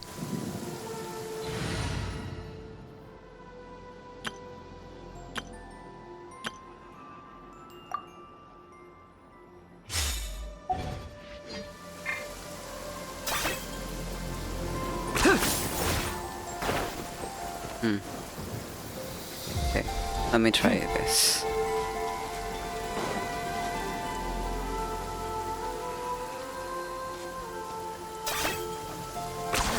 You really are a one-trick pony, you know. Come on, let's go.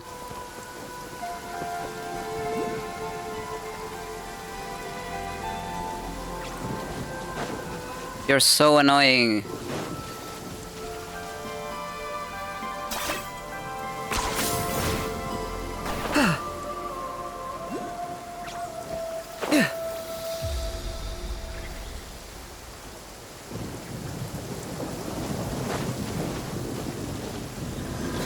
Finally. Okay.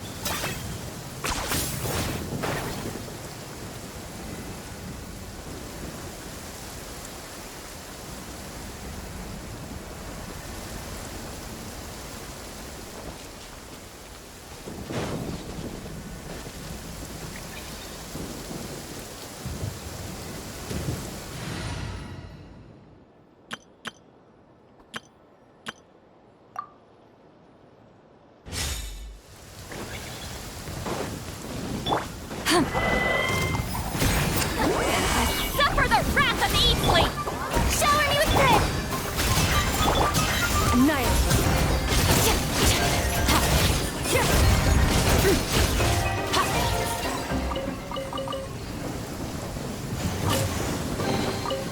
Treasure buried in time.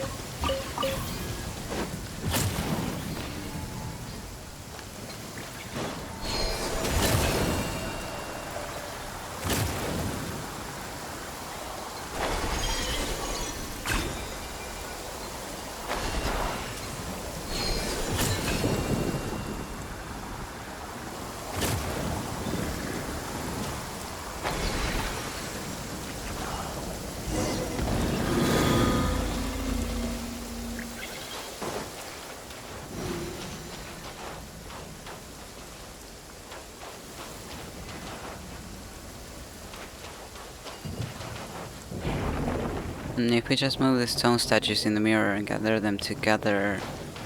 I didn't get to read that. Okay. I go straight into a wall.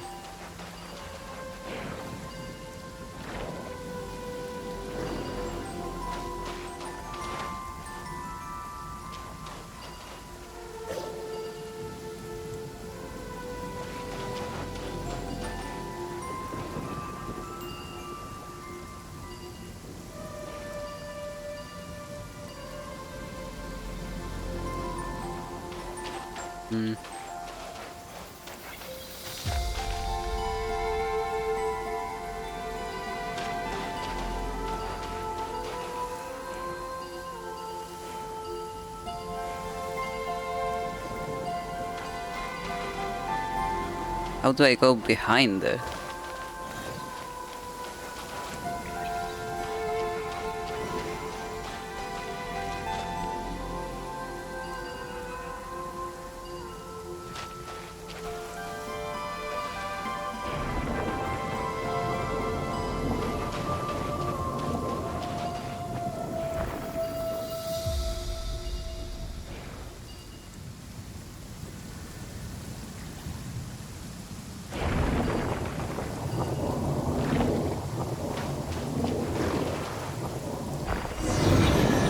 There we go.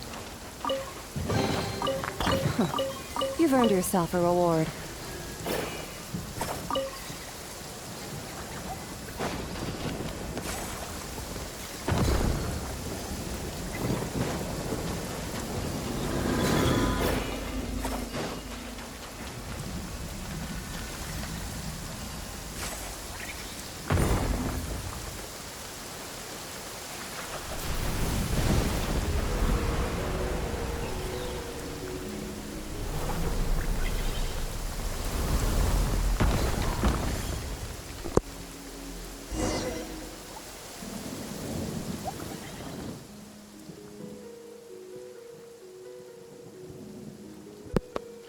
See? All according to plan, the Kuvaki turbulence has been neutralized. That was nothing like your original plan. With all the accidents along the way, Paimon can't tell if you're optimistic or just shameless. I'll take that as a compliment. After all, being pessimistic and risk-averse won't get us through situations like this. Okay, fair enough. But Paimon can't help but wonder, why are you out here all on your own? Shouldn't the other Scions be helping out in some way? Well, since you've helped me get this far, I suppose I should come clean. This island is, in a way, considered a forbidden place to us First Moon Scions, and I may have committed an ever greater sin. Forbidden, but we were able to just walk in. In our territories, that's not so uncommon. What truly holds people back isn't the walls they see, but the ones they build within their hearts. Since when did you get so philosophical? Hey wait, don't touch the question. Seriously though, I wanted to try solving the problem using robots. You probably know this already, but most of us Frostmourne Scions aren't exactly big fans of tech. I thought if my plan went well this time, maybe I could finally convince those block-headed, those very steady, if rather conservative, higher-ups to reconsider their stance. Hold on, I can say that, can't I? Technically the robots were part of our operation, and since we succeeded, they clearly played their part in our success, right? Even though the part they played wasn't constructive, pretty sure my part in your success was far greater. Of course, your contribution is beyond question, Traveler, but for the greater good, sometimes a little rhetorical embellishment is necessary. Ugh, I can't even convince myself. But hey, if not this time, then there's always next time. I'll keep pushing forward, and one day these little fellas will make a big difference. I believe they will. Okay, but before we talk about the future, those two big rocks, they flew off in that direction, right? They did, and... if you go that way, we'll end up at the Court of the First Edict. The Court of the First Edict. Wait, isn't that where that strange lady, you know, the one who seemed even more priestessy than you do, Verna, said she was headed? You're breaking my heart, Paimon. Even now you still think that suspicious lady's priestess act is more convincing than I am? Anyway, I'm sure she was just bluffing because, well, the court of the First Edict was sealed off 500 years ago. That place used to be one of our sacred sites. 500 years ago, Lady Ayla, the moon chanter who witnessed the birth of the Moon Maiden, personally sealed it shut. Forget some outsider con artist. Even after generations of moon chanters, no one has ever broken the seal Lady Ayla placed. It's not for a lack of trying, just that no one's ever succeeded. Ugh, but that leaves us with no clues at all. How are we supposed to track her down? Now. Don't worry, I've already come up with another brilliant plan. Although, it might just need a tiny bit of prep. Just a little. Probably? Okay, I'll go clean up the robots first. Thank you for all the help, Traveler and Paimon.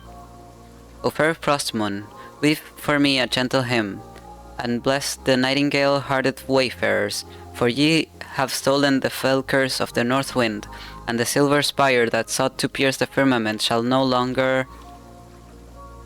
Bro, all these prayers are so lore-heavy and you keep forgetting them. Fuck you. Shall no longer... well, I never did memorize Lady Ayla's prayers properly. Anyway, thank you, and may we meet again.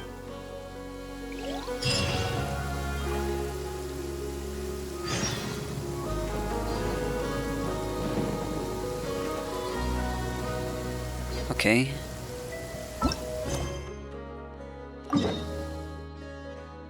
Yep. This is in fact where I should go. According to the guide. This is the place of the last quest. But first, let me come here.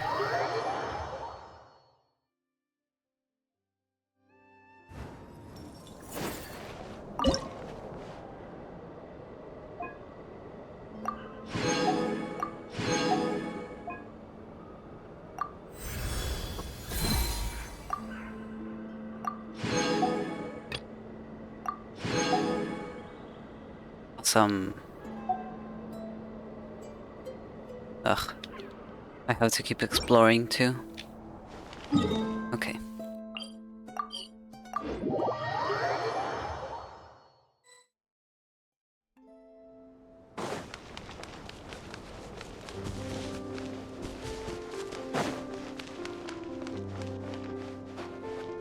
Oh, past it. Where? Oh, there she is. I'm so used to there's someone being here.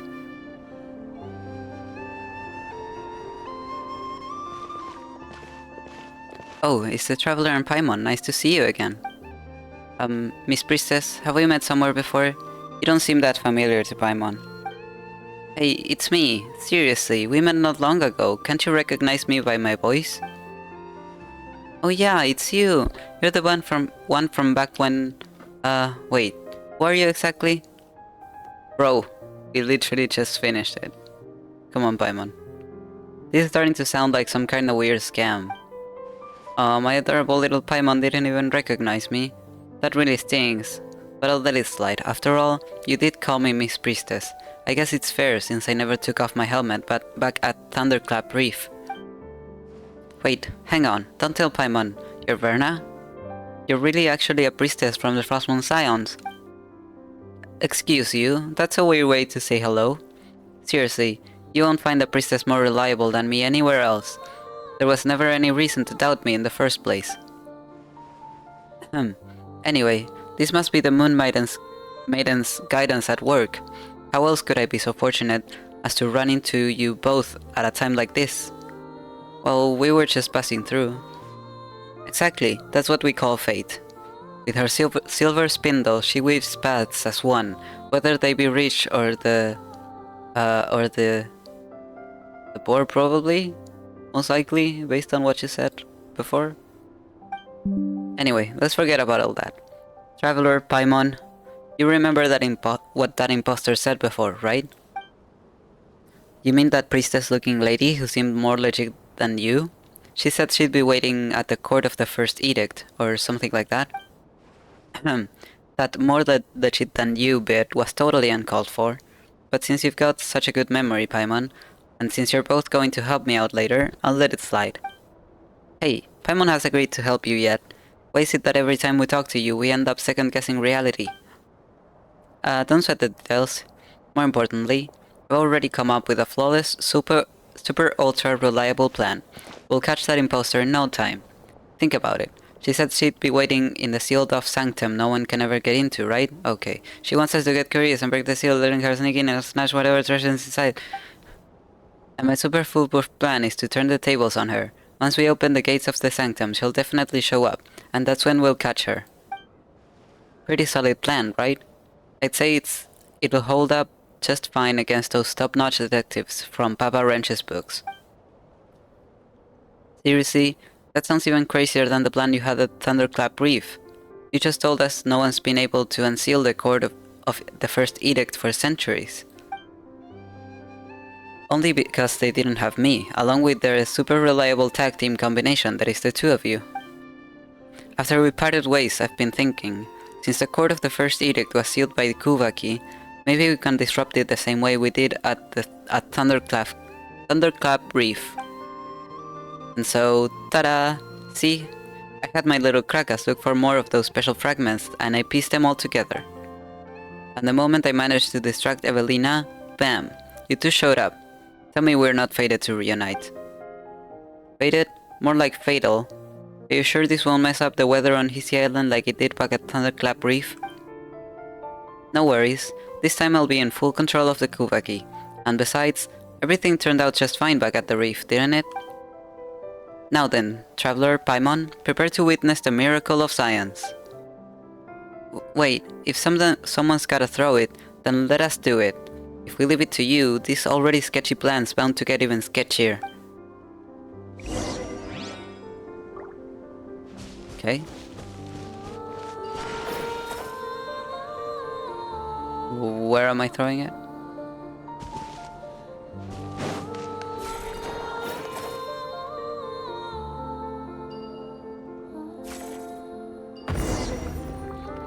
I see.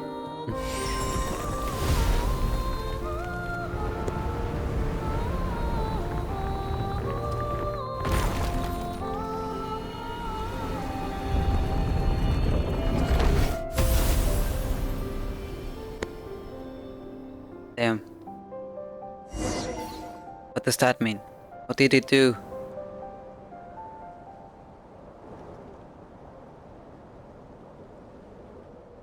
Come on, I told you there's nothing to worry about. See? This is the power of science. Hooray, the power of science. Wait a second.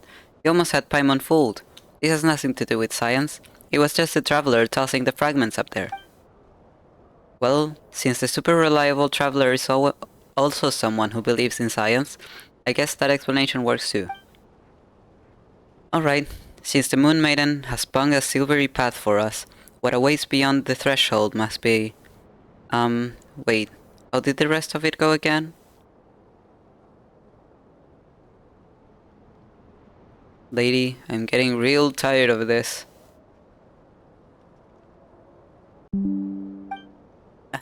Anyway, since the Moon Lane has appeared, it means our plan is working fine.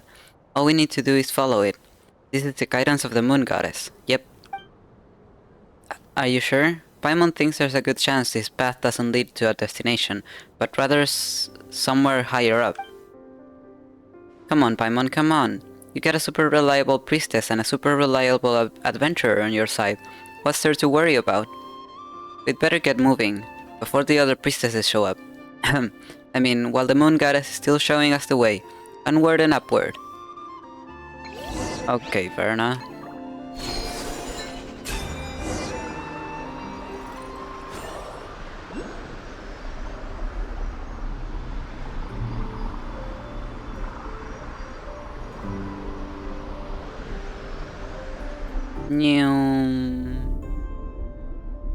I've actually already been up here.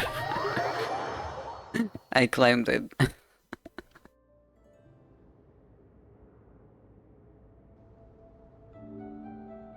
Okay, but not here. Verna, where are we? This really doesn't look like a sanctum. Yeah, it really doesn't. I mean, that's not important. Don't worry. This place has things that resemble moonlight, so that means the Moon Maiden is still guiding us. Probably. Let us follow the path illuminated by the moonlight, and leave the rest to the will of the moon. That actually sounded pretty priestessy coming from you, Erna. Wait, no. Isn't that just a fancy way of saying I don't know what to do, let's just leave it to fate? Hey, what do you mean pretty priestessy? Have you ever met a priestess who's anything less than super priestessy? You've gotta have as much faith in the Moon Maiden's guidance as you do in the power of science. Besides, it's not like we've found any other way down. Okay. Where the fuck are we?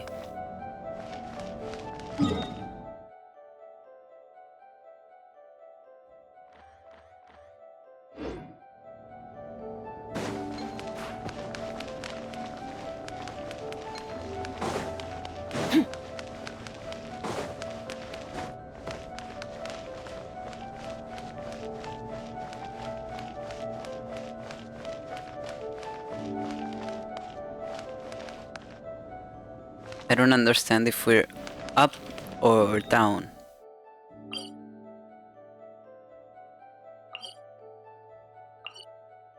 Oh, we're up.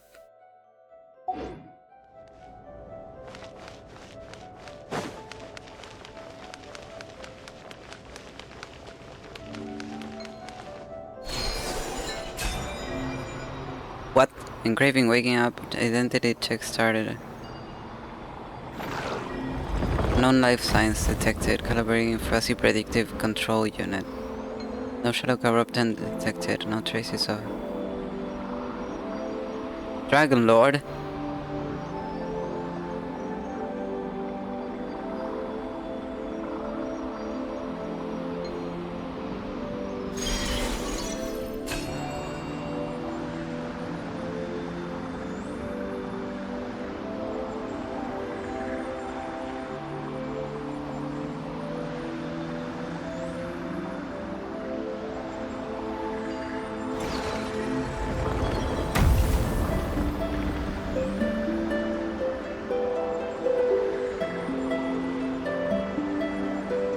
Yeah, I'm trying.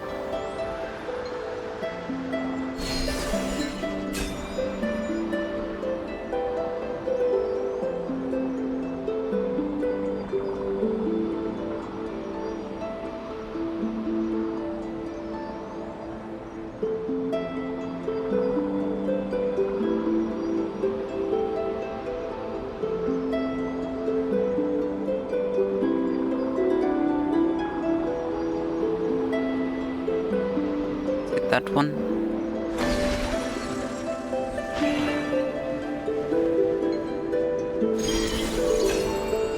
Which one?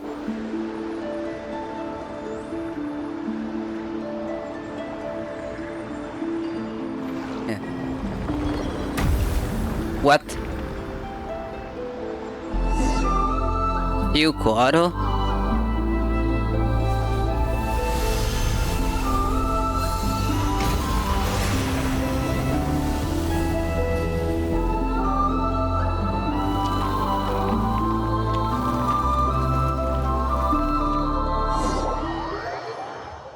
What the fuck is going on? I mean,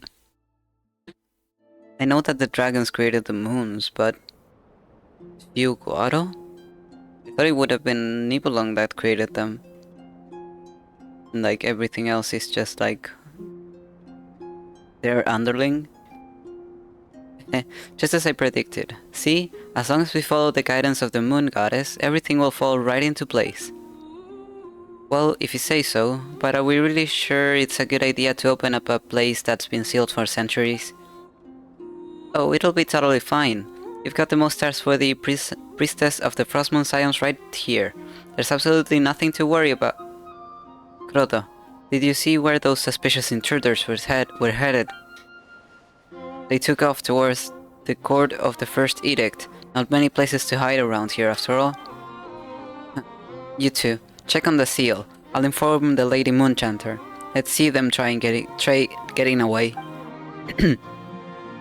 Causing trouble in the secret lands of the Frost Moon. They've got a death wish. The only way they're getting out of this in one piece is if there's somehow the Lady Kutar herself. Verna, do you wanna tell us there's absolutely nothing to worry about?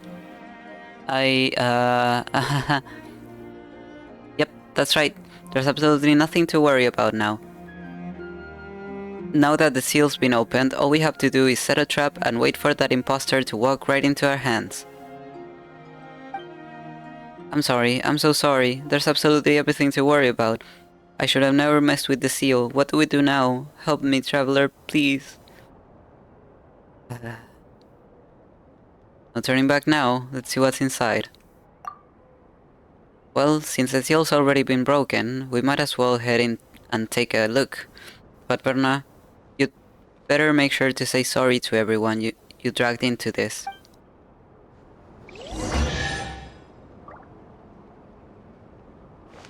Bye. Your hard work is paying off, as it should.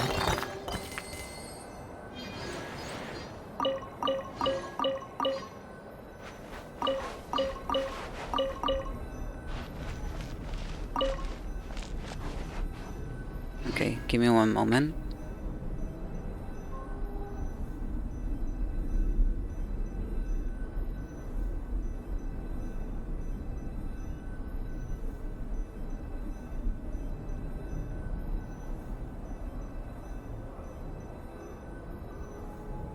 The abyss is like the world's shadow. It's always there, and it will never perish.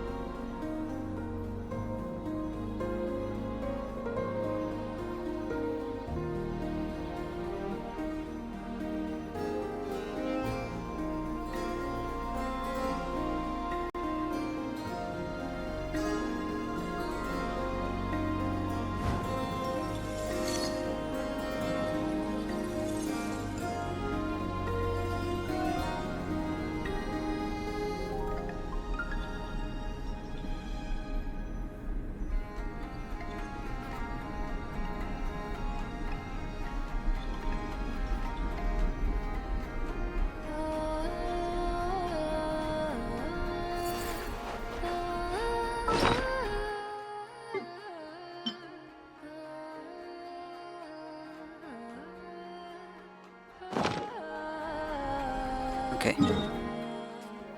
I'm waiting for my dad to reply to me, so in the meantime, let's go to here.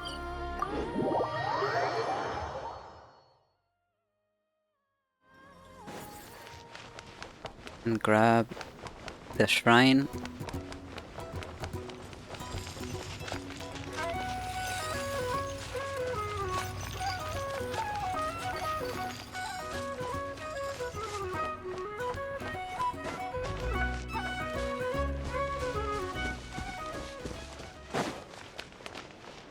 Merciless.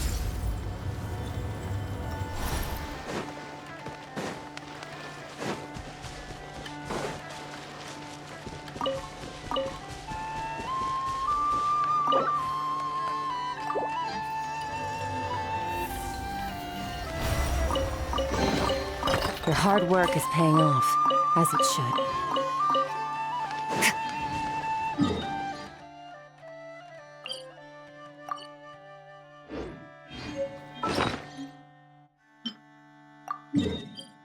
Okay, and we can also go here.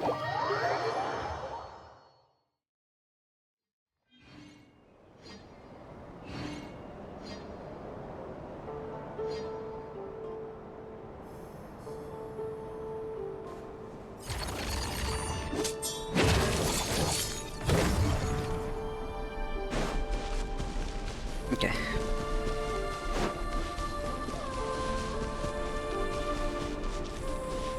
Bruh.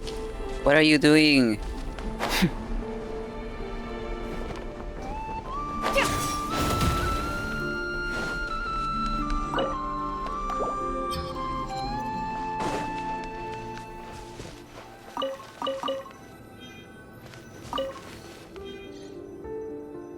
Bruh.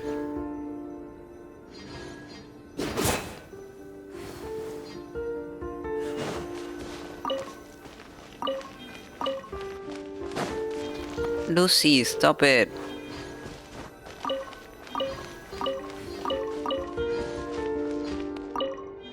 Yo, a test of enlightenment.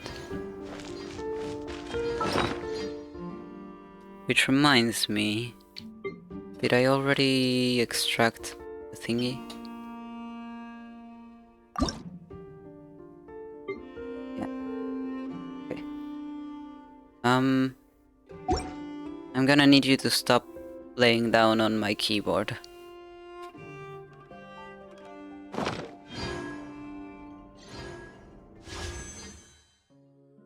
Now, I can throw these two.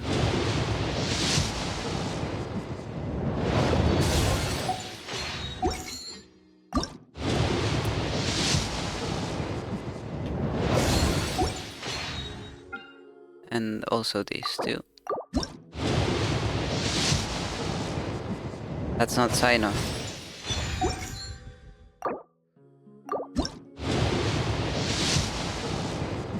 That's not Sino either. Yo, I still don't have All C6 things- Golly.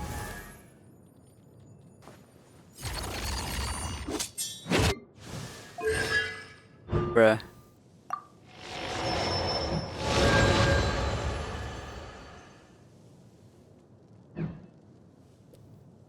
Well, that works. To an end. Even time itself. Okay. And let me look really quick. What am I looking for? Oh, this. Okay. Can also go here. And I think I have enough to do another level. Oh, a viewpoint manifested. Yo, this was my wallpaper for a long time. Well, similar, at least. The abyss is like the world's shadow.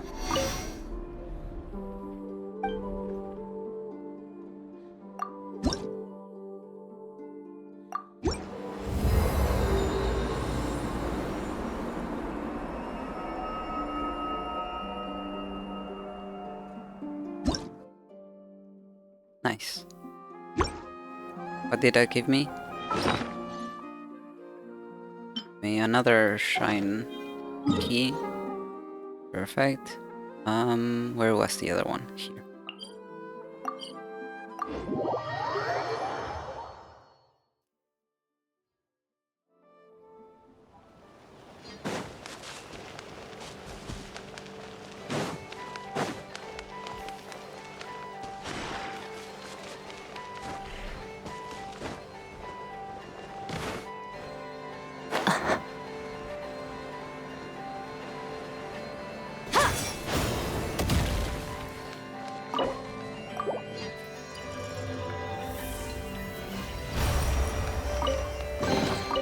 Your hard work is paying off, as it should.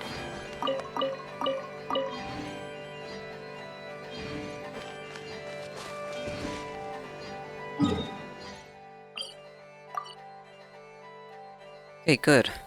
I think I'm done with all the shrines. Time to go offer more. If I can. I think I need to unlock the next one. Yes. I still cannot do it. Okay, that's fine. Anything else? No. Now we can continue. Let me drink my cold ass coffee.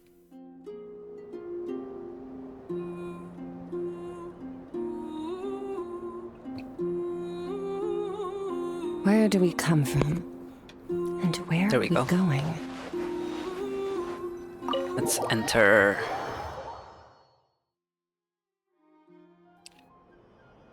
Something about this place feels off compared to what Paimon imagined a sanctum would be. It doesn't feel all that sacred. Smells kind of funny instead.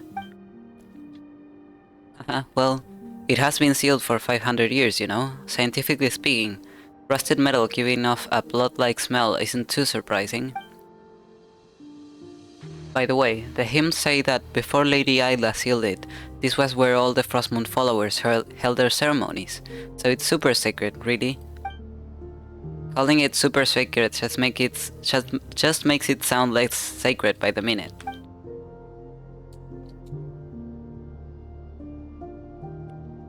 Come on, don't get hung up on the wording. Look over there. That's the Verdant Crest. Legend says it's the sacred tree that witnessed the birth of the Moon Maiden. And that pool over there, if I'm guessing right, that should be the overflowing White Spring, blessed by Lady Ayla herself. Velamo. Let me write that down too. Velamo. White Spring.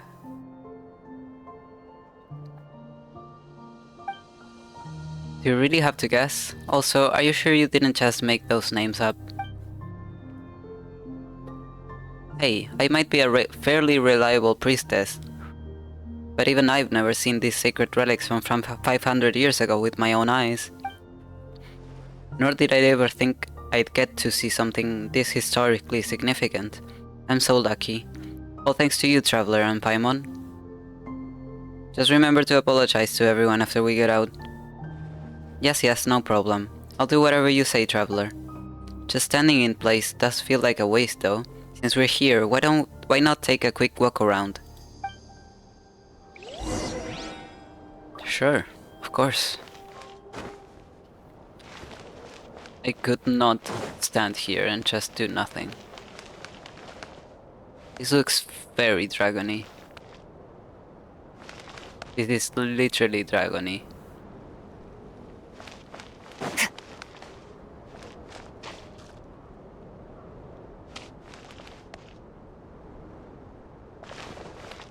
Okay, where's the Lunaculus? There.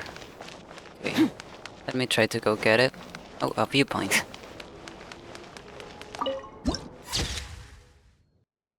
Lies of the Faithless. It's an interesting name.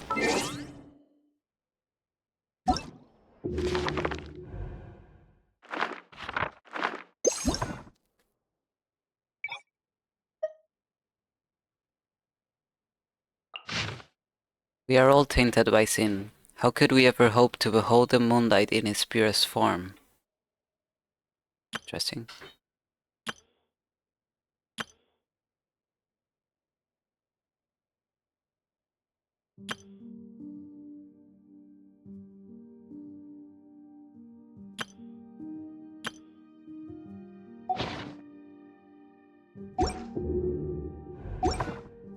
All things come to an end, even time itself. Let me try to get that Lunaculus. From here... That didn't help much. Okay. Time to climb.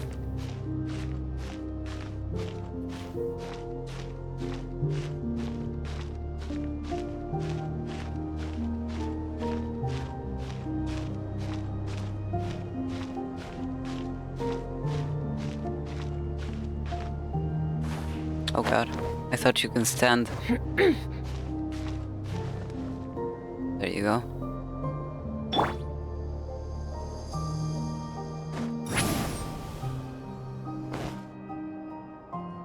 Okay, it's more up than here.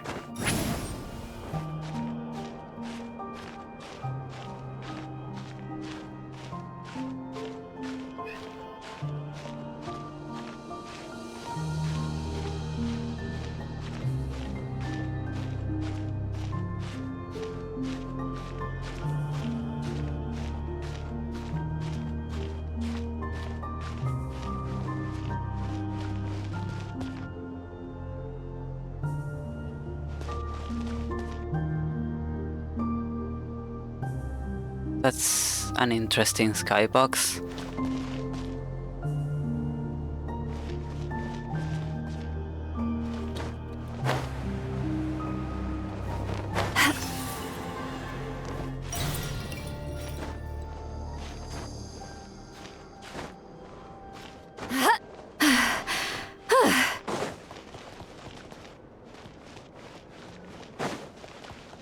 What's over here? A pineapple? Ancient volume. Oh god, please. Stop. Wait. Let me grab the pineapple first.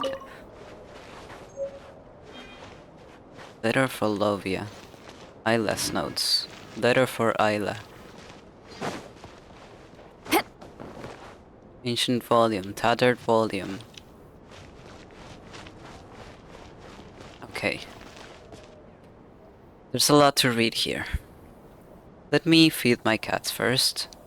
I tried to hold on as long as I can, but he's starting to bite the cable of my headphones, so be right back.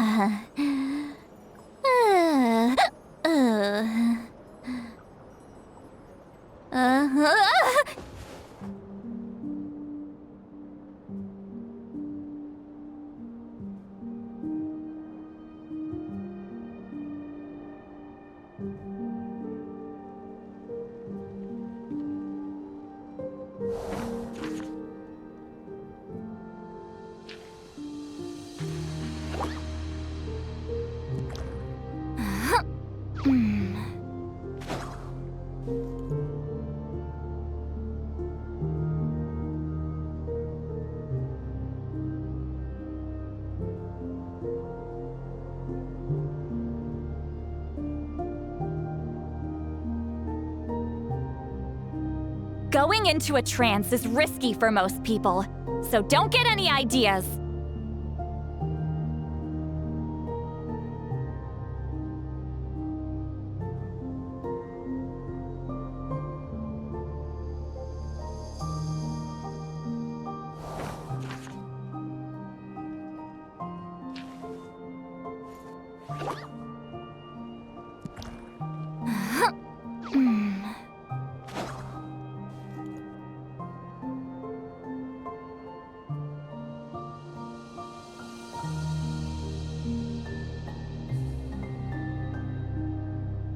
Here's to a life where the drinks keep flowing and the Mora keeps rolling.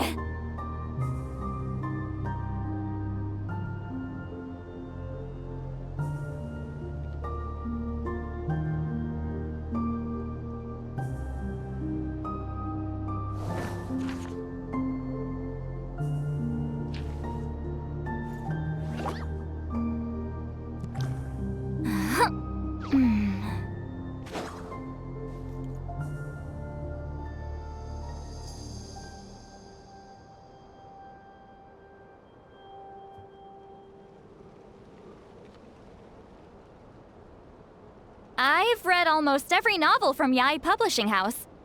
Pretty normal, right?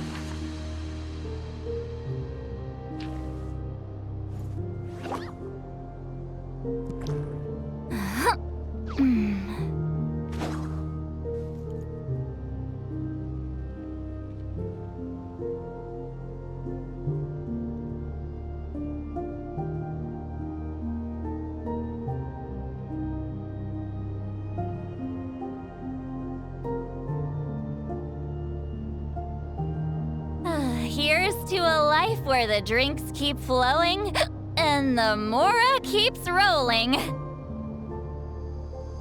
Okay. Let's start with letter for Ayla. Dear Miss Ayla, I am truly sorry that I was unable to stop Miss...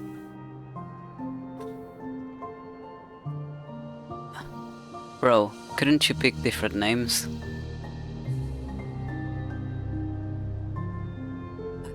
Dear Miss Ayla, I am truly sorry that I was unable to stop Miss Alia in that moment. Yet it was through her noble sacrifice that we ultimately thwarted Rotwang and prevented the loss of countless lives. Now, I finally understand why she pretended to be my close companion. I hope to speak with you about this in greater detail when we next meet, though perhaps by then you will already know more about all this than I. I shall not presume to judge, nor shall I attempt to alter your opinion of her, but I ask, if nothing else, that you allow me to honor Miss Alia's final wishes by sharing her words with you. She asked that I render all possible support to you, which I surely will. You are my benefactor after all, and that I relay this only as she spoke it. She hoped that you would go on to live a life of happiness and freedom. As for the arrows of the Terpiqueraunas,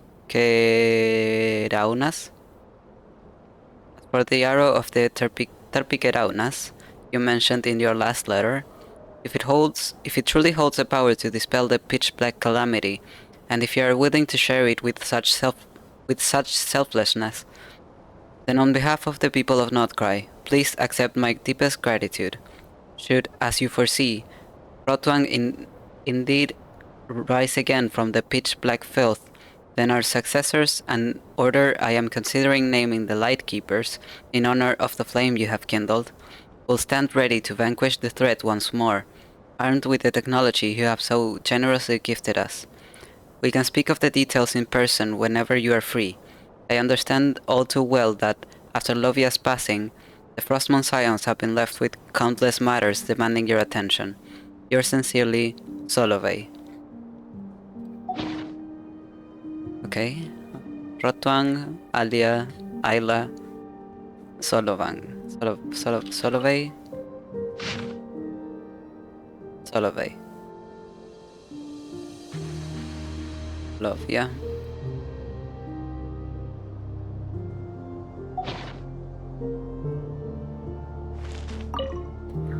Ayla's notes. I told a lie, just like Lovia did, and just like my sister did. I said no when Mr. Solovey asked me if I felt any hate. But how can I put the hatred in my heart into words? How would someone as kind and sincere as he ever understand such a horrifying malice? No, I cannot think this way. No one needs to know. Mr. Solovey does not need to be troubled with such trivial things. No one is obliged to bear the weight of another's suffering, which they have not experienced. And even if he truly were willing to listen, and even if his kindness were to move him to tears, what would it change? I would only end up bringing needless pain to another tender heart.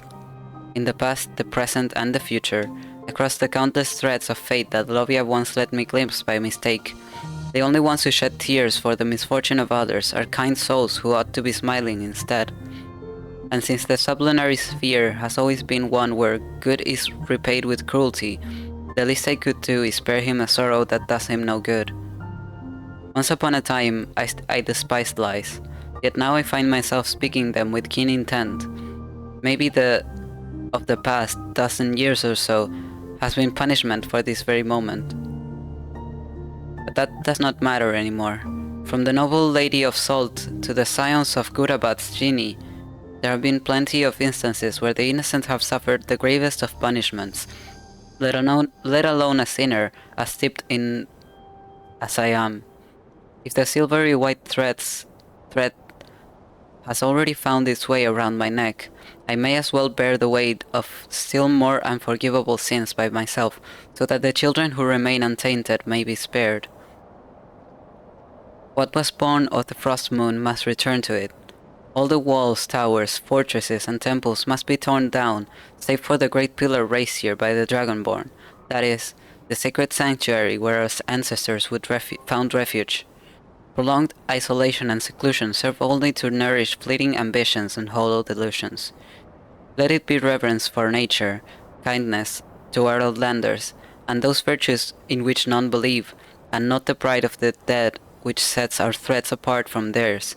Only then will there never again be another Lovia or another me. Decades from now, a new moon goddess will be born. Oh, the irony of it. Lovia's long and desperate quest was, in the end, for nothing, even if had borne the sacred hair as foretold, and not the man who abducted my sister. The one who should have been our sovereign would only have created even greater chaos in Snezhnaya.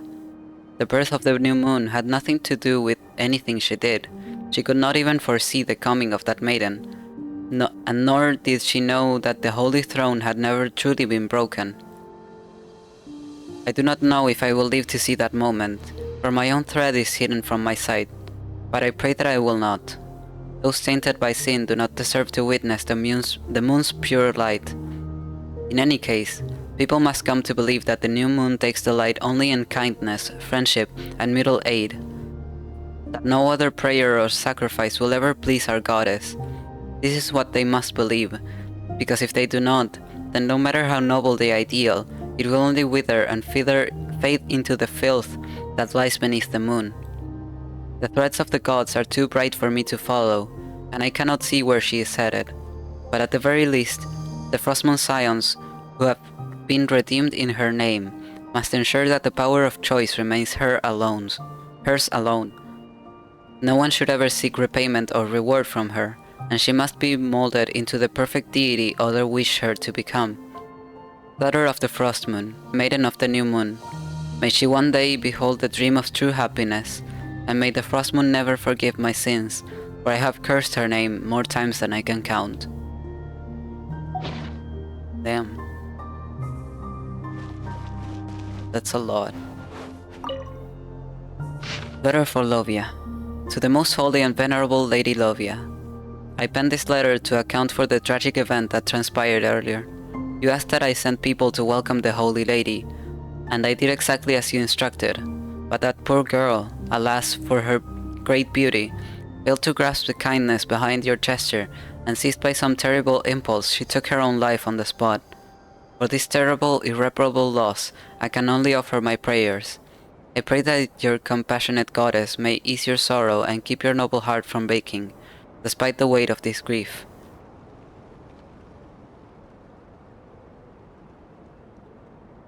Regarding the sample mill, mentioned in your last letter, I am truly grateful for your openness and trust. Like you, I remain uninitiated in the true workings of this sacred relic. Yet on this matter, we are of one mind. We must find another way to rouse this ancient relic and forge a paradise, an Elysium of enduring prosperity for the people of Nod-Krai, especially your noble kin. From this moment on, I shall dedicate myself wholly to uncovering the secrets that lie within the relic. As for the remaining matters, both more trivial and complex, I hope to discuss them at greater length with you soon. Until then, I ask that you accept these modest gifts as a small token of my regard and a gesture of sympathy for the loss that has touched your household. Please know that I hold your noble character in the highest esteem. Even at the court of His Majesty the Belit Tsar, it is rare to encounter a lady of such uncommon foresight and deep devotion to the greater good as yourself, not to mention one who so willingly places the well-being of the nation and her people above personal sentiment. Our positions, interests, and aspirations are most closely aligned. As such, I greatly look forward to our future joint endeavors. Your ever steadfast friend and ally, Rotwang.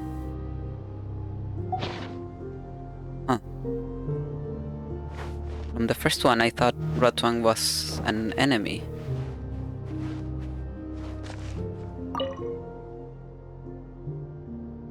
This appears to be just an ordinary fairy tale in which a kind-hearted girl makes friends with a white pigeon, after which they travel the world together. Some of the pages have been torn out for reasons unknown, and the ink has almost completely faded. The cover has beautiful golden words inscribed on it.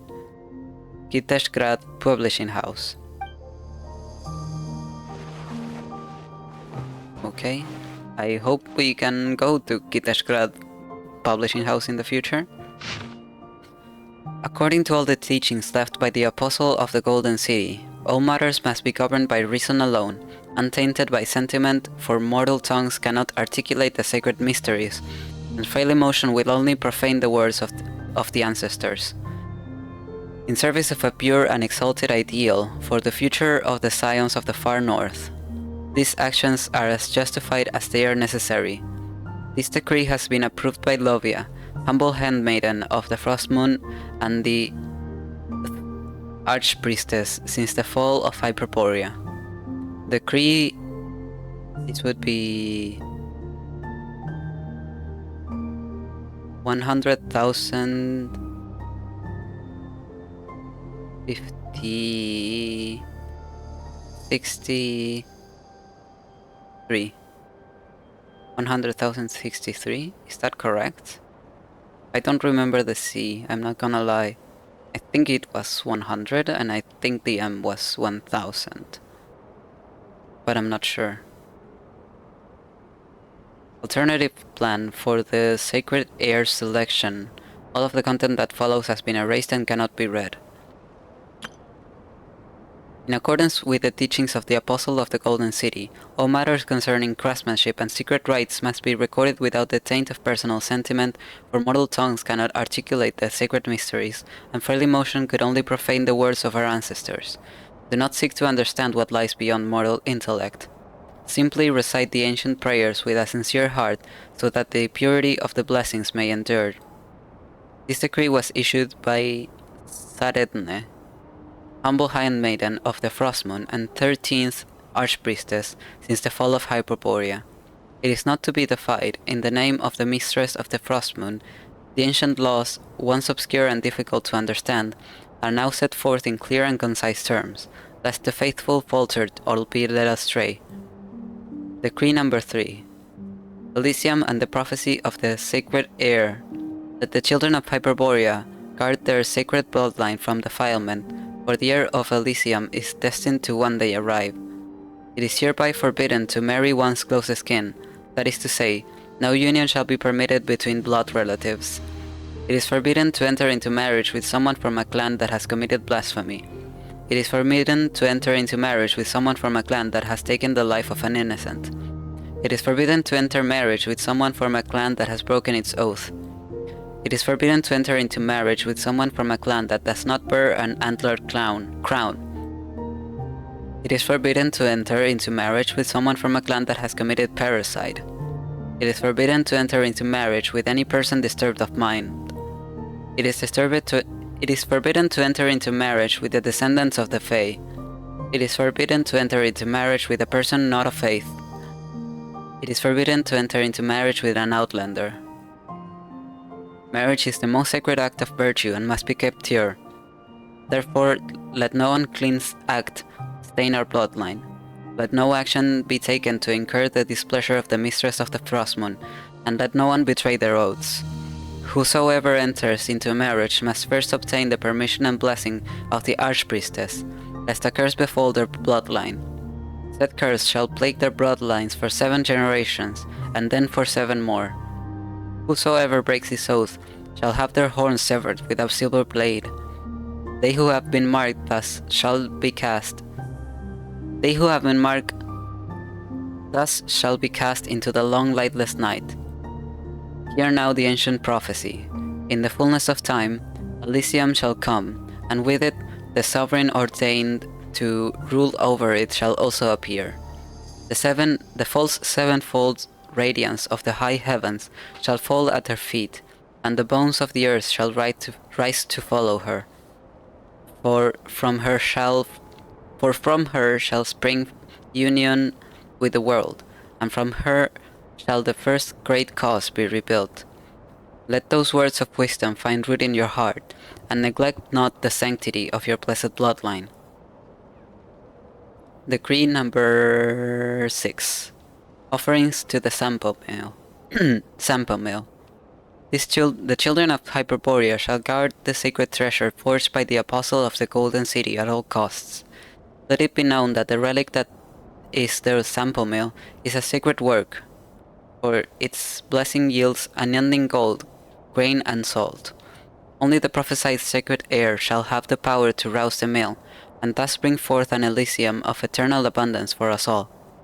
According to the revelation of our ancestors, the mill shall be sealed within a holy sanctum to preserve it from taint and desecration until the appointed time, when the sacred heir is born at last. All followers below the rank of priestess shall not enter the holy sanctuary wherein the mill is sealed. Those who violate this precept shall have a curse befall their bloodline. That curse shall plague their bloodline for 7 generations and then for 7 more. Before sowing in spring, an offering of wheat, goat's milk, and salt must be made unto the sample mill, lest famine befall you. At least one priestess shall be designated to chant prayers to the mill day and night, to ensure a bountiful harvest and enduring prosperity. Decree number 10. Offering to the arrow of Terpikeraunas. That the children of Hyperborea shall revere the arrow of Terpikeraunas without fail. Let it be known that this relic forged of pure light is a bow and arrow that can pierce the manifold darkness of the frozen night. You shall mix the sacred oils in the following manner prescribed by the rites of the ancestors. Take up a clean silver vessel free from all dust and water, for defilement is the root of all corruption. Let the fat of a lamb, clear and pure, take the fat of a lamb, clear and pure, and warm it over a gentle fire. It must not be too hot or too cool. Do not bring it to a boil. Add sulfur, salt, sawdust, and wax in their proper order while stirring with great care. Stir until the substances inside the vessel are of uniform color. The number of your counting shall be 7 hours. 6 you shall not count, neither count you 8, excepting that you should count to 7. 5 and 9 are right out. Then anoint your bow and arrows with the holy oil, and your arrows shall snuff out the pitch-black foe, shattering them like plates of silver. Okay, this whole last part is very weird. Part with the numbers. The number for your counting shall be 7 hours. 6 you shall not count, neither count you 8, excepting that you should count to 7. 5 and 9 are right out. What do you mean? Okay.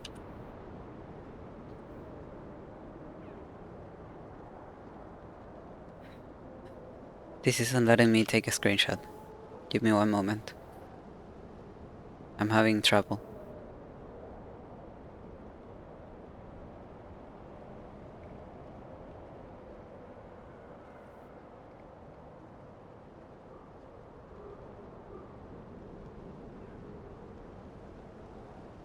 Okay, fuck you.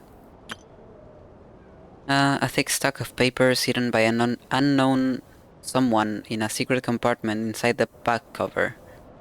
In accordance with the statutes laid down by all matters concerning mechanicos and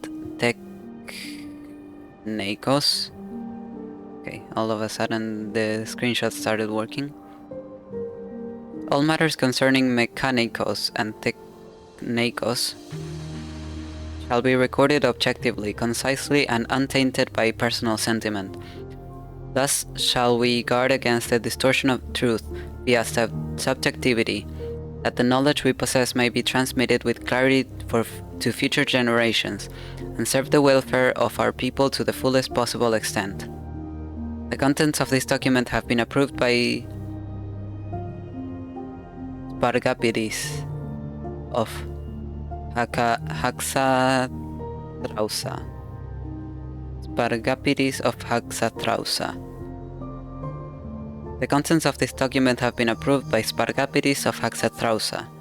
All members of the Order, beginning with the Executive Priests, shall commit its contents to memory and observe the prescribed procedures without deviation until the reconstruction of civilization has reached 5/7 completion. For further details, consult Technecos Manual 1330 or I330. If these words have reached your eyes, let it be known that you have completed the foundational disciplines of Mechanicos of Technecos, and are hereby elevated to the rank of Executive Priest. Congratulations are in order. Regrettably, your newly acquired title is not a privilege, but a burden of duty, hardship, and silent suffering borne for this realm and the countless lives she shelters. You are destined to offer all of your youth and your life to preserve the last embers of civilization. Yet even with your final breath, you may never behold the frost moon's radiant light, nor see the dawn break once more upon our beautiful homeland. For the lights of the far north have been extinguished, and countless generations are condemned to cower in darkest night. No miracle has ever graced this tainted sublunary sphere, and tears have never delivered our kin from sorrow. Then what purpose, if any, lies in all that you shall do from this moment hence? I suppose, then, it is for an ethereal dream, a dream of countless tomorrows, for an infinity of futures yet unborn. Only through our blood, our tears, and our toil shall our children be granted the chance to behold the glorious era of the lost Elysium we once knew. On that day, none shall weep for suffering, nor fear hunger or cold. All beings shall love one another as brothers and sisters, and all shall dwell in joy and peace. This shall be our final and greatest dream, that our kin shall no longer be mired in superstition and barbarism. For the hope once envisioned by gods and mortals alike, we must push forward. There is no path but through. Sear these words into your mind before you proceed to read the assessment records and operating procedures. Hold fast to our dream of tomorrow, and let not its light be dimmed by the dust of neglect. Spargapiris of Haxathrausa, acting Archpriestess of Hyperborea. Protocol number 3. Final evaluation on bloodline selection and purification. Upon evaluation and confirmation by the acting Archpriestess of the Senior Executive and the Senior Executive Technecos Priestess, the Seed of Life project from the Hyperborea era, henceforth referred to as the Sacred Air project, has been deemed no longer be viable within the bounds of its original planned parameters. The priest who led the project, Vinda of Hithamthrausa, has passed beyond, and the essential Technecos processes and Mechanicos apparatuses required for its continuation were lost in the fall of Hyperborea. These include, but are not limited to, the process of cutting and modification, the process of creation and reconstruction, and processes which were of the Fae, the adaptive editing process. The aforementioned Technecos processes are, at present, irreproducible. After due deliberation, the following alternative protocol has been deemed acceptable. The verification of existing is to be performed through controlled artificial selection, using methods primitive and inefficient. The phenotypic stability of each generation shall be recorded. Then from this data, the most suitable pairs for union shall be identified, and non-coercive means employed to persuade the parties to join in union. Should persuasion fail to meet the criteria detailed in Technecos Manual 090, promptly proceed to the next priority match and continue in like fashion. To minimize risk of disease, the bloodline proximity index of all breeding pairs shall not exceed. Accordingly, No individuals shall be joined in union if they share common ancestry within 5 generations. This course of action is expected to yield outcomes approaching the original objective after successive generations of refinement and selection. At such time, the one prophesies, the newborn sacred heir shall arise, without the need for ritual implements, nor the forfeiture of their soul. This heir shall command the pure, unalterated elemental forces at will, and shall at last attain fusion with the world.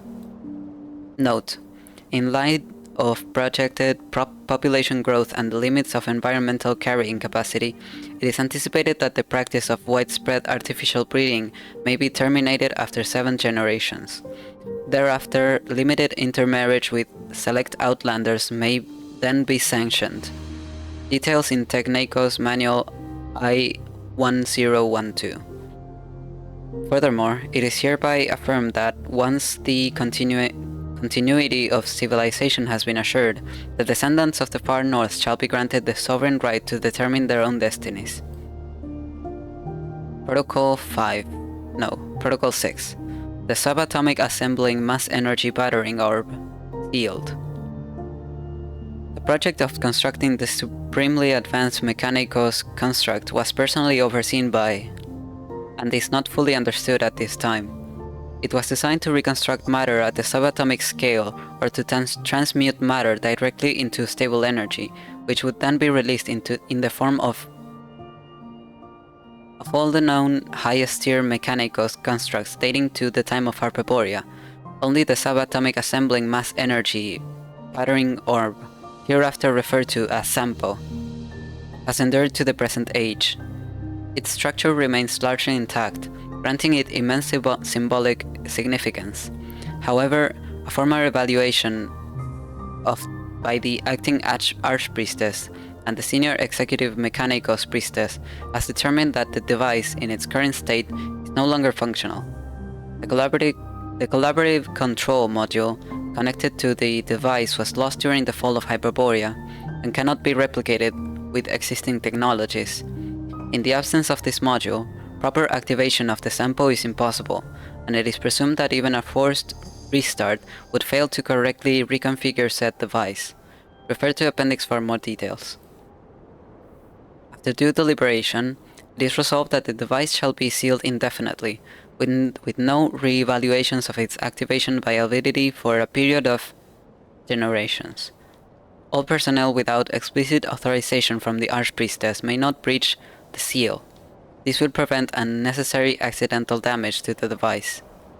Note: the senior executive Mechanicos priestess, Ariapitea of Masachete, has proposed a theoretically viable bypass protocol, namely the controlled input of realm energy or realm energy, referred to Mechanicos Manual D503, for the possibility of the latter, at a specific carrier frequency, which may circumvent the collaborative control module and forcibly initiate the Sampo.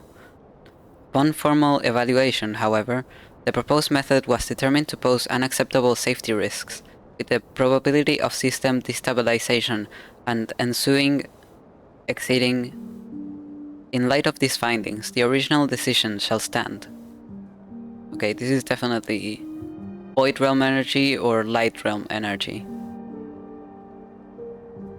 I cannot see it being anything else. Protocol 10. The Arrow of Terpikeraunas. My god, why do I have so much trouble with that word every time? The Arrow of Terpikeraunas. The subject of this project is a low-tier Mechanicos device of the Hyperborea era, designed to solidify realm energy into a semi-crystalline polymeric form. Once stabilized, the material is subjected to a high-frequency spiral acceleration and subsequently launched, thereby purging a designated area of realm energy contamination. Okay, then it must be light, and then void. The acting Archpriestess and the senior executive mechanic Ghost Priestess have jointly affirmed that the device's remanufacture is viable. This work shall proceed under the oversight of Senior Executive Mechanic Ghost Priestess Ariapitea of Massagette, with the prototype device projected for completion within standard quarters. On completion, the prototype apparatus shall be subject to regular lubrication with ointments to prevent avoidable safety incidents. Refer to Mechanicos Manual D306 for more details. Okay. I feel like it's been 7 hours since I've been reading this. Whoa, that was so much. And I could have easily skipped it if I didn't come up here. That's crazy.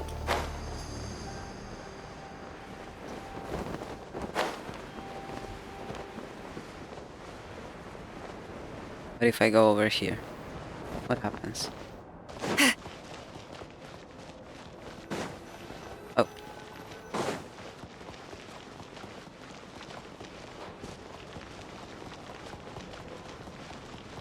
Okay.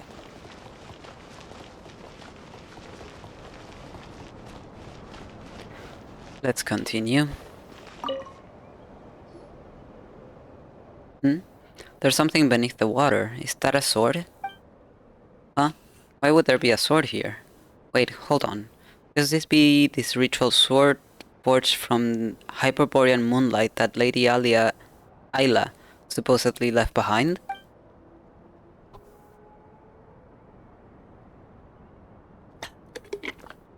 I need some water.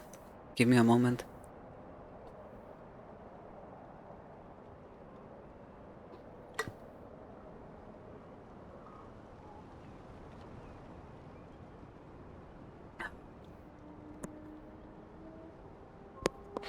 The blade that was used to offer up the very first drop of blood under the new moon. Whoa! It's a Kuhenki. Does it want us to follow it? Probably, most likely. Investigate Court of the First Edict. Oh. I've already been here, I'm sorry.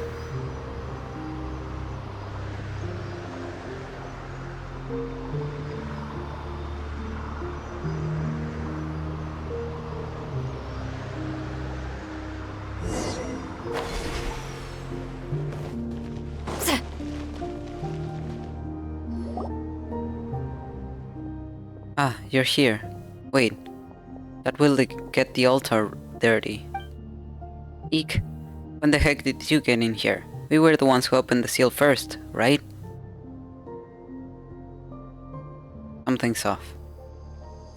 You're right, but this isn't just off. It looks like this is a residual image left behind by the moon goddess's blessing. And it's been left inside the court of the first edict. Maybe this might be the first moon chanter herself, Lady Ayla. Is that really possible? Scientifically speaking, it's impossible. But if this is truly Lady Ayla, then it wouldn't be surprising for her power to be unscientifically potent. Oh my days, I can't believe I kept calling the Lady Ayla an imposter. Thank the moon goddess she can't hear me anymore. And that explains why her words were always so hard to understand. There, that should do it. It's power. Is the Lady Ayla before us really just a lingering image? What did you do, Miss Ayla? Ah, where did that voice just come from? Maybe it got recorded along with the first moon chanter's image. I mean, even the moon goddess's blessing couldn't be precise enough to capture just one person's voice, right? There's no need to be so tense. That woman who shares my bloodline surely showed you a few of these low-brow tricks before, This is merely a blessing that records awareness, so that the brave warrior over there can hear our words. But Paimon's not dreaming, is she? Paimon swears she just looked right at us. Come on, Paimon, you're most definitely dreaming. What we're seeing now was recorded 500 years ago. There's no way she could actually see us. Over there, but I don't see anyone. Ah, never mind. I probably wouldn't understand even if you explained it to me. And whatever tangled past lies before you and her, I'm in no position to judge. Regardless, thank you for your help, Miss Ayla. Lovia should have known better. The wounds left in the wake of the atrocities that old witch inflicted upon you both run deep. Of course, the scars fester with resentment. What surprises me is that she trusted you so deeply. Verna, who's this Lovia they mentioned? Paimon feels like she's heard that name before. She was the leader of the Frostmourne Scions 500 years ago, but she was stricken from memory for the sin of blasphemy. Normally, only senior and super reliable priestesses like me would even know about her. If even someone like you knows about her, then it can't be that much of a secret, can it? Hey, rude. What do you mean, someone like me? But seriously, our identity should be top secret. Ordinary followers and folks from the outside aren't supposed to have even heard that name. Resentment? For what? Everything you and I went through was always meant to be. There is no past or future, because the past is the future. Your gaze is upon me now, but all you can see is this one fleeting moment. Thanks to Lovia's blessing, the blessing of our ancestors, I can see every moment. Your arrival, Lovia's end, all threads of a tapestry too vast for me to tell, and yet how it thrills me. She trusted me because I heeded her every word, and when the lady of the underworld, Tuonetar, let me write that down too. Tuonetar.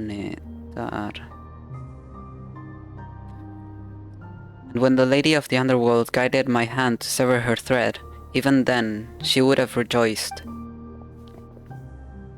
As for you, you'll be leaving this place soon, won't you, Mr. Solovey? My role here is finished. The believers outside already hail you as their new prophet, and at last, you no longer need to endure the suffering imposed on you. I still have things I must do. I need to uncover that mad monk's true intentions. For my fallen friend and the people of this land, he must pay for what he has done. With Lovia's years of secret correspondence with him as evidence, tracing his steps should be much easier. Once again, thank you for your help, Miss Ayla. Ah, so you still don't know a thing. But that's alright. You will soon enough. I'll take that as encouragement. To me, it's already happened. Twice shall that serpent fall, first strangled by the flesh of the faithless, then shrinking away before the light you and I ignite together. But you shan't be the one to cut off its thread, because that fate does not belong to you.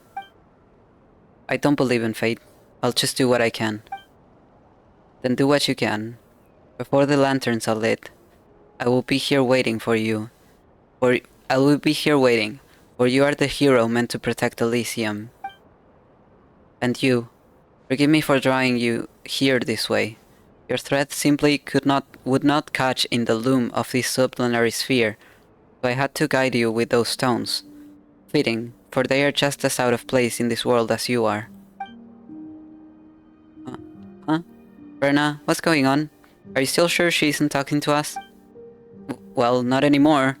Those stones we saw earlier only fell recently. How could Lady Ayla have known about them 500 years ago? Have you not been listening, Verna? By way of apology, I left the last sword forged by the Apostle of the Golden City using moonlight in the ever-flowing white spring. After centuries, any blood stains on its blade should have been washed away. Please accept this humble gift. Though your fate remains unclear to me, I choose to believe you are the hero of this sublunary sphere, the one destined to fell the undying serpent on our behalf. Why? This will probably be the last time we meet. If you follow the light and find those who share my bloodline, then you will come to understand my words. Are you talking to someone? It's nothing. Now, please don't let me keep you any longer, Mr. Solovey. I must begin sealing this place at once. I hold no resentment toward Lovia, but our children must not be stained by her sins. That's why the evil and corruption she wrought must be buried. I will seal them all here. This too is part of our preparation for the birth of a god. We are all tainted by sin. How could we ever hope to behold the moonlight in its purest form? She vanished.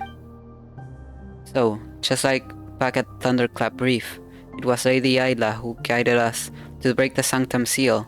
Also, you could retrieve the sword she left behind, Traveler.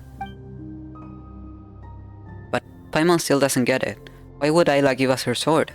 And what's this undying serpent stuff all about? We're not gonna have to find some giant snake next, are we? Anyway, Traveler, let's retrieve that sword first. Right. If someone as reliable as Lady Ayla said it, then there must be a reason. Maybe it'll all start to click once we get that sword. Okay. This is a lot. But it sounds like they want me to defeat Nibelung? But why? This must be the sword Ayla was talking about, right? How about it, Traveler? Did you figure anything out? Not a thing. Ugh. Looks like we really will have to investigate this whole place, huh? But if we hang around too long, Ernruth, Uncle Kroto, and the others might find the entrance too. Actually, with all the noise we made just now, there's probably no one in this whole island who hasn't been drawn this way. Ugh, fine. Guess we've got no choice. We've got the sword now, and Lady Ayla didn't exactly tell us what to do next. Let's get out of here first and figure out the rest later.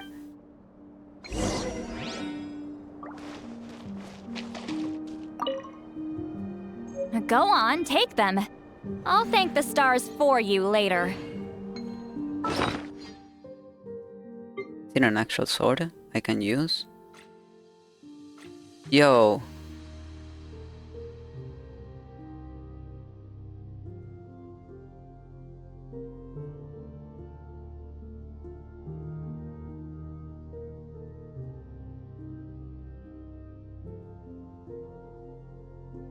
Feels like it would be good for Skirk, no?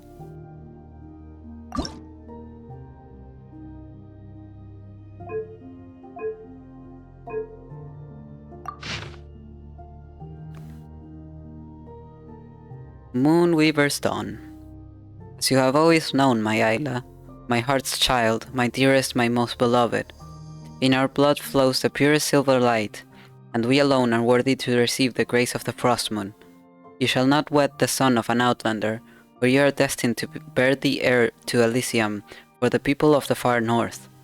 The mistress of the Frost Moon has already spun every path in the world with her silver thread, and all things now move in step with the thread's silent dance.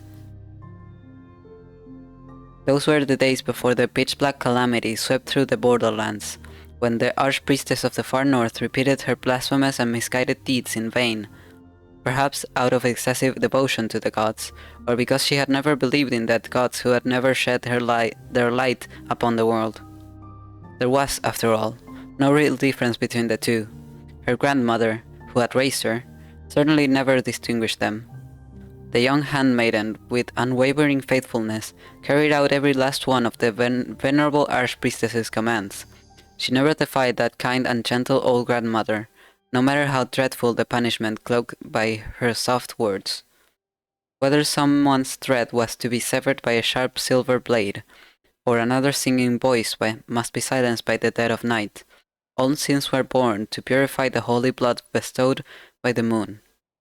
For only by drinking crimson water could one hone absolute flawlessness. As you have always done, my Ayla, my heart's child, my dearest, my most beloved. Since he has put his trust in you, use your wisdom to guide him. Set his heart on the right path and lead him to the sanctuary. The man called Solovey is nothing but a treacherous murderer, and yet he dares to seek our protection after all the wicked deeds he has committed. When he comes here, you will thrust your sword through his heart from behind to sever his venomous thread. The only response the Archpriestess got, as ever and always, was silence, and those accustomed to silence from their followers have always wind up taking it for consent. The handmaiden's lengthy years of obedience had long convinced the Archpriestess that all that suffering brought on by impurity had never once stirred resentment in her. But of course, she was a blessed one, the one destined to bear the sacred heir. Of course, she understood that the sacrifices she offered up were in service of a decree 1,000 years in the making. So, even as the pure silver blade pierced her back, the last Archpriestess of the far north could not comprehend the source of her betrayal. Mr. Solovey was right. You were just lying to us, Grand Melovia. If that were not the case, why would you bleed dawn-light crimson rather than moonlit silver when your thread was cut?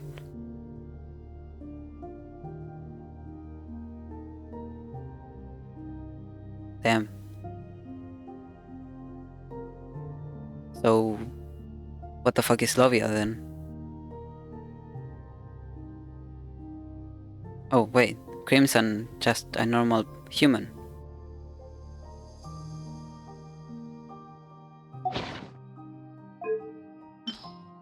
Okay.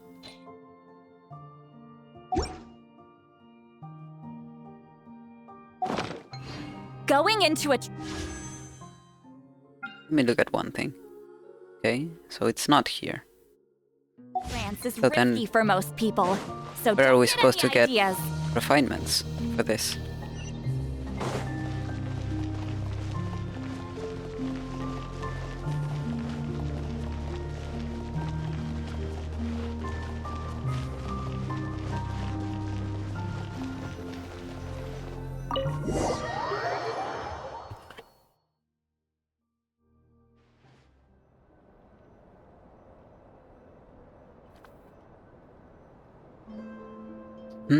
It's awfully quiet. Ernruth and Uncle Grodo aren't here either. Weren't they hot on our trail? Maybe all the noise we made earlier got their attention and they ran off to check somewhere else? Aha, I get it now. This must be Lady Isla's divine guidance. Even my luck's looking up now that I'm with someone as reliable as you, traveler. Okay, save the celebration for later. You do remember you still owe everybody else an apology for the trouble you caused, right? Apology? Right, yes, of course I do. I'm not the type to get so caught up in reading Isla's records that I forget everything else. I swear by my mortal name in this sublunary sphere that I'll give everybody a proper and heartfelt apology. It's just, I'll need to think carefully about how to phrase it first. Oh, and while we were at work earlier, I came up with a super scientific plan. Since I have to apologize anyway, why don't we finish checking out the sanctum first before looking for Lady Lauma? That way we can save time and make my eventual apology more efficient. I'm so sorry, Verna. Sound plan, I should say. See, the power of the science is... Wait, huh? Count Rahetar, when did you get here? Well, you scared us. We didn't mean to sneak into the court of the First Edict. It's just, Verna said... No need to explain. This place may be sealed, but it is not forbidden territory. If outsiders like you were able to enter, then perhaps it was the will of the moonlight. Exactly, this is all part of the Moon Maiden's sacred guidance. Just like the poems say. As for you, Bernatska, you're coming with me. The Lady Moonchanter wants to see you in person. Huh? Wait, no. And Rohedar, didn't you just say... As a priestess, you acted without permission, broke the rules, and tampered with taboos. Aside from outright murder, you flouted every major law we have. Now come. Or would you rather the Lady Moonchanter come fetch you herself? Traveler, Paimon, I'll explain everything later, I swear. But first, I'll need... Before Berna can finish her sentence, Rahetar drags her off. Well, she sure dug that grave nice and deep for herself, didn't she? Still, we got no idea this Lady what this lady Ayla wants us to do. But this sword she left behind. If it was meant for us, we might as well hang on to it for now. Looks like a real Frostmourne relic anyway. Damn. That was actual cinema.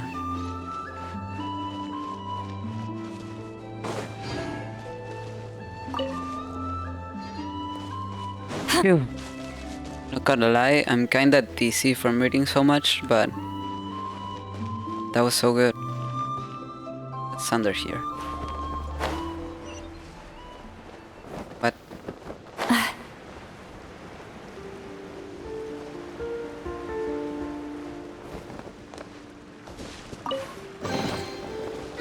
Not bad. It's all yours. What's this?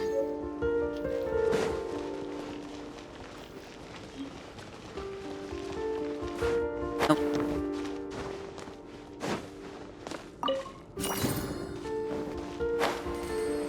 Oh.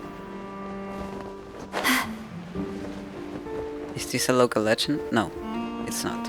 But it's cryo, and I have a full cryo team. Let me change.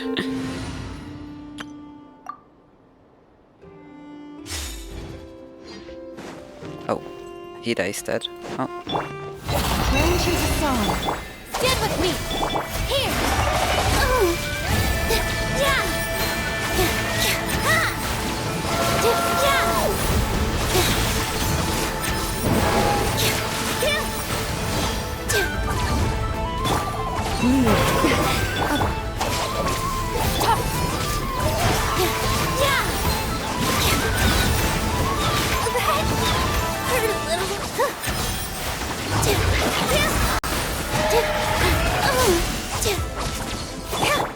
With one heart, we pray.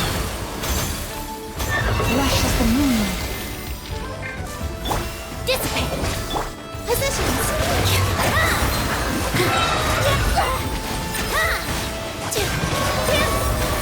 This dance is for you.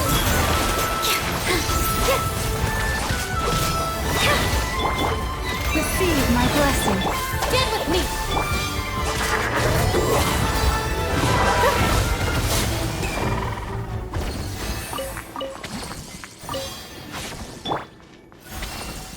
Okay. What's down here? Dissipate.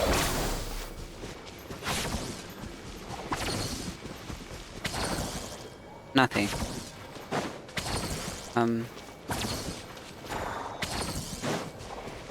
Let me go the other way.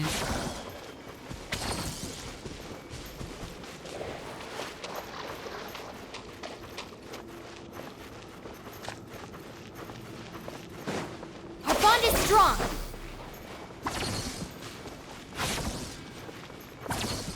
Nothing either. Okay. Just that enemy. Okay.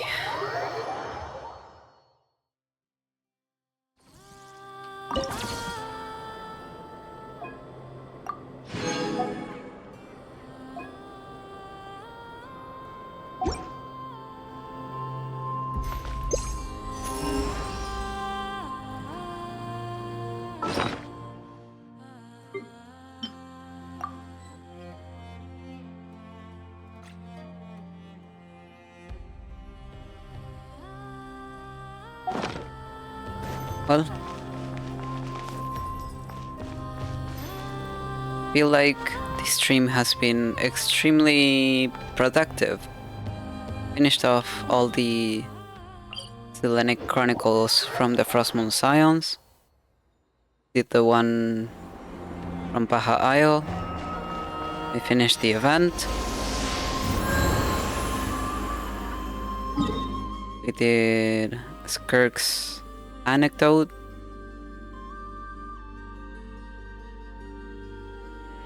I just wish I knew when the... Oh, it says so right here. 11 hours.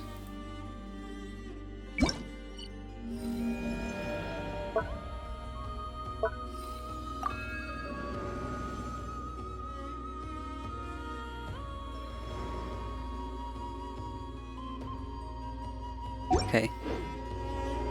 11 hours from now would be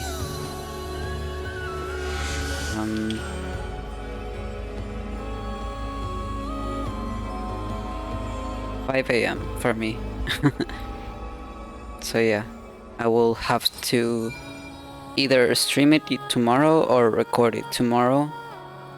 The thing is, I don't have a lot of time tomorrow. I already have plans in the afternoon, so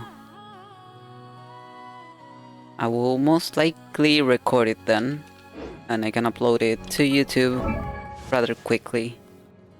I don't think it'll be too long, so...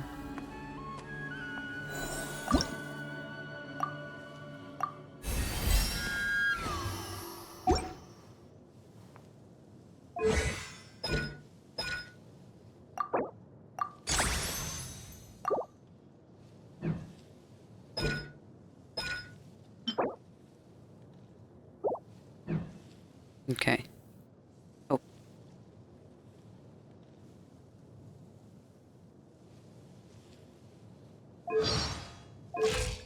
Oh, she's not level 6 yet.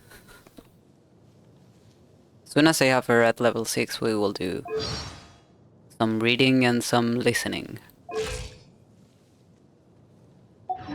But yeah, not for now. Anyways, let's see. Let me actually go here.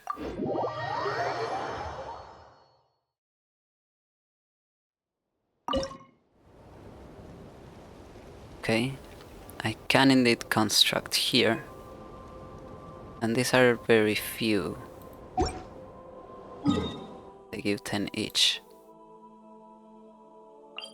What about here?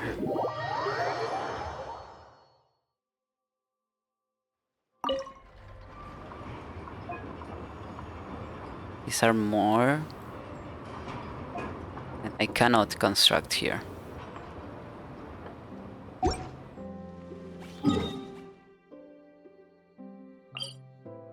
Ugh, but actually I should be saving them for here.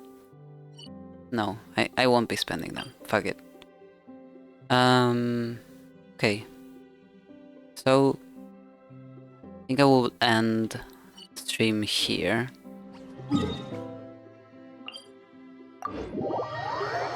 Just so I can have some time to do the event mini games.